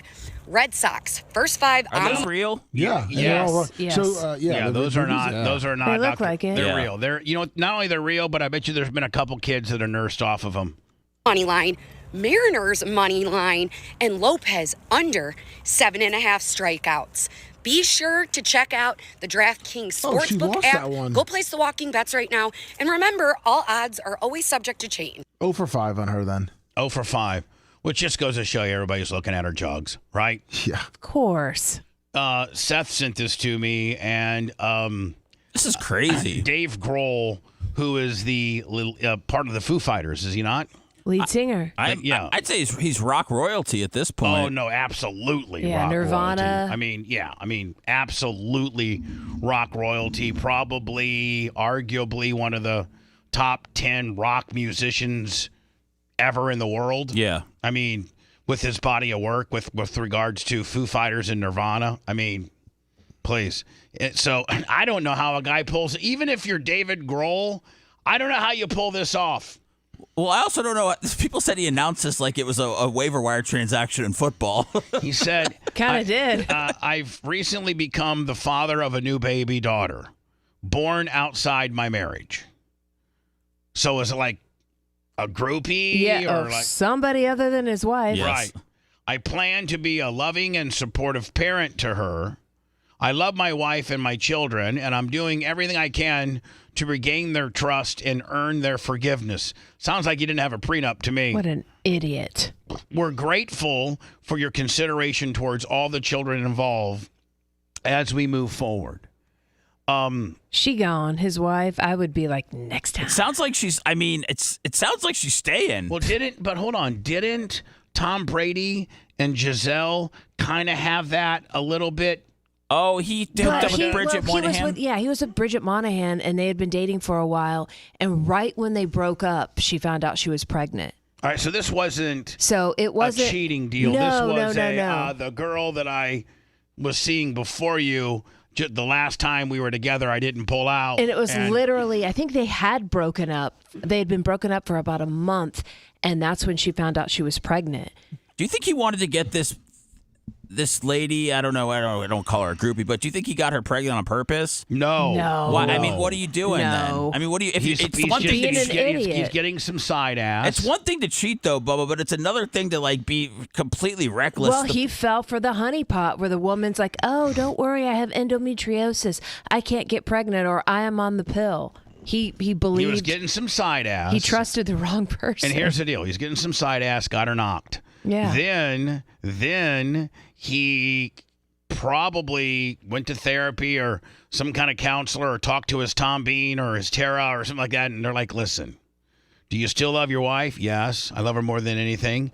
Why did you do this? Because I'm a bonehead and I'm a dumb. Well, you need to get in front of it.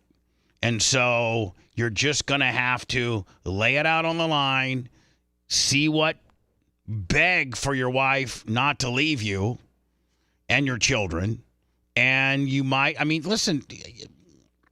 It also sounds like this woman was probably going to go to the press or the media and say, I think it's a combination of what you're saying. Obviously, we're speculating, right? But it sounds like his hand was forced, probably in different ways. And I got to tell you, from a woman's perspective, that is one thing I could never, ever, ever get past if Tarek cheated on me. And I know women that have gotten past it. I couldn't. This is next level cheating, though, man. Yeah, but like, there's cheating and then there's having a kid. Yeah, but for women, cheating is cheating, man. Yes. I just could not. You Some could. women, no, I could. Bubba. I'd help you get through it. Hell no. You wouldn't kick his ass for cheating on me? No, I wouldn't. Oh, that upsets me. I would. That upsets me. First of all, physically, I'm 60 years old. Secondly, he's got a lot of guns. Okay. So, okay, that's true. Okay, I mean he's got a lot of guns. No, but seriously, Thirdly, I could hurt him more. That's unforgivable. I could hurt him more with my words than I could physically. I could sit him down and tell him that he's a piece of shiz. But you would accept him back? No, I would go by what you wanted. Bubba's had indiscretions before too, so he understands. I know, and that's why it's so. No, hold on. I would. Me, you, and Mom would have to get together. It would never happen. I'm just telling you. I would come to you. Can I just tell you? Can I just give? I am the elder sibling here, and so let me give you my idea, and then you pick it apart. This happens to you, but there's no pregnancy involved. Tarek just messes around one time with this chick, gets caught. He's a basket case. He loves you more than... Lum, you can put your fingers down, or am I getting an old fee? Old fee. Okay. Do not pinky swear on this one, Lum. Yeah. I'll kick your ass. Yeah. So hold on. Let me lay out this scenario, okay? And then you pick it apart. So Tarek does something stupid like this. He doesn't have a child. She doesn't get pregnant, but it's found out. He's a basket case. He knows he's going to lose you. He knows you're a very strong woman that would never, ever in a million years have any wiggle room with regards to this particular topic. But I do know how much he loves you. I do know how much he's very, very is it irreplaceable? Yes. He's very irreplaceable with regards to the amount of time that you guys have been together and with how much our family cares for him. And just like we've told Mom, we would never accept her dating another dude because we love our stepfather so much we could never picture her being with somebody else. If he was truly sorry and he went to therapy and Mom blasted him and I blasted him and made him feel like the biggest piece of shiz, I could potentially see, because I know deep down he's your soulmate. You two are ride or die. You guys have been at the lowest of lows and the highest of highs, and he truly loves you. This is the kind of guy he is. In fact, this happened this past Saturday. The cat pees in the box. Well, if I had a cat and it peed in the box, I'll get to it. I'll get to that pee before I go to bed or something. I don't want a big old hunk of pee in the box. I'll get to it. Maybe I'll even wait till the next morning. Not Tarek. He's up, scooping it all out, putting it in a bag, tying it up, taking it outside. I mean, he is such a good man that one mistake, as worldly as you are, I think you could potentially, through therapy and through the strength of your family, maybe get through it. I could not. Okay. That's just our deal. We've been in therapy for 16 years. We continue to go. I think it's more like getting your teeth cleaned every 6 months. And that's just our thing. We would never break each other's trust. And he feels the same way if I ever cheated on him. And if you did, I would just say, listen, that's where I could get physical if you don't forgive her. That's just saying, for man, me personally. He is such a good dude. I agree. I mean, I love him more than anything. Here's the deal. Okay, then I would just be saying, okay, Tara, you're throwing him away. You're never No, he threw it away. You're never gonna find anybody better.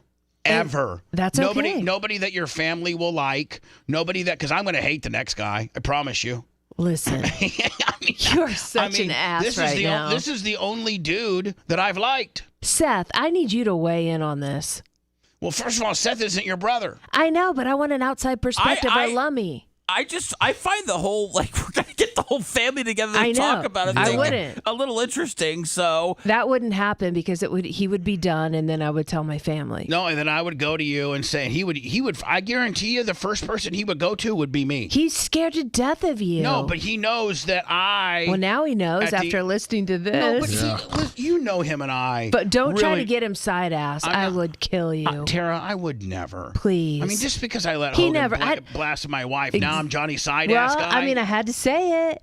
But he would listen. I'm not stupid. I never would say never. But the last thing on my mind is him ever cheating on me. I'm not saying it wouldn't happen. So we shouldn't even be having this discussion. I agree, but the Dave Grohl thing, I made a comment saying I would never forgive him, and that's how it came up. I think Mom and I could convince you. Now he'd be in the doghouse for a long time. He would be a piece of. He might even at family dinners have to sit over at a different table. I'm just saying. I think he does that now. I mean, but I'm just saying, man. No, I wouldn't. He is a unbelievable brother-in-law. I love him to death. That's sweet. He loves you too so much. He's so kind to me. He's just so mindful of Mom and you. He kisses your ass. And I kiss his. Yeah, I mean, look at his not... life, boo. I cook, I clean, my house is spotless. I run a company. I mean, I put in a lot of work, and I also put a lot of work in on myself to be a better person every day. And I think I've changed his life dramatically just as he has mine. And our philosophy isn't 50-50. I mean, we give 100 and 100. We each give 100%. And our relationship and our marriage means everything to both of us. So, just putting things into perspective, that's why, because I have so much invested in this, as does he.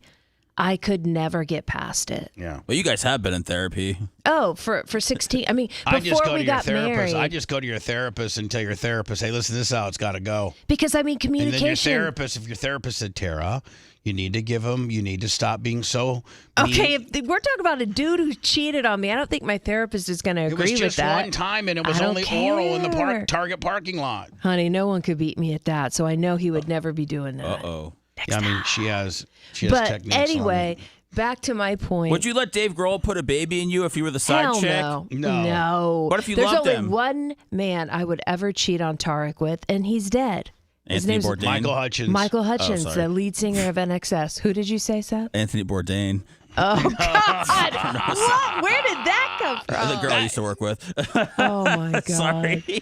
No, Michael Hutchins, the lead singer of NXS, and he's dead. So who's his, go? Oh, I always try to play this game with him, and he's always like, you. I'm like, stop being a P. I know he loves Alicia Keys. I know she's got a bad complexion. And I know he loves Sierra. He likes a little flavor. Mm-hmm.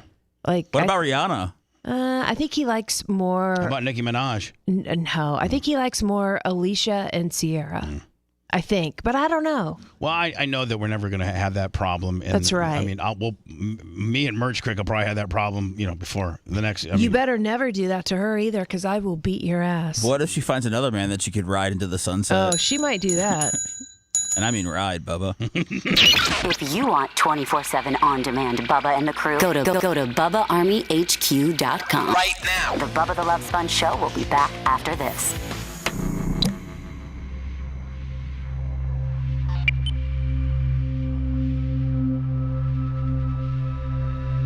They messed me up for days. I don't know how you guys are doing it. And Bubba, you hosting, after 0 sleep and then GERD, I'd be at the top of the skyway right now. How many pills are you on? No, not enough. Oh, Nick the gun guy. He's so sweet. He just said something really nice on screen. Talk about a nice dude. Nick the gun guy. What a solid, sweet guy. Oh, he's a good dude. God, I love him. Bubba, do you want to do a short one and then Alex? Yep. Okay.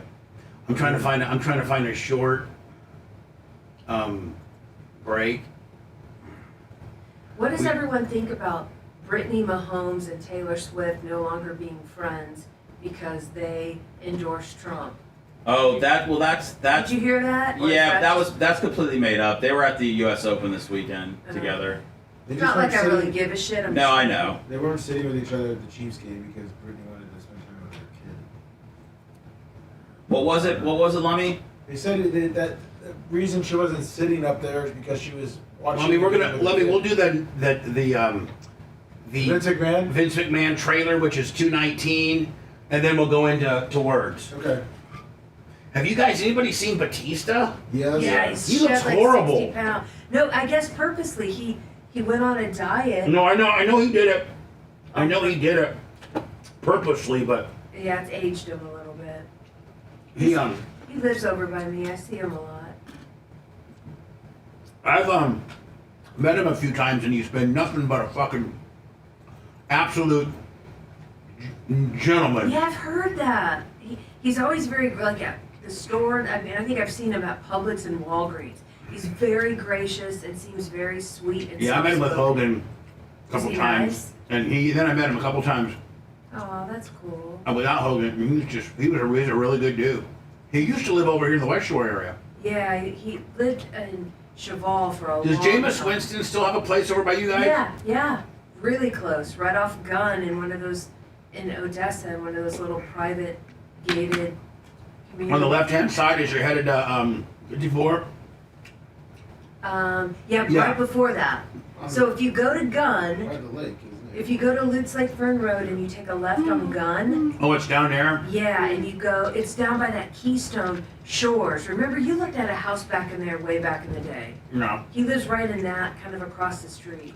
Now I'm looking at tents for Whatever. He's never I'll buy you a house, too. Jericho lives. I'll buy you a house. I mean, did you see Give you my Tesla. No, I don't want nothing. You wouldn't take a house if I bought you a house? Nope. Why? That's just stupid. Because I've got to spend it. I don't have anybody to leave it to. So stop being dumb. It'd have to be a condo on the beach.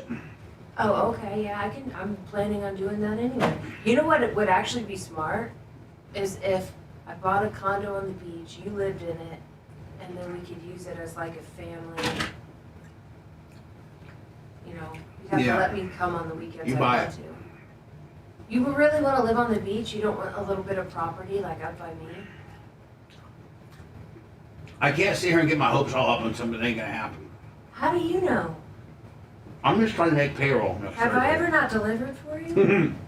I'm just trying to make payroll next Thursday. Alright, come on. Try to put gas in your Crown Vic. Lummy, I almost got my truck paid off. It's been 5 years. Nice, Shady Grady, $20. You told me you wanted my Tesla. I do. I'm thinking about getting a new one. I'd probably be better off just giving it to you because I'd probably get killed. Probably a tax write-off. You could gift it to my. You know what? You could gift it to my foundation. So hang on. You went from 2 seconds ago not wanting anything to now a condo on the beach and a Tesla, okay? I mean, if we're really talking the brass tacks here. Yes. I don't fuck around. You know that. I mean, Seth, if your sister gave you an $80,000 Tesla, wouldn't you take it? I'd fuck her. For free? Oh, don't start those rumors, Seth. You know, I haven't ever fucked Tara, but I peed on her back when I was 7. People say mean stuff about Bubba and I, so here we go. Oh, God. I still want to buy you a house. I think that's more of an appreciating asset versus a car. That's a depreciating asset. But what am I now? Right, Lummy? That's right. What do I know? Say What is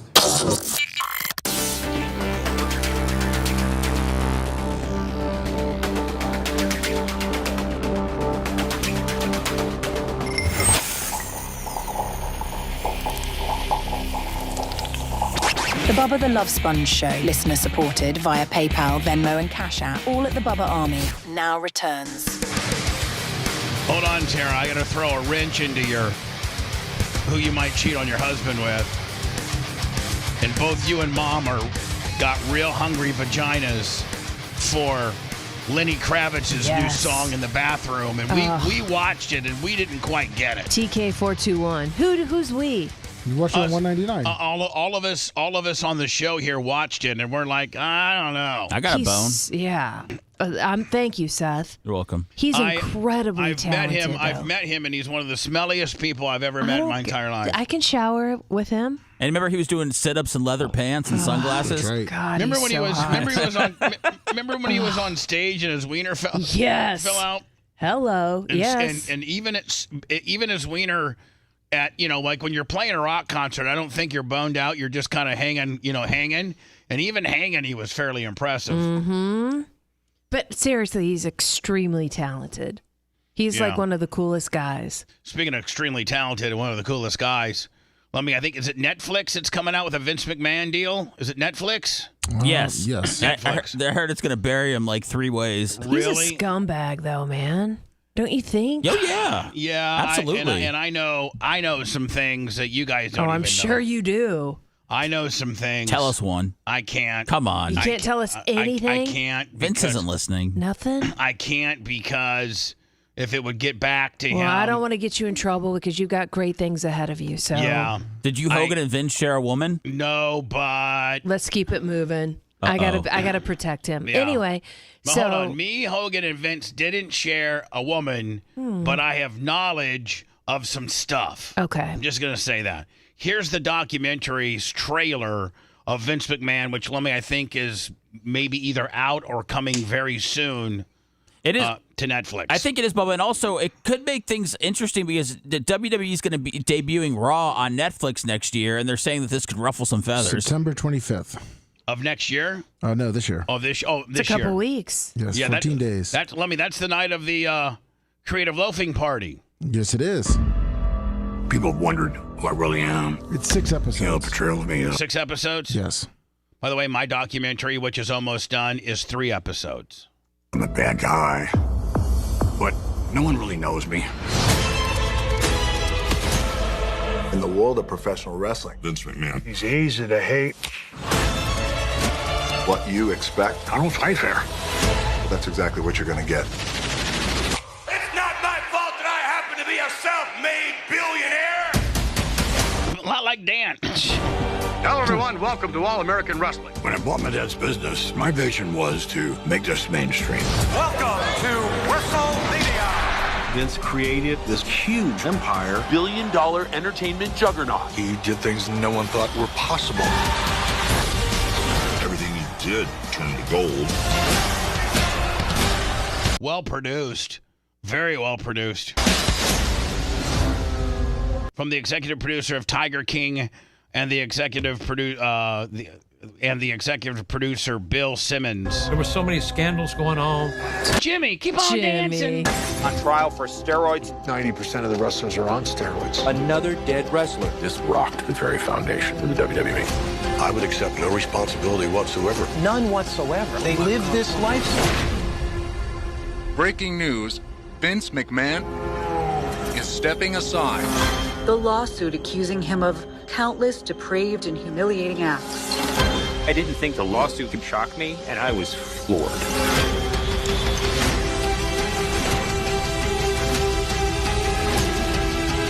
When it comes to Vince, a lot of that is a character. He's going to show you what he wants you to see.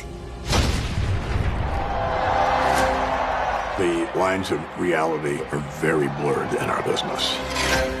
The individual loses all sense of who they really are. My name is not Vince. My name is Mr. McMahon.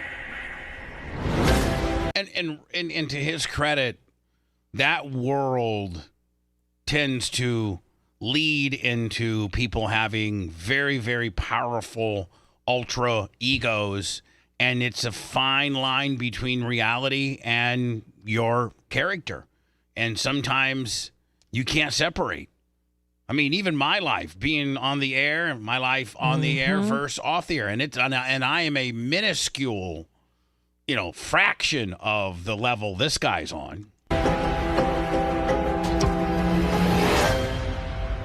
I like it. It looks Seth, very well put together. You ain't missing that, are you? I mean, you're a big wrestling fan. I like that stuff. Yeah, I think that Vince McMahon's a scumbag, so I'm interested to see kind of how they spin it. I got to go into words, but I'm going to leave it with this: Dear Chester Bennington's son, shut up.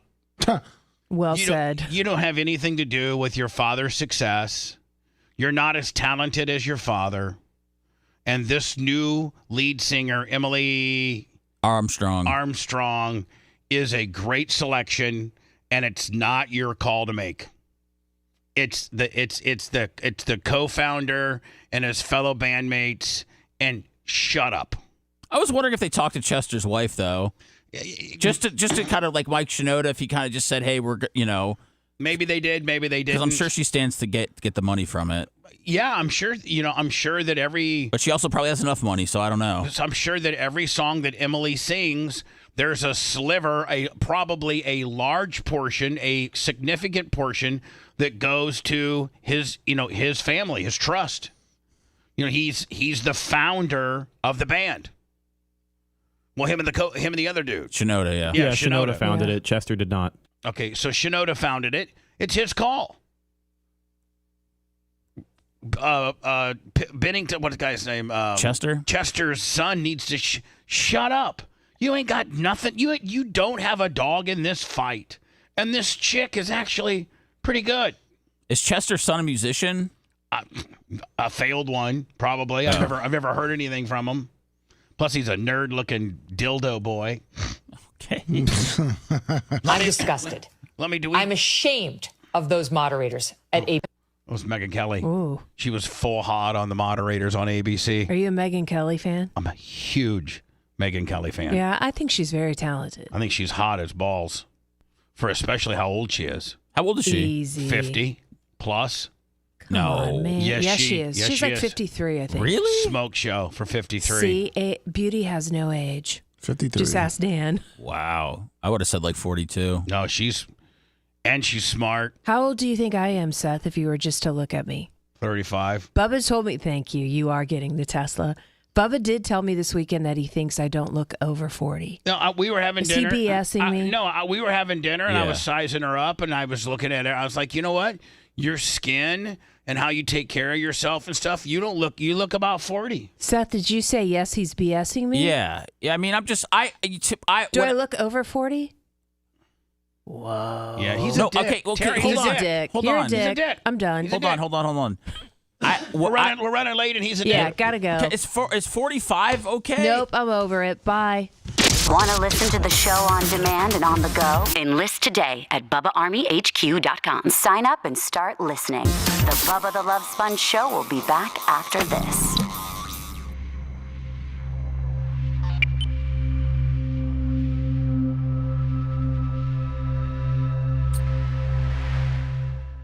Can I say something? He's mean. He's mean. I know when. He's mean. I know when. Look, I can tell. Never look. Can I just Look. And guess what? Look, I look I can't 60. have Botox. I look 60. I can't have Botox because I have too low of forehead, a two head, and if I have Botox, my brow droops. So I can't. This is no work. All right, listen. I'm not. What I'm saying is that I can get the vibe when I'm around somebody if they're like older than me, you know. So But just looks wise, I'm not talking about my energy. I have like 25-year-old energy, honey. Come on. I don't know how old you are. You really don't? No. I'm 42. really quick? You guessed me at 45. Are you? Yeah. No shit. You didn't know that? No. You gonna kill me? I mean, clearly. You really think I look 45? No. Okay. He knows he's in trouble. So You're the in your same head age. right You're the now? same age as me. We're the I same think I'm a age. year older than you. What year were you born? 82. Yeah, I'm 81. Are you? President's real law makes I didn't know. $1.2 million a year. Who does? The USF president real law. I didn't. I know. Well, listen. It's not really any. I didn't really ever. I never really like thought about it too much. You know. I just dropped the subject, Tara. He's at this point scrambling. I know. I'm just trying to fuck with him. I didn't. I don't. Seth, I love to fuck with you. I just. It's okay. I've got you. I've got you spun out. So Are you that's- real? Are you? Happy birthday. Thank you. Well, it's not yet. Okay. Well. It's not till October 4th. Remember? We're gonna go. And then you're turning 43. In your email. See, I thought, thank you. I thought Tara was like 3 years younger than me. I Lummy. Okay. I love you All right. so much. I mean, I remember. You are my favorite. I remember seeing you man. on at McDinn back in when you were under your. So you're just so stiff, buddy, you know? Fuck me, man. I didn't know. Yeah, we Give me 1 second. I have to Was come that back. with Tarek? I didn't know there was 16 years difference between you guys. Are you sure I was with him? 100%. There's only 4 years You're difference like, what between the hell us. is she She doing said with she's him? 42. We were talking about Bubba. Okay, well, I don't feel as bad And I then. looked at her. And So he if I was said in that his she's 20s, 45, that's a and I was like, compliment. "Tara's like younger than me." I can't speak for her. No, yes, you can. And you did. Seth, I'm fucking with you. I just heard. I'm 53. Fucking A, man. I'll be 54 in a couple weeks. So 45 is a compliment. It was like 12. I'm still shooting for a 40. When did you start dating? I was like 10. Tarek and I started dating in 2009. Oh, 9 man. or 10. Yeah. Maybe. Yeah. I think it was 9. It was when Freeman's rookie year was. Yeah, it was He was at 2009. We started dating in June of 2009. I didn't know Megan Kelly was 53. Yeah, Megan Kelly's gorgeous. I'm just fucking with you, Seth. I don't give a fuck anymore. I used to lie about my age. Do you know I lied to Tarek the first 3 months we dated about my age, and he knew the whole time? Really? Yeah. He's like, when are you gonna tell me the truth? I go, what are you talking about? But now I've earned these years. I don't give a fuck. I'm just glad I woke up today. Sorry. I used to get so mad at Bubba. Poor Bubba. Like, I used to get mad at him for telling my age, so he never knows what to say. I just fucking. And now I don't say. Now I've learned. Hen's always trying to protect me. Such a good brother. I did stick up for Tarek today. Boy, hard. You a link? I mean, just because he makes one mistake doesn't mean you blow up a whole fucking. Yeah, for me it does, boo.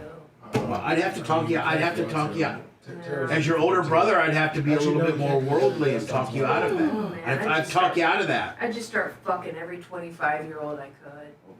And there would be a lot of them. Would you just be if you lost Tarek through indiscretion, would you just start being a slut? Oh, hell yes.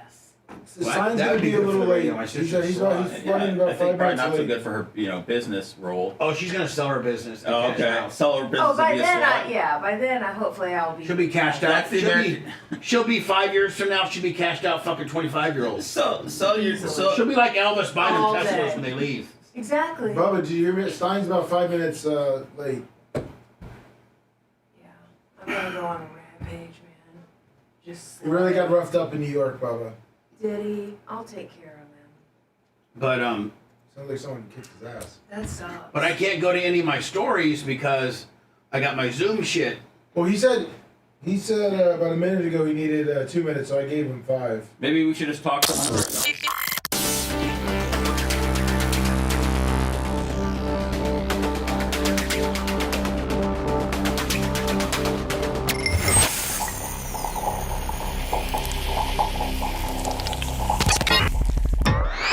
The Bubba the Love Sponge Show, listener supported via PayPal, Venmo, and Cash App. All at the Bubba Army, now returns.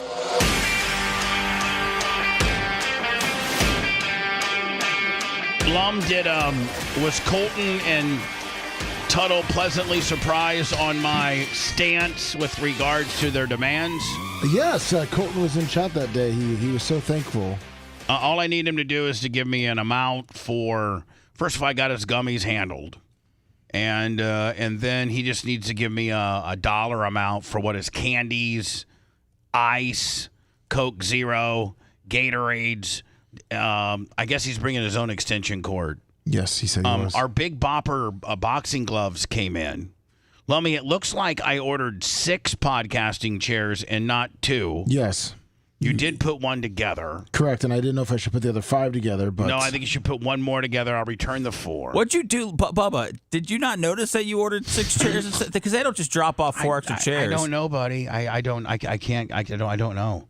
Well, I mean, I'm just asking if it's, Maybe it came in pairs of Maybe it came in pairs of 3, and I ordered 2 sets of them. I don't know. I really don't know. Okay, because you told Lummy you'd throw him 50 yesterday, and then when Brian and I got here a little early before the debate show last night, and Lummy came in, looked like he was working all day, and he's like, can you guys just come test the chairs? Now, Lummy, is that one chair that you put together, is it fully put together? Like, yes. It's all tightened up, and, it's ready to go? Ready to go. Seth and Brian both sat in it. Very comfortable. And Babyface gave it like the... babyface test. Well, I'd like to maybe next break have you just put it up into podcasting land. Okay. So I could just get a visual as to how it looks, and maybe have Seth sit in it like we're pretending he was a guest, and I sit at the host table pretending I'm a host during our 5 minutes and 20 seconds that we have off. And we see just logistically, like, do we look good? Am I towering over Seth? Is he towering over me? Was it squishy? Will it work? You should have seen the look on Lummy's face when he realized. Signs on the Zoom if you want to admit him. They had to go back out and put 5 more chairs together. Lummy, just one chair, okay, yes, bud? Yes, sir. Thank you. He was getting $8 a chair. I hit admit, and this should be Alex right here. Yo! Oh, with his Bubba Army shirt on. I got my Bubba Army shirt. Good morning. So listen, bud. We watched the teaser of the New York thing. Can you set us up on what really happened? Oh my gosh, Bubba! It was the most intense city council that I've ever done. Now, what were you doing? Were you specifically in New York for something? I was trying to get some content, and I went there on a Spirit Airlines Frontier kicker. So you don't look good. You look like somebody's you look hurt. Yeah. You look like my elbows hurt. Yes. My elbows really hurt the way they bent it back. You know how to play the game. You need to start going to therapy. I'm going to the doctor today. Good, my attorney John Gross. Right. Yeah, I got to get it. Full body cast. I sued them. I had a successful lawsuit against this jurisdiction. This very same municipality that yoked you out of there, and what we saw, you've already sued once before. Do they not know that?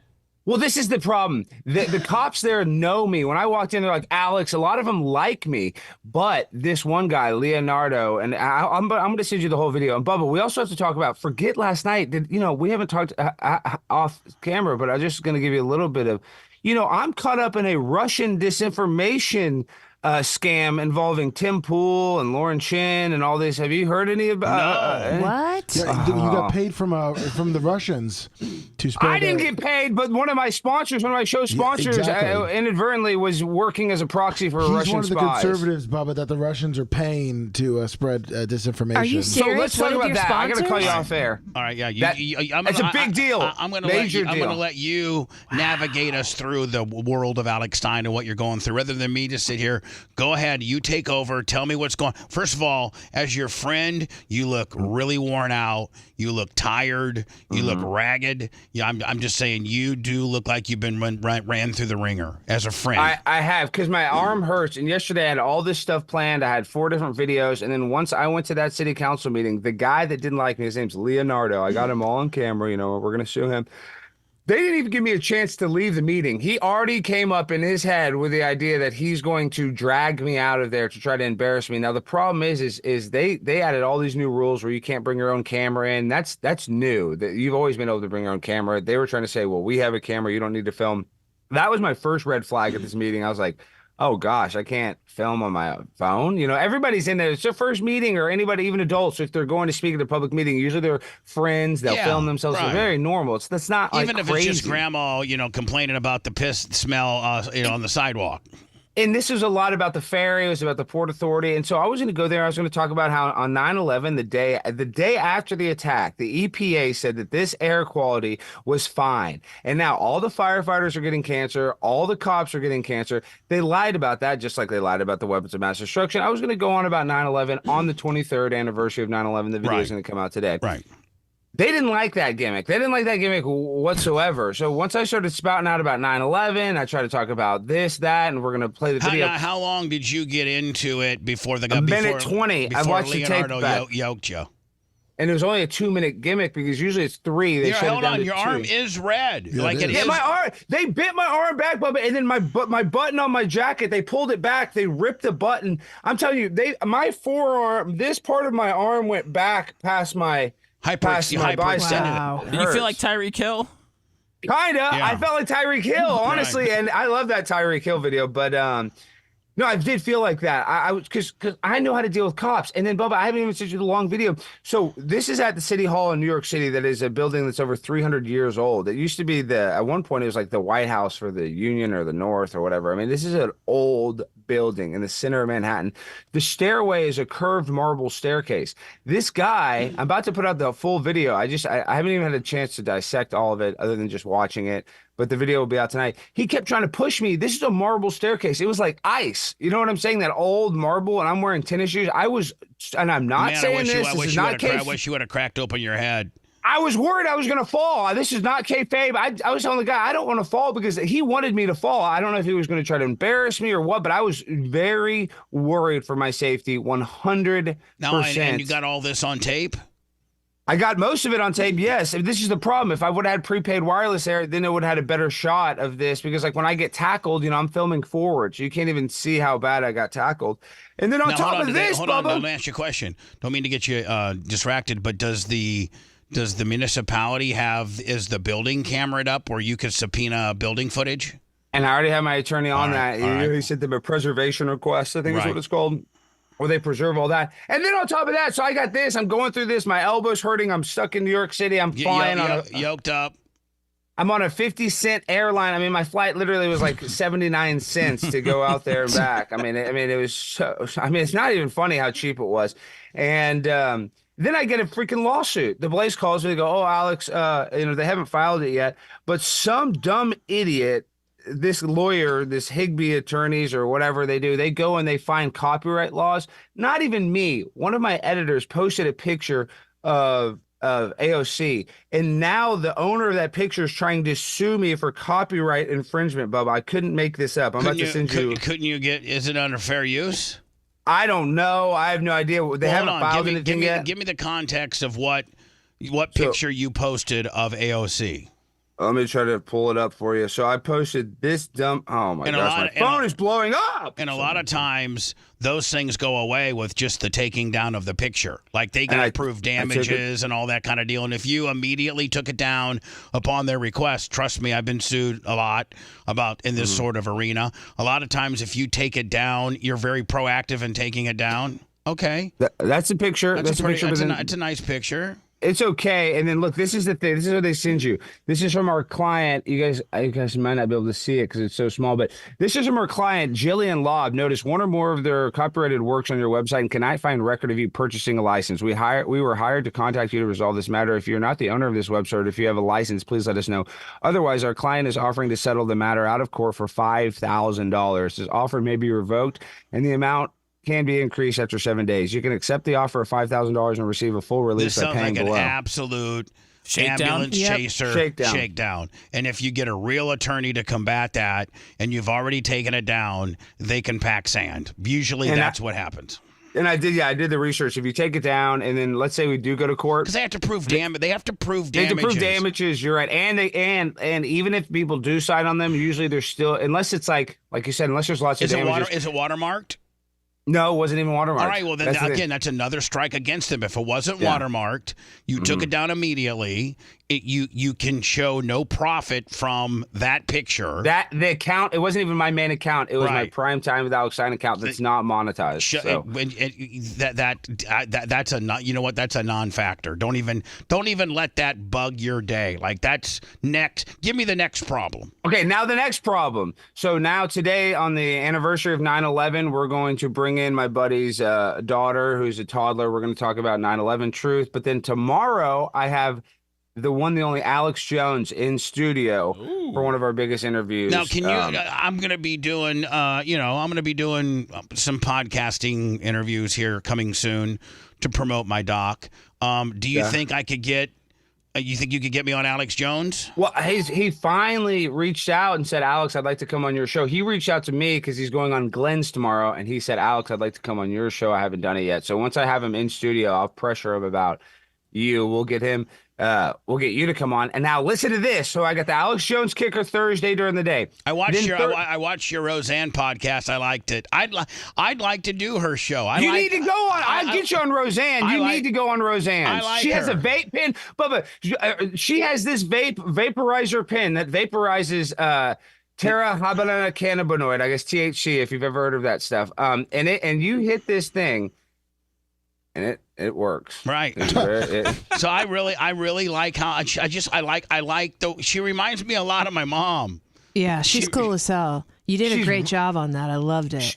She's too cool. She's cooler than me because then she goes and she tells me stories. Her son Jake, who I become very good friends with because he's like me, very similar, even though he grew up much more affluent than me, but we kind of have similar upbringings. But Jake, her son, at his bar mitzvah, the guest of honor was a guy by the name of Chris Farley. Now, Chris Farley is like my hero. I mean, I like Howard. I like Bubba. I mean, you guys, but I found y'all when I was little and an adolescent. Chris Farley is like our generation of John Belushi. You know, he's number one. Exactly. I mean, Howard's not going to ever be as cool as Chris, more success. I'm just saying, Chris Farley is the coolest of the cool in my mind. Some people might not think that. I think he's in your generation. He was the guy. Nobody's cooler. Died of heroin overdose. A terrible deal. But with hookers. With hookers, and they kill. I mean, you gotta die. If you're gonna die, you might as well die like a rock star. Right? Why not? I mean, I'm not gonna fault him for that. But so she's telling me stories about how they would party and how she could keep up with Chris, and then they would stay up all night, and then she'd eventually go to sleep, and then that Chris would be back there at like 3 p.m. with a, 8-ball. Yeah, I mean, now, will Roseanne get into that? Be like, Roseanne, were you doing 8 balls? And I mean, can you get into that with her? Yes. Oh, okay, cool. So, like, now she's out. Is she not too far from Austin? No, she's about 45 minutes. So you could do Rogan and her like in 1 or 2 days, could you not? You could, and I don't think this is too much inside baseball because we said some comments about Rogan, but Rogan treats her right, but she's a little mad that Rogan has not been putting her over as much. I don't know. She didn't get too much detail. Obviously, she loves Rogan. She respects Rogan, but I don't know. I thought she didn't seem so happy with Rogan when we were talking about it. If that's I'm not going to intermix the two by all means. Yeah. I'm gonna see if Rogan's my first attempt. Rogan's the number one. You need to get on Rogan. I'm just saying if you're trying to be like, oh, Roseanne, I got one on Rogan. No. She might be like, my first request is Rogan, and then I pivot from there. You know what I'm saying? I need to get you on Roseanne because it'll be iconic. And then she doesn't love him anymore, but I mean she's been going on Howard's show for a long time. Even the first time that she went on Howard's show, I was actually just listening to that clip going back. She would have to know that I used to work for Howard. Oh, 100%. Right. Yeah, I mean, that would be probably Jake, something we would talk about. 1,000. Now, the only thing I'm concerned about is that she's such a good, talking about Roseanne and the podcast that I watched with you and her, is that she likes to cook. Yeah, but she's very Jewish, and she likes to cook a lot of Jewish stuff, and so you guys are going back and forth on all this Jewish stuff. Yeah, but she made baba ganoush and all this stuff. I don't know what baba ganoush is. Don't worry, she has an Indiana white. Hey Roseanne, I kind of like hamburgers and French fries. She'll make you a steak this big. Her and Jake were making steaks. Yeah, they get hamburgers. Baked potato, something like that.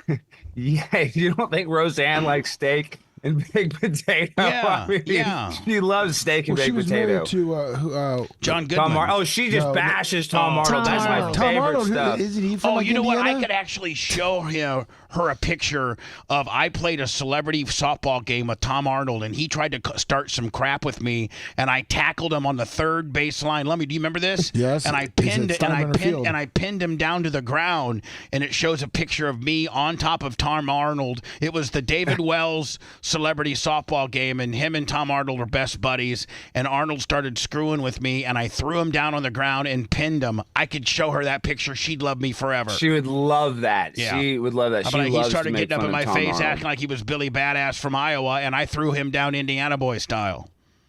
Yeah, you're tougher than he is. But she loves making fun of Tom Arnold.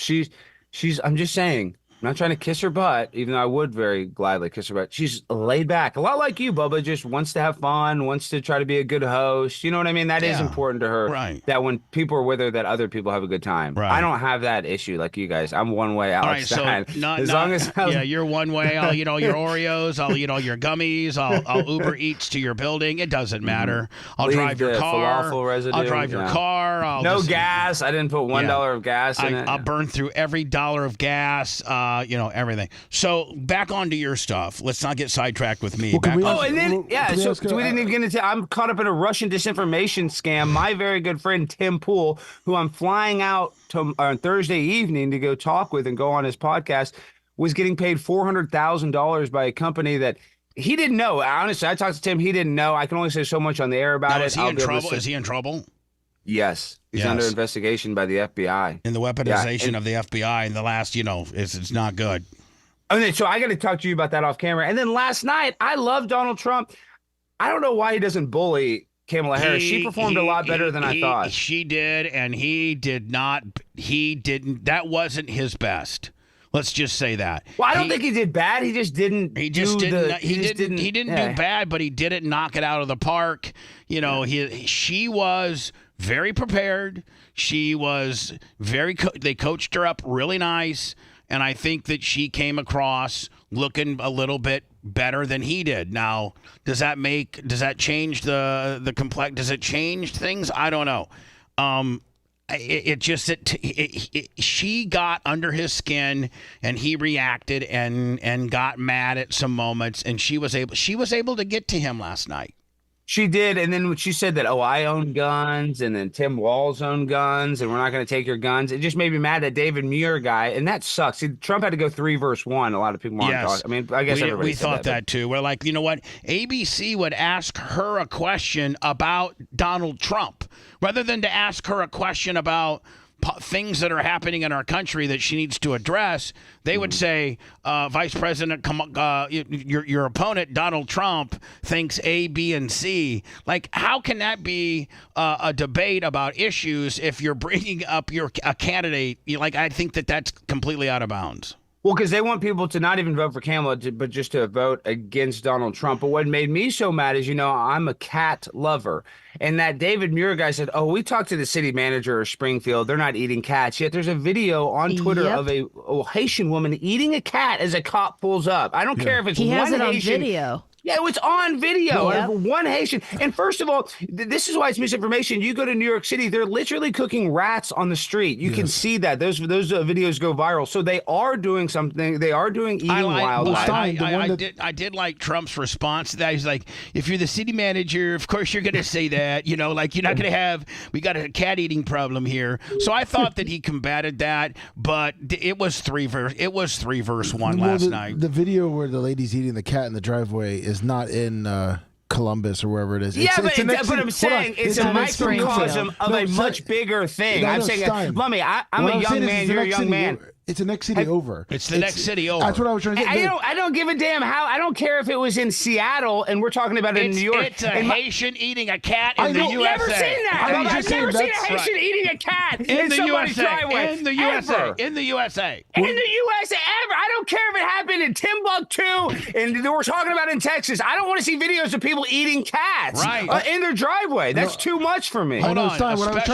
Especially illegal immigrants from Haiti. But what I was trying to say is that's how they're trying to spin it. Well, it wasn't in Columbus.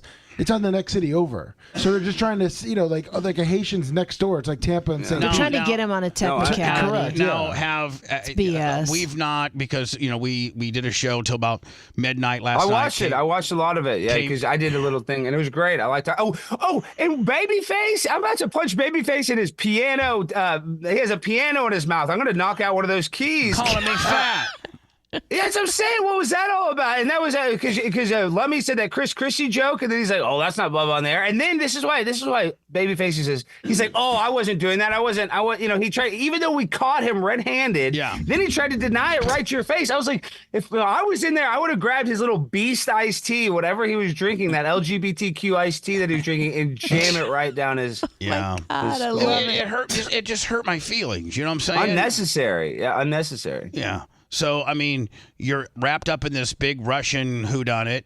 You got now. Does the city of New York know that you're like, Dion? We coming?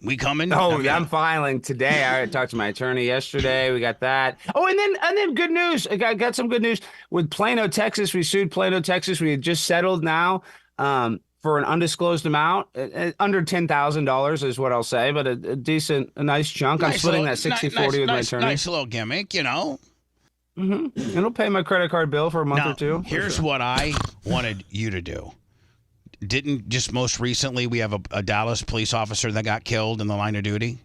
Mm-hmm. That was ambush attack. Right. And I have a foundation, my foundation, the BTLS Foundation. We give checks to the widows of fallen police officers. So now hold on. I give you a check for like $2,000 or $3,000, something like that. Now the mayor hates you. The mayor absolutely, as soon as he sees you, he probably instantaneously just automatically starts getting anxiety. You walk in, what's his name, Mayor? Eric Johnson. You walk in. Is his wife. Mayor Eric Johnson. I know that you're probably cringing right now because it's me, Pimp on a Blimp, Alex Stein. I don't have my ghetto blaster. I don't have my phone. I don't have a fancy song to sing. But I have a friend of mine that's got a foundation that takes care of widows of fallen police officers. And we actually find the woman's name, because instead of giving it to the city, which sometimes then they'll water it down through fees and things like that, you actually find the woman's name. I write the check out to her, and you hand it to the mayor. Say, you know what? Well, should I do the big check, though? Do I bring in a big check to the city council? Because I have one of those on Amazon. You know, we could do the real one, maybe staple it to it, but I could bring in a big check. Yeah, I mean, if you wanted to, and say, I have a friend who has a foundation. His name's Bubba the Love Sponge. Give me a little rub. And he's based out of St. I'd say my mentor, my radio mentor. sensei, and he's got a foundation that takes care of fallen officers, widows, and I through him, with me living here in Dallas, we would like for you to give this to the widow of that fallen police officer, and that's it. And you walk out, and you say, "May I approach?" And you hand him the big check and the little check, and you say, "There you go, Mayor." I'm down to do that. That would go. I don't know. I think it would be cool. I think that would be great too, and I think I can get Dallas Express. I can get kind of the conservative media here to cover it, so it gets some. And it also gives you some leverage with the Blaze and some other people that sometimes get a little bit of heat for what you do to him. You can say, yeah, and all in good fun, I give him a hard time, but you know what? I also presented a check to the fallen police officer's widow. So, you know, I'm not 100% the horse's ass. I'm only, 50% or something like that. I think we should do this, and we need to brainstorm this when we're not on the air, because I got to call you because I have a lot to talk to you about. Oh, and Blaze picked up my contract for one more year. So they did.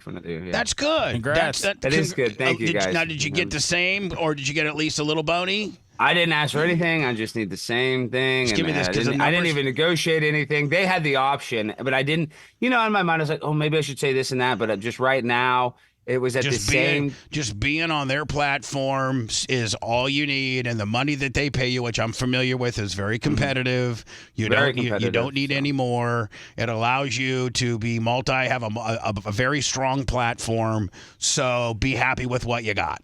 And they really don't, moderate me too much. No. Unless I get in some trouble or something, then they talk to me, but other than that, really, they let me do whatever I want. And you've gotten into some pretty high Nikki level. Haley, I have, yes. They've stuck with me. Yep. And they've stuck with me 100%. That says a lot. Did I get reprimanded? Yeah, a little, but I mean, that's not that big a deal. They didn't throw you on your ass. They didn't. They stood by you. So there's a value in that. What's that worth? That's you can't put a value on that. No, you can't. So I'm very happy about that. So listen, as soon as I got a lot to tell you too, as soon as the show's over today, call me. Like about 10 minutes after 10, I'll just call you personally.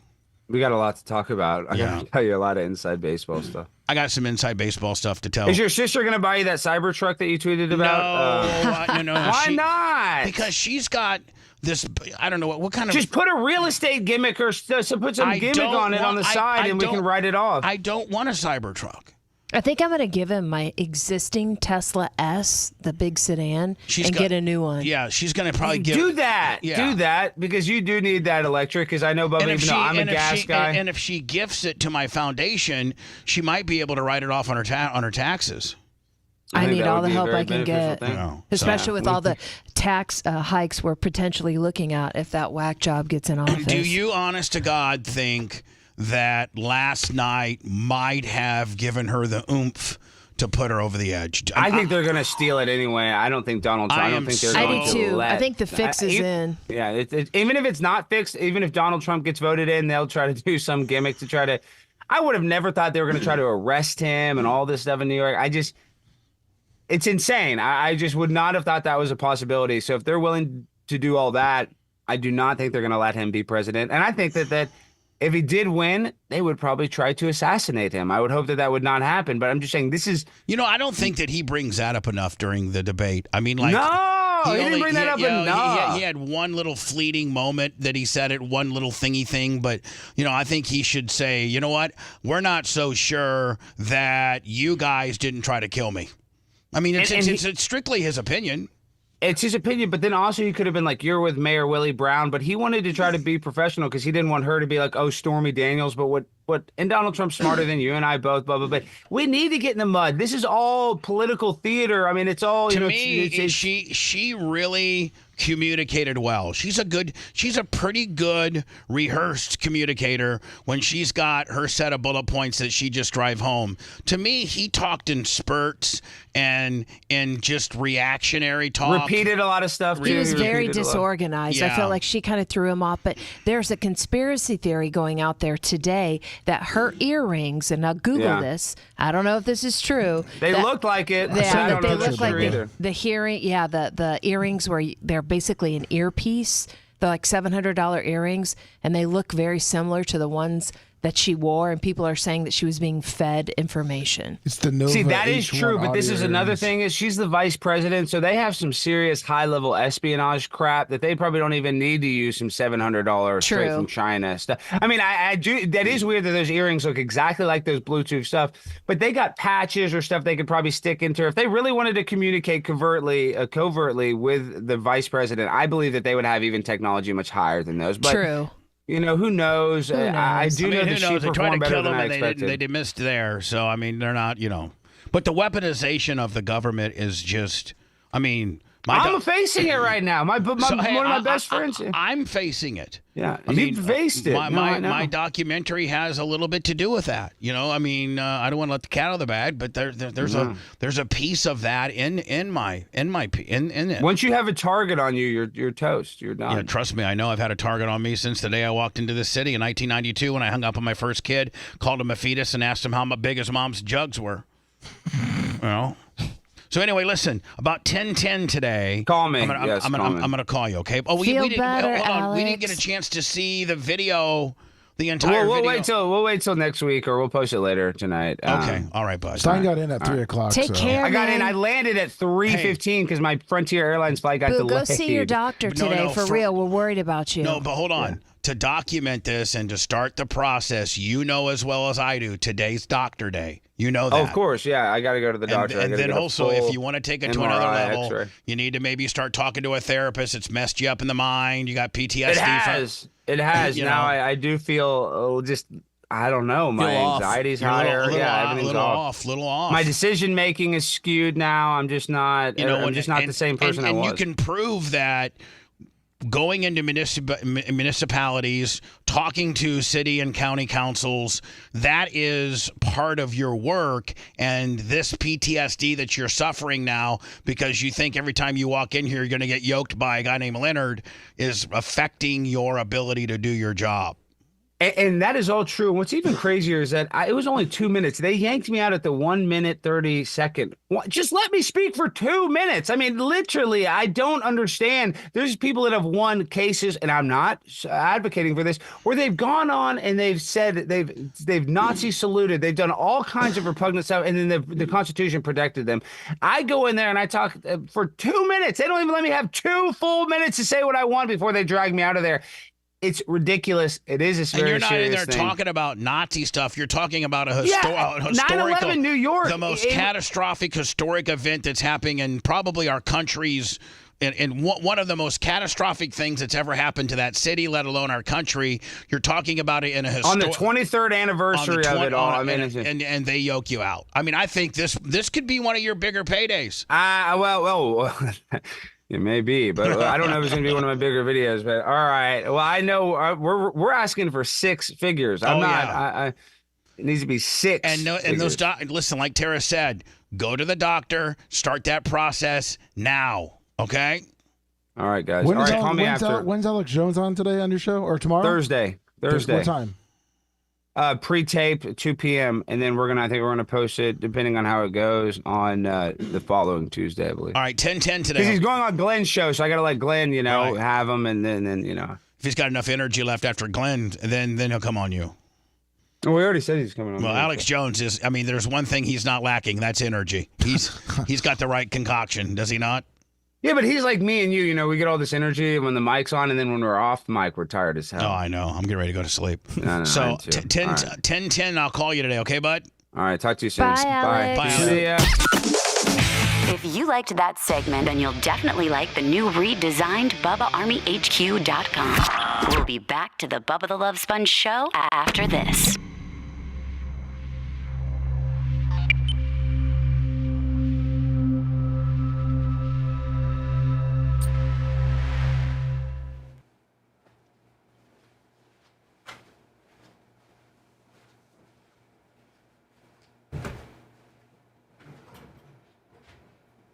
Tara, I got to ask you a private question. Okay. When we're done, I'll walk you to your car. Okay. It's not bad at all. I just need your opinion on something. Yeah. No worries. So these are earrings that she was supposedly wearing? Allegedly, yeah. I don't know if it's some conspiracy bullshit though. Like Alex said, they probably would have a million ways to do that outside of earrings if that's what they wanted.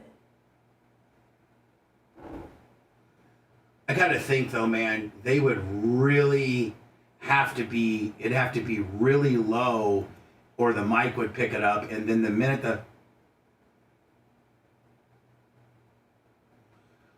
but ABC might cover for her.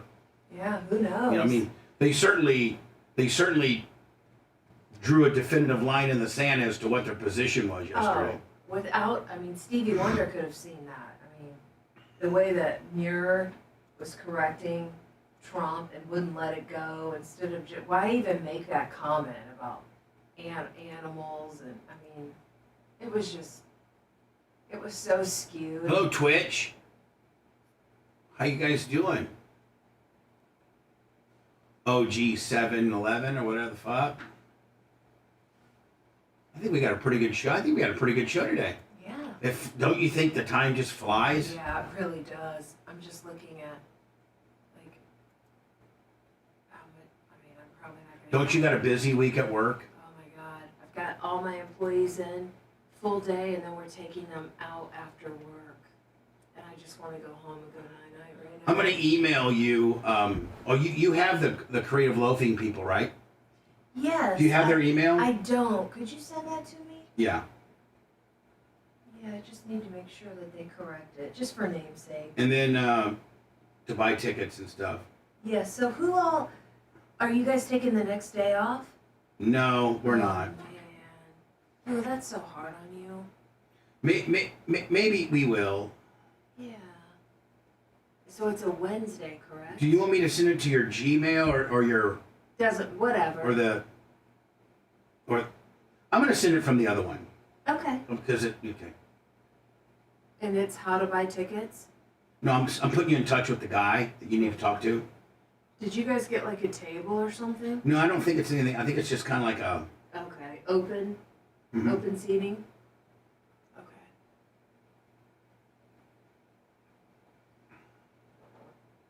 If you guys are all going, I'll probably go. Like the whole show's going, right? Yeah, and the Diacos are going, and Gina's firm's going. Oh, okay. Gina and Tom are going. Okay. Maybe I'll get some of my partners to go. Where are we going? Are you going to the Hard Rock? I'm not going unless I find out the pigmentation one. Well, there's no way to find out, so you'll have to go. That's just how much of a little fuck he is. Dude, what? Just go. Bubba, you don't need to spend $50 on me unless, like, you know, and they don't even announce every award. You might just have to pick your award up after the show.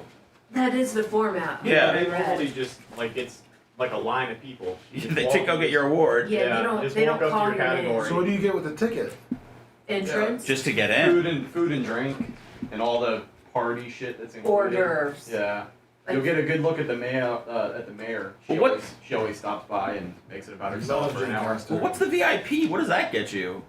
Brian said VIP tickets were $200. Oh wait, no, we're $100. A person? Yeah. That's why we're buying the 50s. What? Yeah. G.A. Willie's. Well, no, I'm just saying you could save 50 on me. Well, what if your podcast wins? Well, then I'll be there, motherfucker, to claim that award with my boys. Then you gotta go to find Me out. and my black friends finna roll up and scare some motherfuckers. You know what I'm saying? You fucks with it. Say it. I heard Rio say that. I fucks with that. Yeah. And Tarek had to explain to me what it means. Well, I fucks with that? I fucks with it or I don't fucks with it.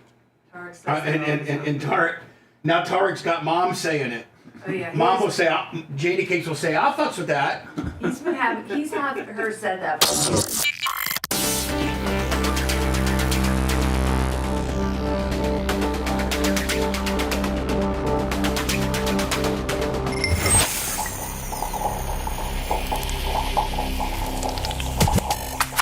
The Bubba the Love Sponge Show, listener supported via PayPal, Venmo, and Cash App, all at the Bubba Army. Now returns.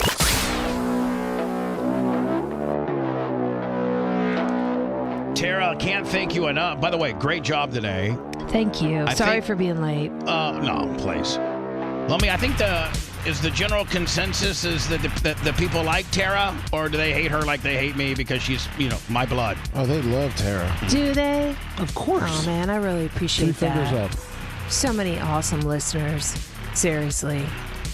Did you see where Adrian Peterson, how do you rack up $12 million in debt? I heard a lot of it was child support. Yeah. Tyreek's going to have that pretty soon. Well, not with that child credit. It'll be able to help him out. I think he gave... this is one of those deals, Bubba, where a business partner apparently stole all his money and never paid him back. That's a shame. I didn't have all my money stolen, but I had some. Bubba, you can relate. I can relate. You know what? I can almost relate to all effery in the world in some way, shape, or form. I've done it, or I've experienced it, or I've participated in it, or I'm guilty of it, or it's happened to me. One of those multiple things. Adrian Peterson at one time, wasn't he, Lummy, the best back in the league? Oh, yeah. I mean, still one of the best backs of all time in his prime. Fifth overall in rushing yards, right? I think so. Yeah. Will Derrick Henry go down in that category? I mean, he better pick up his yardage game. Yeah. I mean, consistently, he's a beast, so probably top 10 by the end of his career. But AP in his prime, dude, I still have never seen another running back like that in my life. Yeah, nobody as big and as fast as him. God, listen, many a times when the Packers played the Vikings, I didn't do her 220-yard rushing days from Adrian Peterson. It was unbelievable. He doesn't get talked about enough, to be honest with you. I think probably because he stayed around an extra 5 or 6 years. Yeah. And I think he played for the Cardinals. I don't know if he played for Saints. Saints, yeah, he was all over the place. So Commanders. Yeah, because he knew he would eventually owe somebody $12 million. So right. A judge has ordered now that he's got to start selling assets to pay back some of this stuff, and it's you cannot pay that back, can you? No, I don't think so. I don't think. How's he going to be able to garner? How's he going to be able to get a job that pays him something competitive enough that you can live your life, cameo and autograph shows for $12 million? Cameo. Oh my God. Man, that really fell off the thing, did it not? Cameo? No, I think it's still really going well for some people. Oh, just mine? Just like real celebrities out there. People send their money right to you, Bubba. They don't need to send it to Cameo to take 25%. Exactly. True. And I got $2,500 from a man in Valparaiso last night. Do I need a $37 Cameo? No. I do though. We'll see you guys tomorrow. Bye. Thanks for letting me finish. You've been listening to the Bubba the Love Sponge Show, starring me, Bubba the Love Sponge, co-host and show historian Lumet. I'm just straight for the slate markings. Number 2, take 2. Seth Kushner describes his what he does here at the BRN, and action. Seth Money is zesty co-host and president of podcasting. That's it? That's how you want it? Do I need more? Good evening. Co-host Dr. Dan Diaco, Esquire of Council. Co-host J. Diaco, Esquire, the Spitting Cobra of Council. Rhett, the Filthy Ginger video editor. Yeah, back here wiring up. It's Mini Macho. The BRN agent, Thomas Buttoned Up B. Now, time for the legal disclaimer. Exactly. The Bubba the Love Sponge Show is intended solely for the enjoyment of our listening audience. Any rebroadcast, retransmission, or other use of this show without express written consent of the Bubba Radio Network is prohibited. We must dissuade him of this delusion. Until next time, always remember. I'll repay hello.